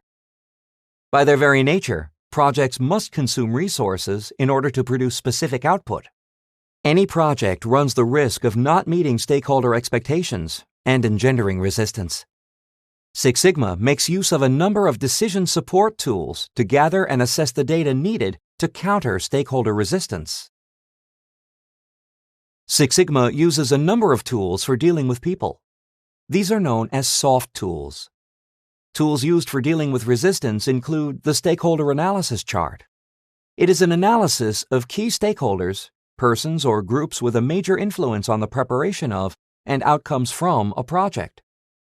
This tool compares the current position of key stakeholders in terms of their acceptance to the need for the project to be successful.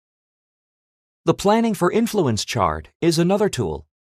It notes each key stakeholder and outlines the type of resistance, the underlying issue behind the resistance, and the strategy for overcoming the resistance and moving the stakeholder into a position of support for the project. The Threat Opportunity Matrix is a tool for dealing with people as well. It is a simple diagram outlining the short and long-term threats and opportunities of the project or initiative as they pertain to particular stakeholders. When compiling a Six Sigma Threat Opportunity Matrix, the project manager must answer a number of questions about the type of stakeholder that is being targeted. What does the stakeholder consider most important? What does the stakeholder consider a threat or an opportunity? What will be the opportunities or threats for the stakeholder if the change is made? And finally, what will be the opportunities or threats if the change is not made? For example, Sarah is a project manager who works for a beverage company. She is working on a project to open a new manufacturing plant offshore. The plant would produce soft drinks for both the domestic market and for export. Sarah is experiencing resistance from the company's major shareholder, who is worried about the financial risk. Sarah has determined the shareholder is a primary business stakeholder, and she has prepared a threat opportunity matrix targeted to financial concerns.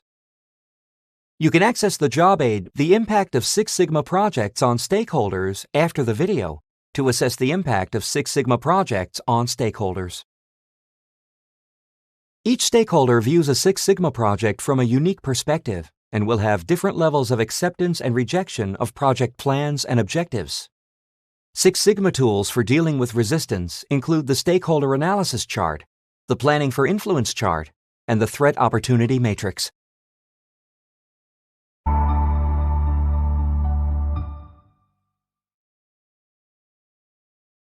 In Six Sigma, benchmarking is a systematic method of measuring processes against those of recognized industry leaders and global best practices.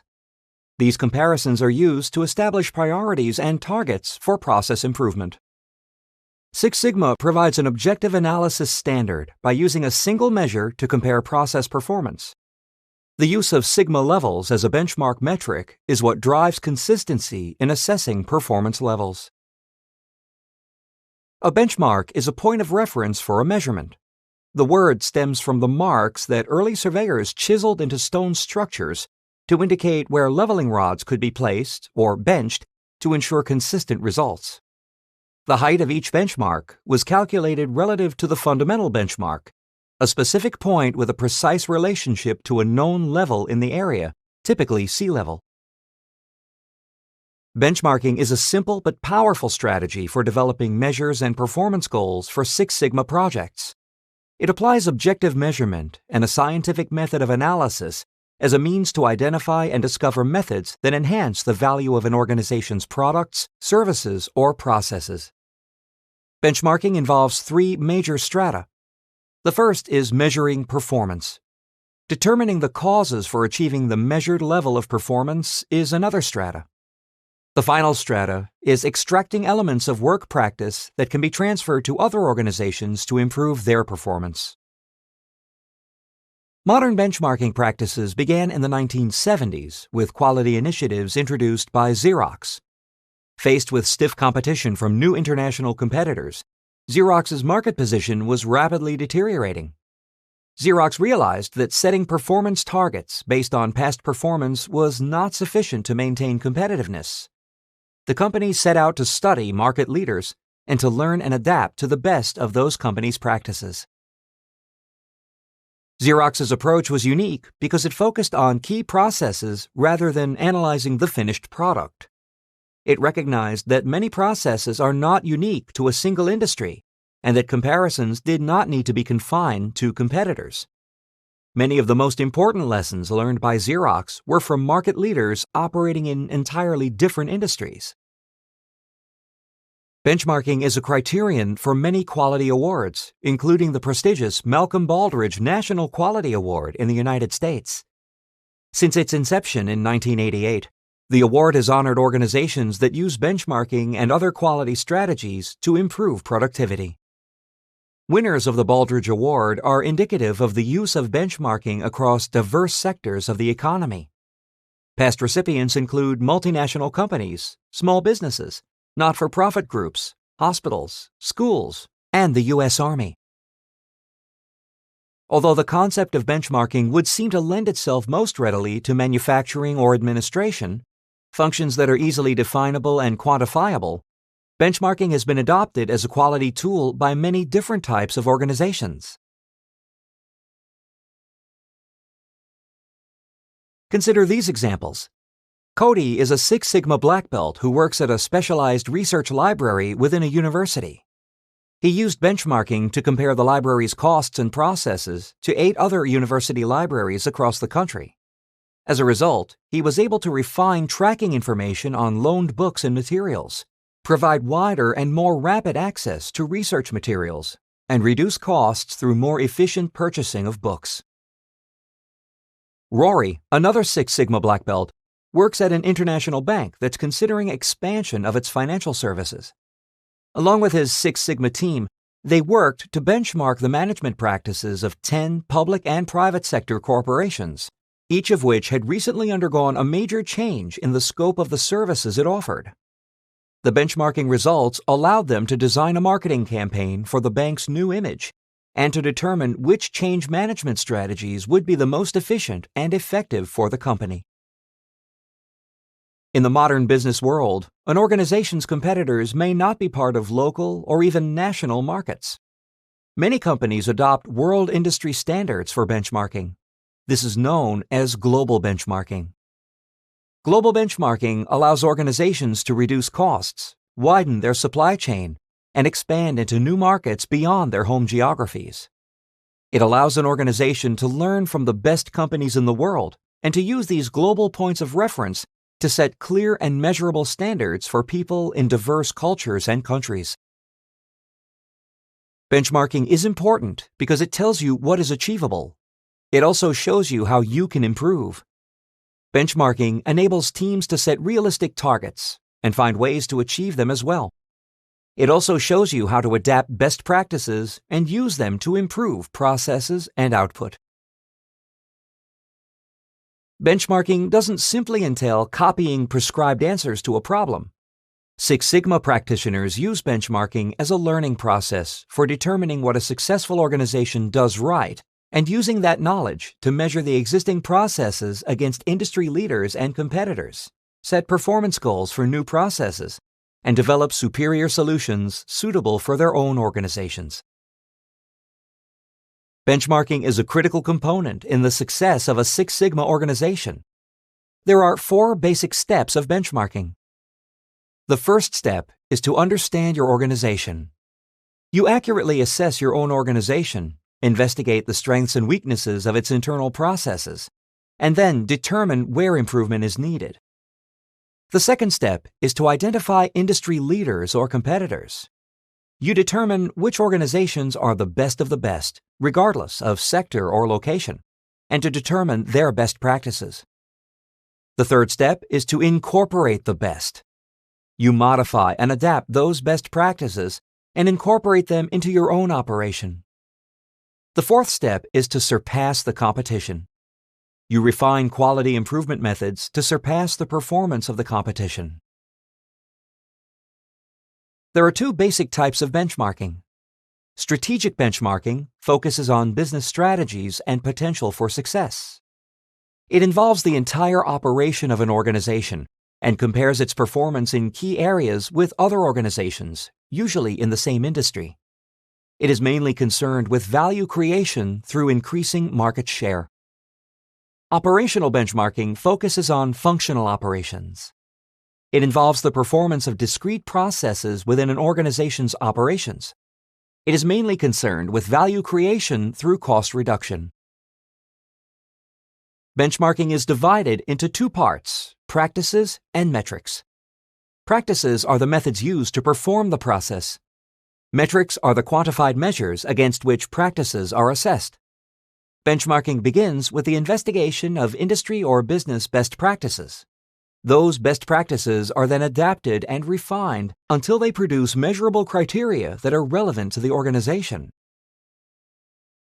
Benchmarking can also be a powerful creative force. When a Six Sigma team benchmarks other organizations, it gives team members an opportunity to step back from the current project and note how it compares to others. This can stimulate creativity and new approaches to problem solving. Innovative organizations benchmark both within their industry and outside it. The key is to seek out organizations that share similar processes, whether or not the product or service is the same. Besides the obvious benefit of improved products, services, and processes, benchmarking provides additional benefits to an organization. Benchmarking produces new ideas and stimulates creative thinking when teams are dry. It also accelerates a slow and steady improvement process and drives breakthrough improvement. Benchmarking sets out specific, relevant, and measurable performance goals based on industry standards, competitors, and best-in-class organizations. And it leads to cost savings by minimizing repetition and false starts. It also gives teams the confidence that goals are on target, realistic, and achievable. Benchmarking demands an accurate evaluation of internal operations. Further benefits are that it eliminates the repetition of past mistakes and improves communication and networking. Consider this example. A large university instituted a benchmarking project to improve the provision of educational services. The goals were improvement in educational accountability and academic achievement. The Six Sigma team began with internal benchmarking. Team members compiled accurate evaluations of internal operations for each faculty. The results turned up a number of past mistakes and successes that were used to improve operations for each department. The next benchmarking initiative involved external benchmarking. The team compared the university's improved services with 5 other world-class educational institutions by assessing academic achievement. The benchmarking results allowed the team to translate academic quality into standards and indicators that were used to establish a quality assurance framework for the provision of superior academic services. By eliminating the repetition of past mistakes, demanding an accurate evaluation of internal operations, and improving communication and networking, the benchmarking team gathered data that allowed the university to establish performance indicators for students, set a curriculum that fulfilled customer needs, and save money by eliminating redundant or irrelevant educational programs. There are many misconceptions about benchmarking. In order to understand benchmarking, it is important to understand what it is and what it is not. Benchmarking is a tool to search out, create, and achieve standards of excellence. It is also a structured process of adopting or adapting the best features of successful processes. Furthermore, benchmarking is an ongoing investigation and learning experience, ensuring that best practices are uncovered and absorbed. Benchmarking is a method of establishing performance goals and quality improvement projects based on best practices, as well as a partnership where all stakeholders will reap benefits from the shared information. Finally, benchmarking is an early warning system for operational deficiencies. It is just as important for the Six Sigma team to realize what benchmarking is not about. Without clarity and definition, benchmarking becomes just a fishing expedition. Benchmarking is not strictly competitive analysis. While there is an inherent element of competitive analysis involved in benchmarking, it is not the only element. Often, benchmarking is performed on organizations that are not competitors. It also isn't spying or stealing.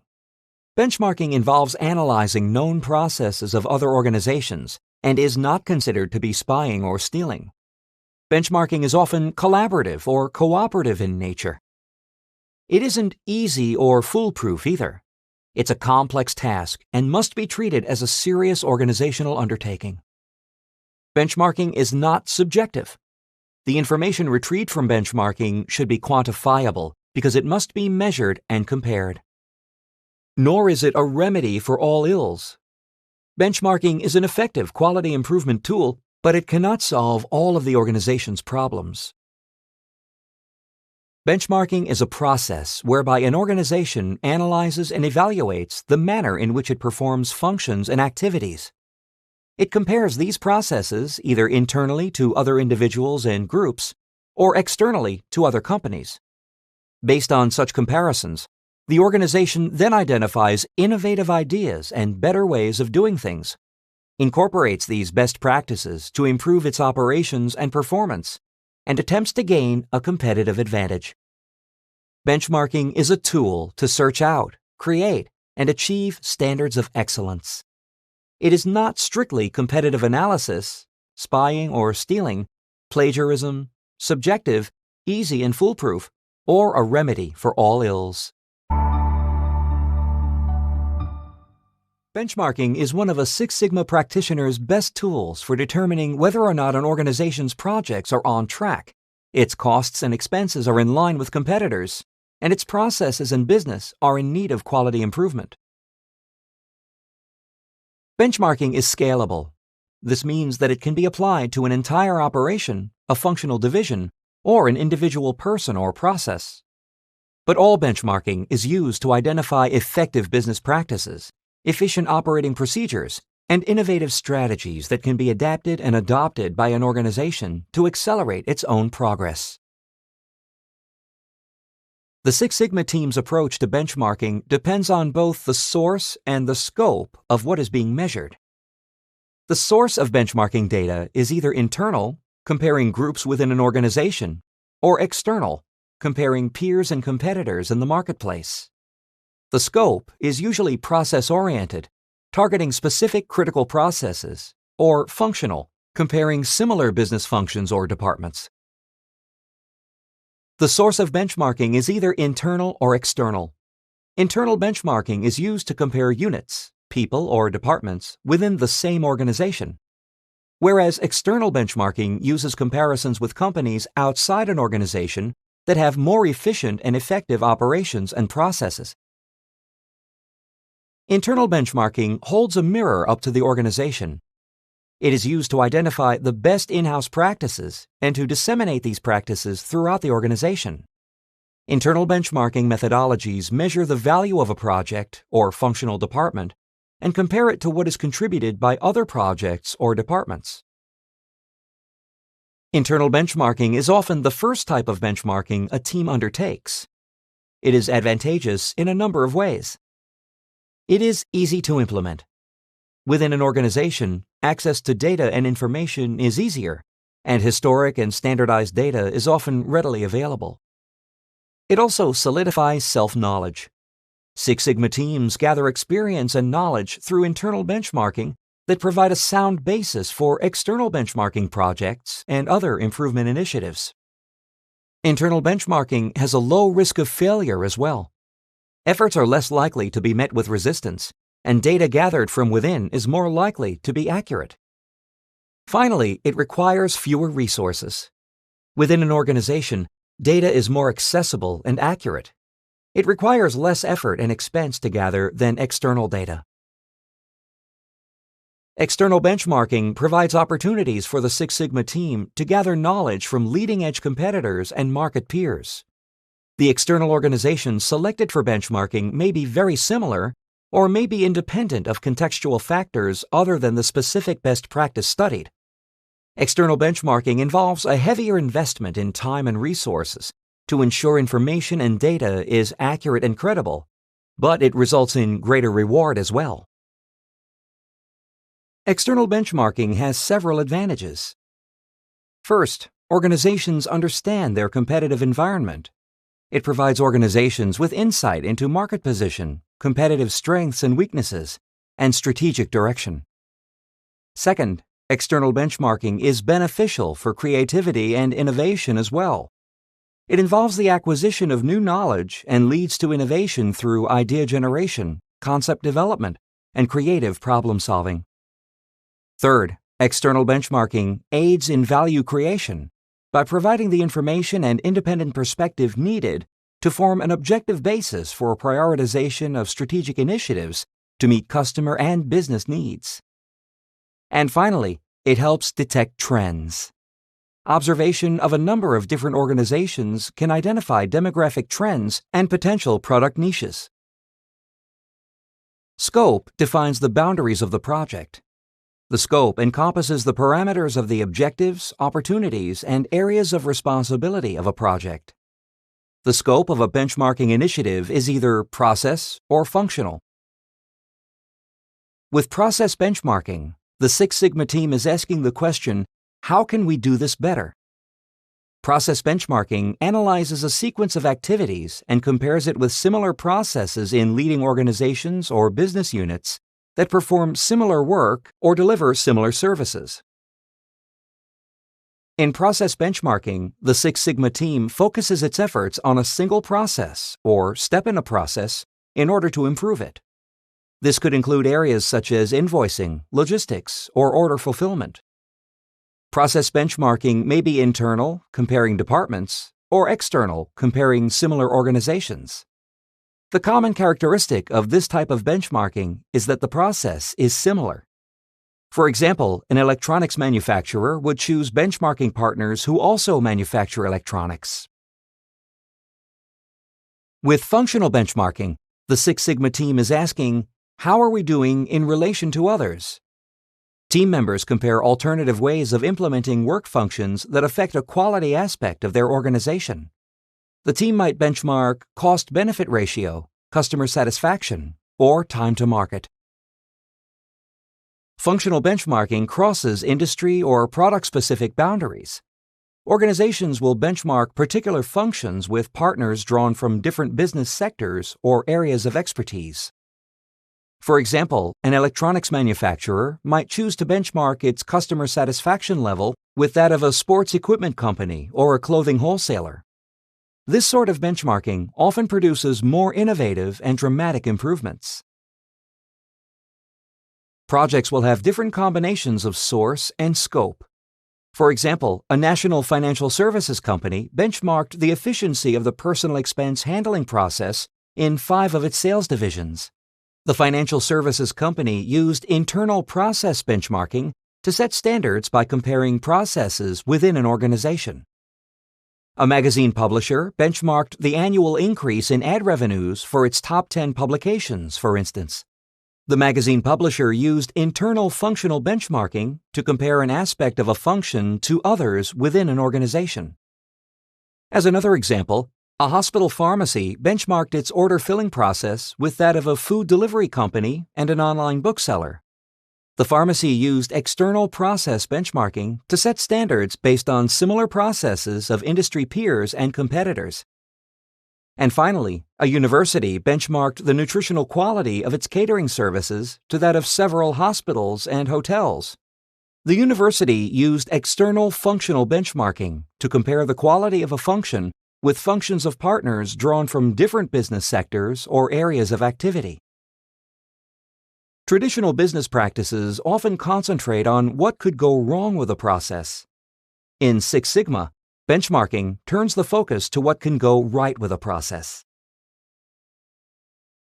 At its simplest level, benchmarking consists of 3 phases. First, identify a critical success factor. Then, determine and study the related process capabilities. Finally, benchmark with the intent of acquiring knowledge that can be turned into action. Any organization's approach to benchmarking requires attention and revision to maintain a state of continual improvement. but the approach to benchmarking varies greatly from organization to organization, especially in terms of external benchmarking. The four main approaches to external benchmarking are competitive, collaborative, best practices, and breakthrough. All organizations deal with competition. They may face direct competition from other organizations that provide similar products and services. They may compete for a portion of consumers' expendable income, or for a larger share of a particular demographic segment. Competitive benchmarking is used to assess an organization's performance relative to competitors in the marketplace. It is most often used with direct competitors. The goal of competitive benchmarking is to find out what successful competitors are doing and to compare performance data. Competitive benchmarking projects are usually specific in scope, involving information on practical applications such as product designs, process capabilities, or administrative methods. Competitive benchmarking can be useful in preventing investment errors and for allocating resources to meet competitive challenges. It allows an objective view of the competition and often provides an organization with a wake-up call to action. For example, an internet service provider might benchmark its line speed against several other providers in the same area. The effectiveness of competitive benchmarking depends upon the quality of the information obtained by the project team. There is a wide spectrum of information that can be gathered from company reports, market research, and public documents. But information relating to innovation or strategic positioning is difficult to gather at arm's length. Shadow benchmarking is a type of covert competitive benchmarking that involves gathering information about competitors without their knowledge. Since shadowing is surreptitious, an organization is not dependent on a competitor's cooperation, and information comes from whatever competitive intelligence can be gathered. Shadowing allows an organization to gather data in a situation where it would be disadvantageous to alert the competition. Competitive benchmarking has several disadvantages. It is not conducted with the cooperation of a benchmarking partner, so the risk of limited, unreliable, or erroneous data is higher. Difficulties also arise when competitors are distinctly uncooperative in providing data, or they put up roadblocks to prevent data acquisition. A lack of cooperation is another disadvantage. Without the cooperation of partners, organizations may have a difficult time finding enough data to reliably benchmark. There is also the potential for legal issues to arise when organizations form different opinions about when data gathering becomes industrial espionage or copyright infringement. Competitive benchmarking is best used when an organization is attempting to penetrate a market with strong competitors, in markets where an edge in a technology or a process can yield a major advantage, or when an organization has processes and regulatory issues in common with a successful competitor. Traditionally, organizations have conducted their benchmarking independently, outside the purview of their benchmarking partners. But some organizations have realized the value of choosing to benchmark processes in conjunction with other organizations. Collaborative benchmarking involves the voluntary sharing of benchmarking information. An example of collaborative benchmarking is an industry association that gathers information from anonymous members and shares the analysis of that data with its members. Collaborative benchmarking requires the mutual cooperation of two or more organizations. The goal is to share and exchange specific information with other organizations, particularly competitors, to enable the comparison of processes. The scope is limited to mutually significant and agreed upon data. For example, companies may share safety information that results in mutual improvements in operations. The major advantages of collaborative benchmarking are it is faster, safer, and less resource-intensive than competitive benchmarking. It is also effective when an organization is collecting quantitative statistics and when teams need to compare specific processes to their own. And finally, it is especially useful in industries where there is a need for consistent performance standards, such as healthcare or pharmaceuticals. There are disadvantages to collaborative benchmarking. It may be difficult for a project team to achieve collaboration among competitors in a similar industry. As well, collaborative benchmarking is focused on quantitative data, limiting its use for gathering data on process elements such as creativity and innovation. In benchmarking, it is how things are done that is the main focus of study. Best practices benchmarking, sometimes known as best-in-class or generic benchmarking, involves studying who does things best. It involves identifying, learning, and adapting outstanding practices from any organization in any industry that is determined to be superior in a particular area. The goal of best practices benchmarking is to translate information from one industry or application to another. The scope of best practices benchmarking is wide and diversified. It is the most creative type of benchmarking, requiring the project team to study different but analogous processes for common points of excellence. For example, an art gallery might benchmark its storage techniques with a film library or a purveyor of fine wines. Each organization is in a different industry, but each has processes for storing delicate materials under controlled conditions. The disadvantage of best practices benchmarking is that it can be more time-consuming and difficult to manage because there are a greater number of targets and processes to study. It is also more difficult to transfer processes to an organization because the information derives from different cultures, paradigms, and industries. Best practices benchmarking has many advantages.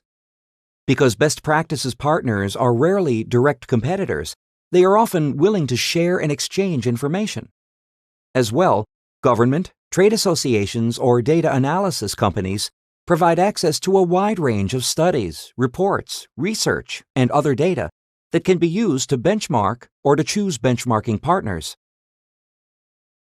Best practices benchmarking requires creative and experienced Six Sigma team members who can see value in the processes of other organizations.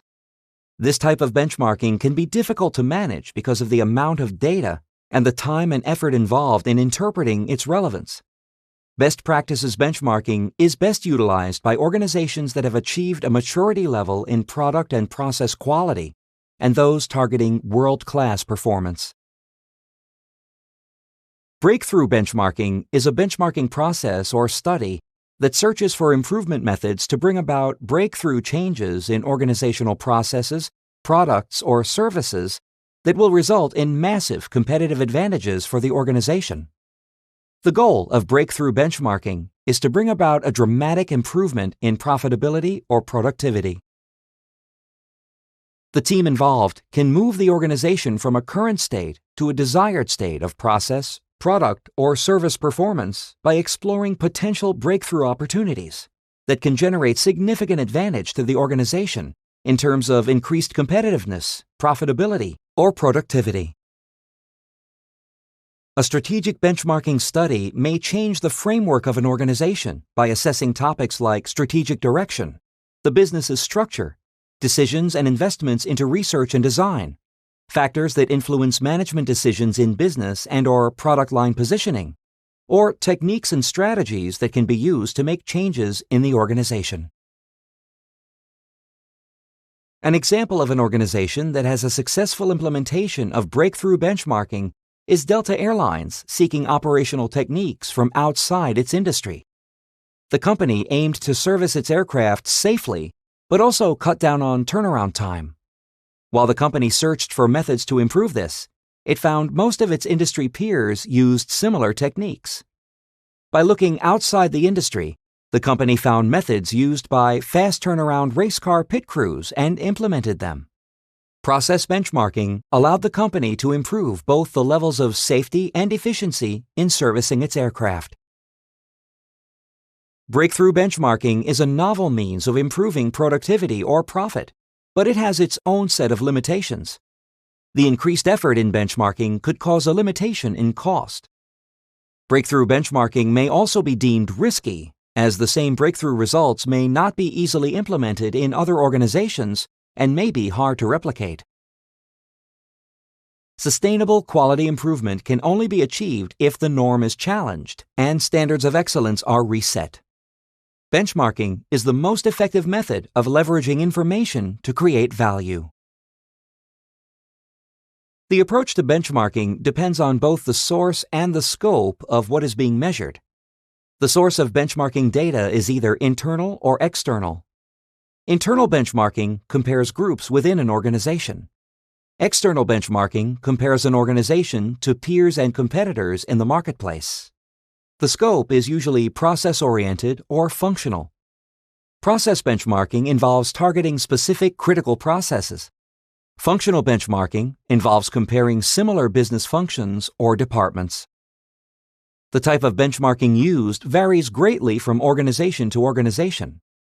Methods include competitive, collaborative, best practices, and breakthrough benchmarking. The goal of competitive benchmarking is to find out what successful competitors are doing and to compare performance data.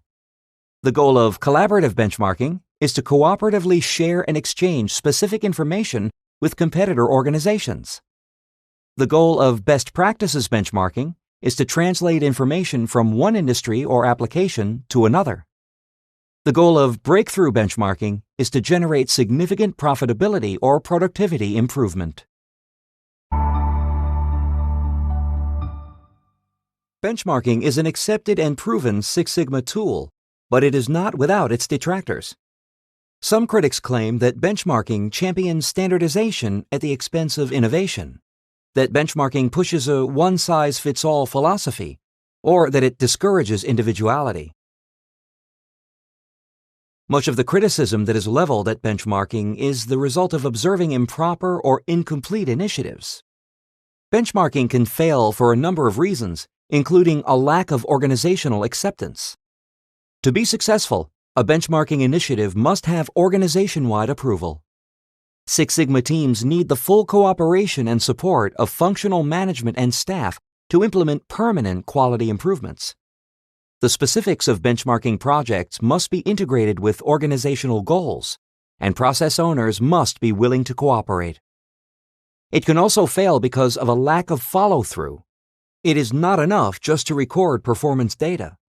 The organization must determine what that benchmarking data means and how it can be used for continual improvement.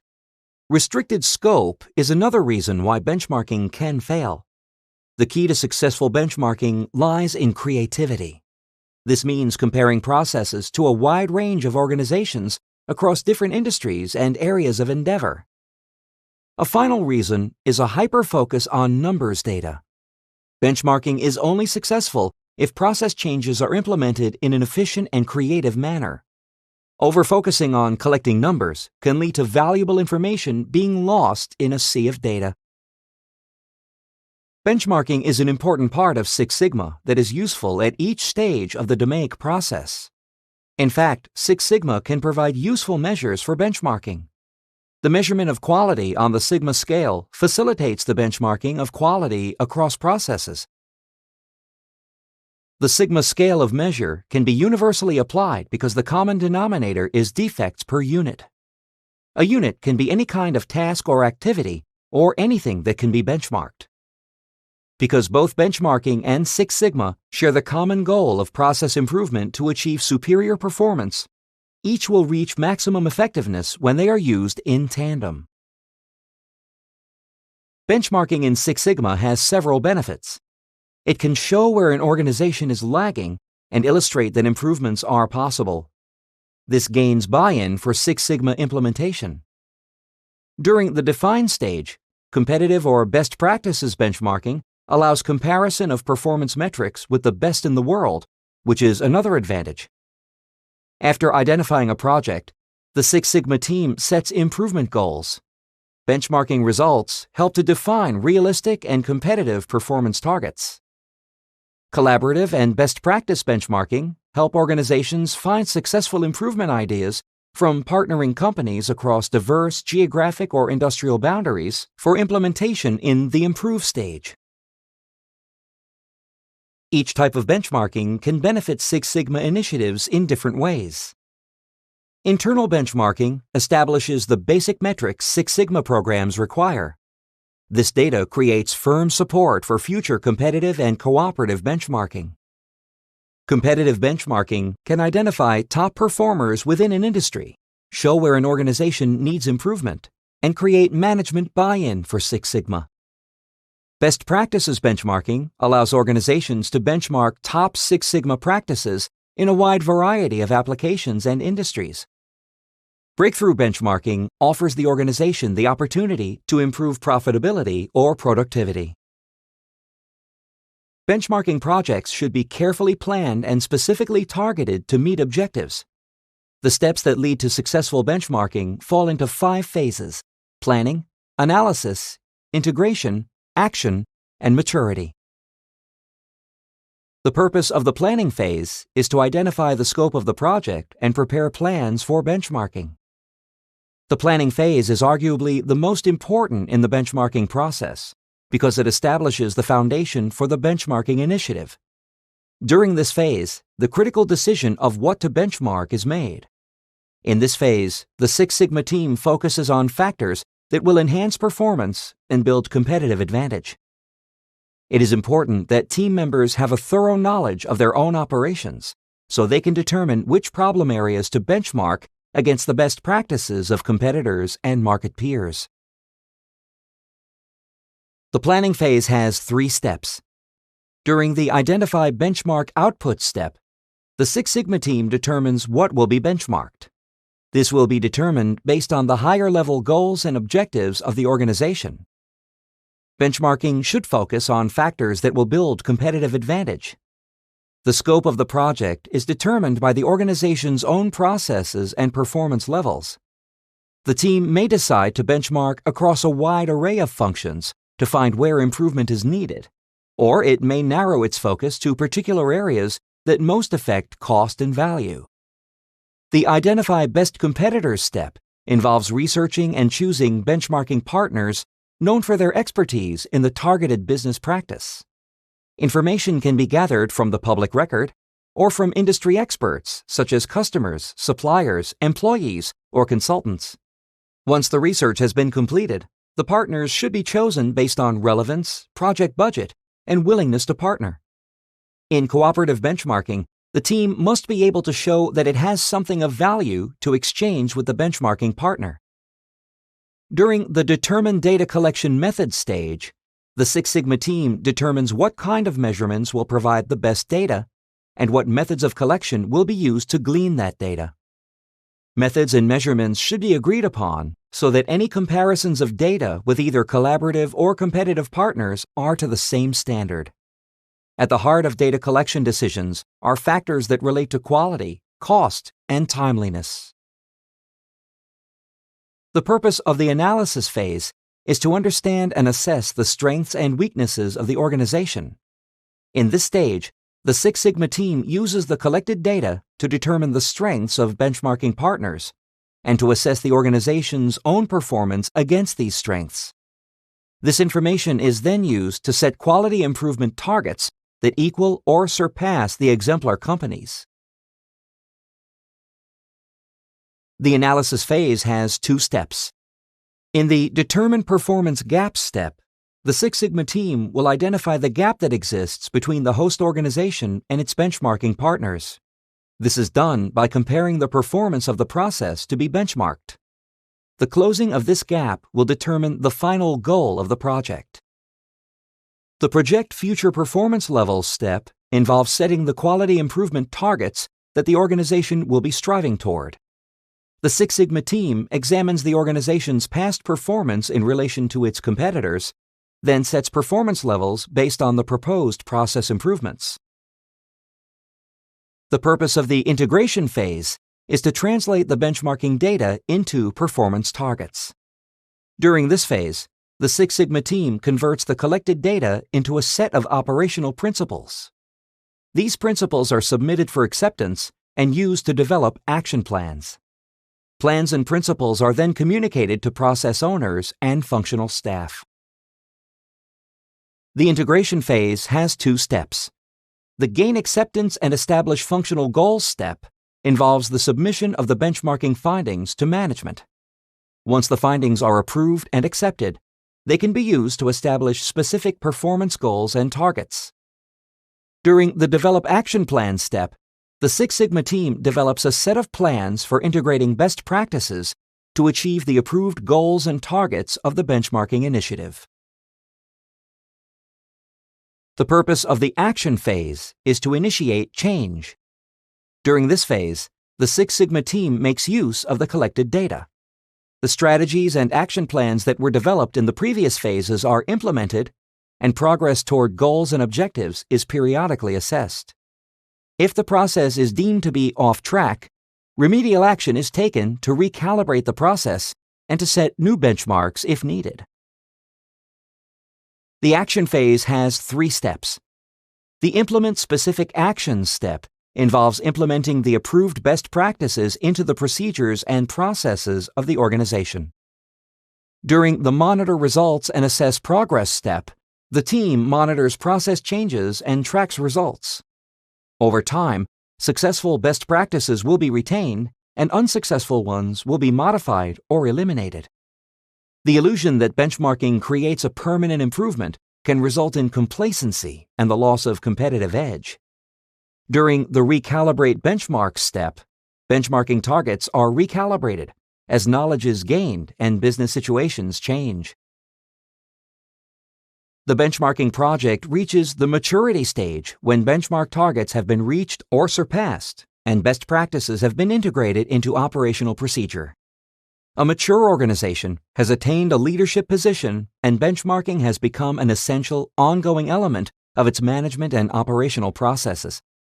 During this stage, the Six Sigma team reviews and records the outcomes and best practices resulting from the benchmarking initiative. You can access the job aid Benchmarking Phases after this video to reference the 5 phases of benchmarking. Informal benchmarking is performed by organizations every day. Managers may read about an innovative practice. Staff may be inspired to try an innovative way of completing a process. Or customers may clamor for a product or feature they have heard about elsewhere. The advent of new and rapid technologies means that modern business operates in a climate of free-flowing information. Organizations have almost innumerable choices when it comes to the type and method of data collection for benchmarking. Information exchanges can take various forms, including informal conversations, research of public records, third-party collection, and official agreements.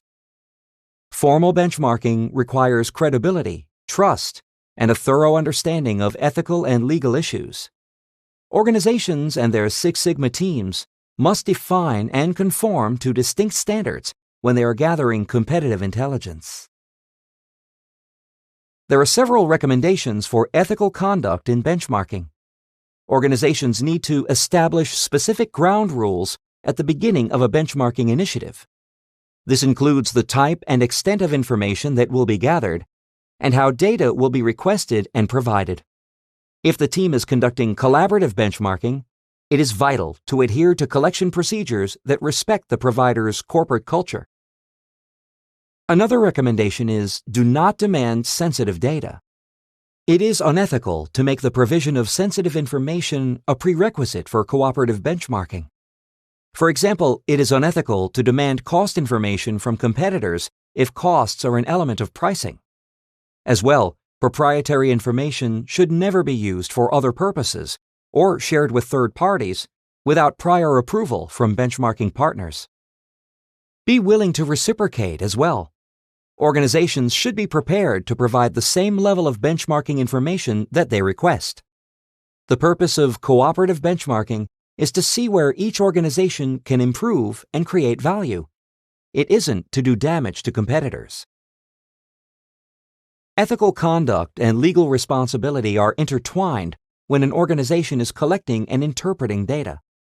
It's important that benchmarking organizations use an ethical third party. In some benchmarking efforts, conditions are negotiated or data is exchanged through an ethical third party. This can include legal counsel or companies that collect and provide blind data, information where the identifying characteristics of a contributor's data are removed prior to use in benchmarking. Organizations should also consult legal counsel. Consulting legal counsel can help avoid legal missteps. It is unethical to have discussions or act in any way that could be construed as illegal, either for the organization or the benchmarking partners. For example, simple discussions about costs or prices could lead to allegations of price fixing. Organizations should always treat information as confidential. All collected information should be treated as confidential. Organizations need to protect the value of gathered information. As well, organizations are bound by competition law and by privacy and data protection compliance requirements. It is unethical and possibly illegal to use shared benchmarking information for any purpose other than that upon which partners have agreed, or to fail to protect information from disclosure. Just because data is shared does not mean it is surrendered. Recipients of benchmarking information may be restricted to particular mutually agreed upon uses for shared data. Benchmarking data must be treated like any other sensitive data. Specific agreements should outline the content of the data, the conditions of use, the conditions for permitting access to the material, and the privacy protection requirements that are necessary for data handling. Benefits of benchmarking in Six Sigma are that it can show where an organization is falling behind. It supports world-class comparison efforts during the define stage. It helps set improvement goals, and it can help find successful improvement ideas from world-class practices. Benchmarking projects must be carefully planned and targeted to meet objectives. The standard benchmarking process comprises 5 phases. These are planning, analysis, integration, action, and maturity. Organizations that are sharing data must establish ground rules up front, adhere to mutually agreed upon procedures, refrain from demanding sensitive data, and be willing to reciprocate data sharing. It is ethically and legally important that organizations consider using an ethical third party to collect data, consult legal counsel, and treat benchmarking information as confidential.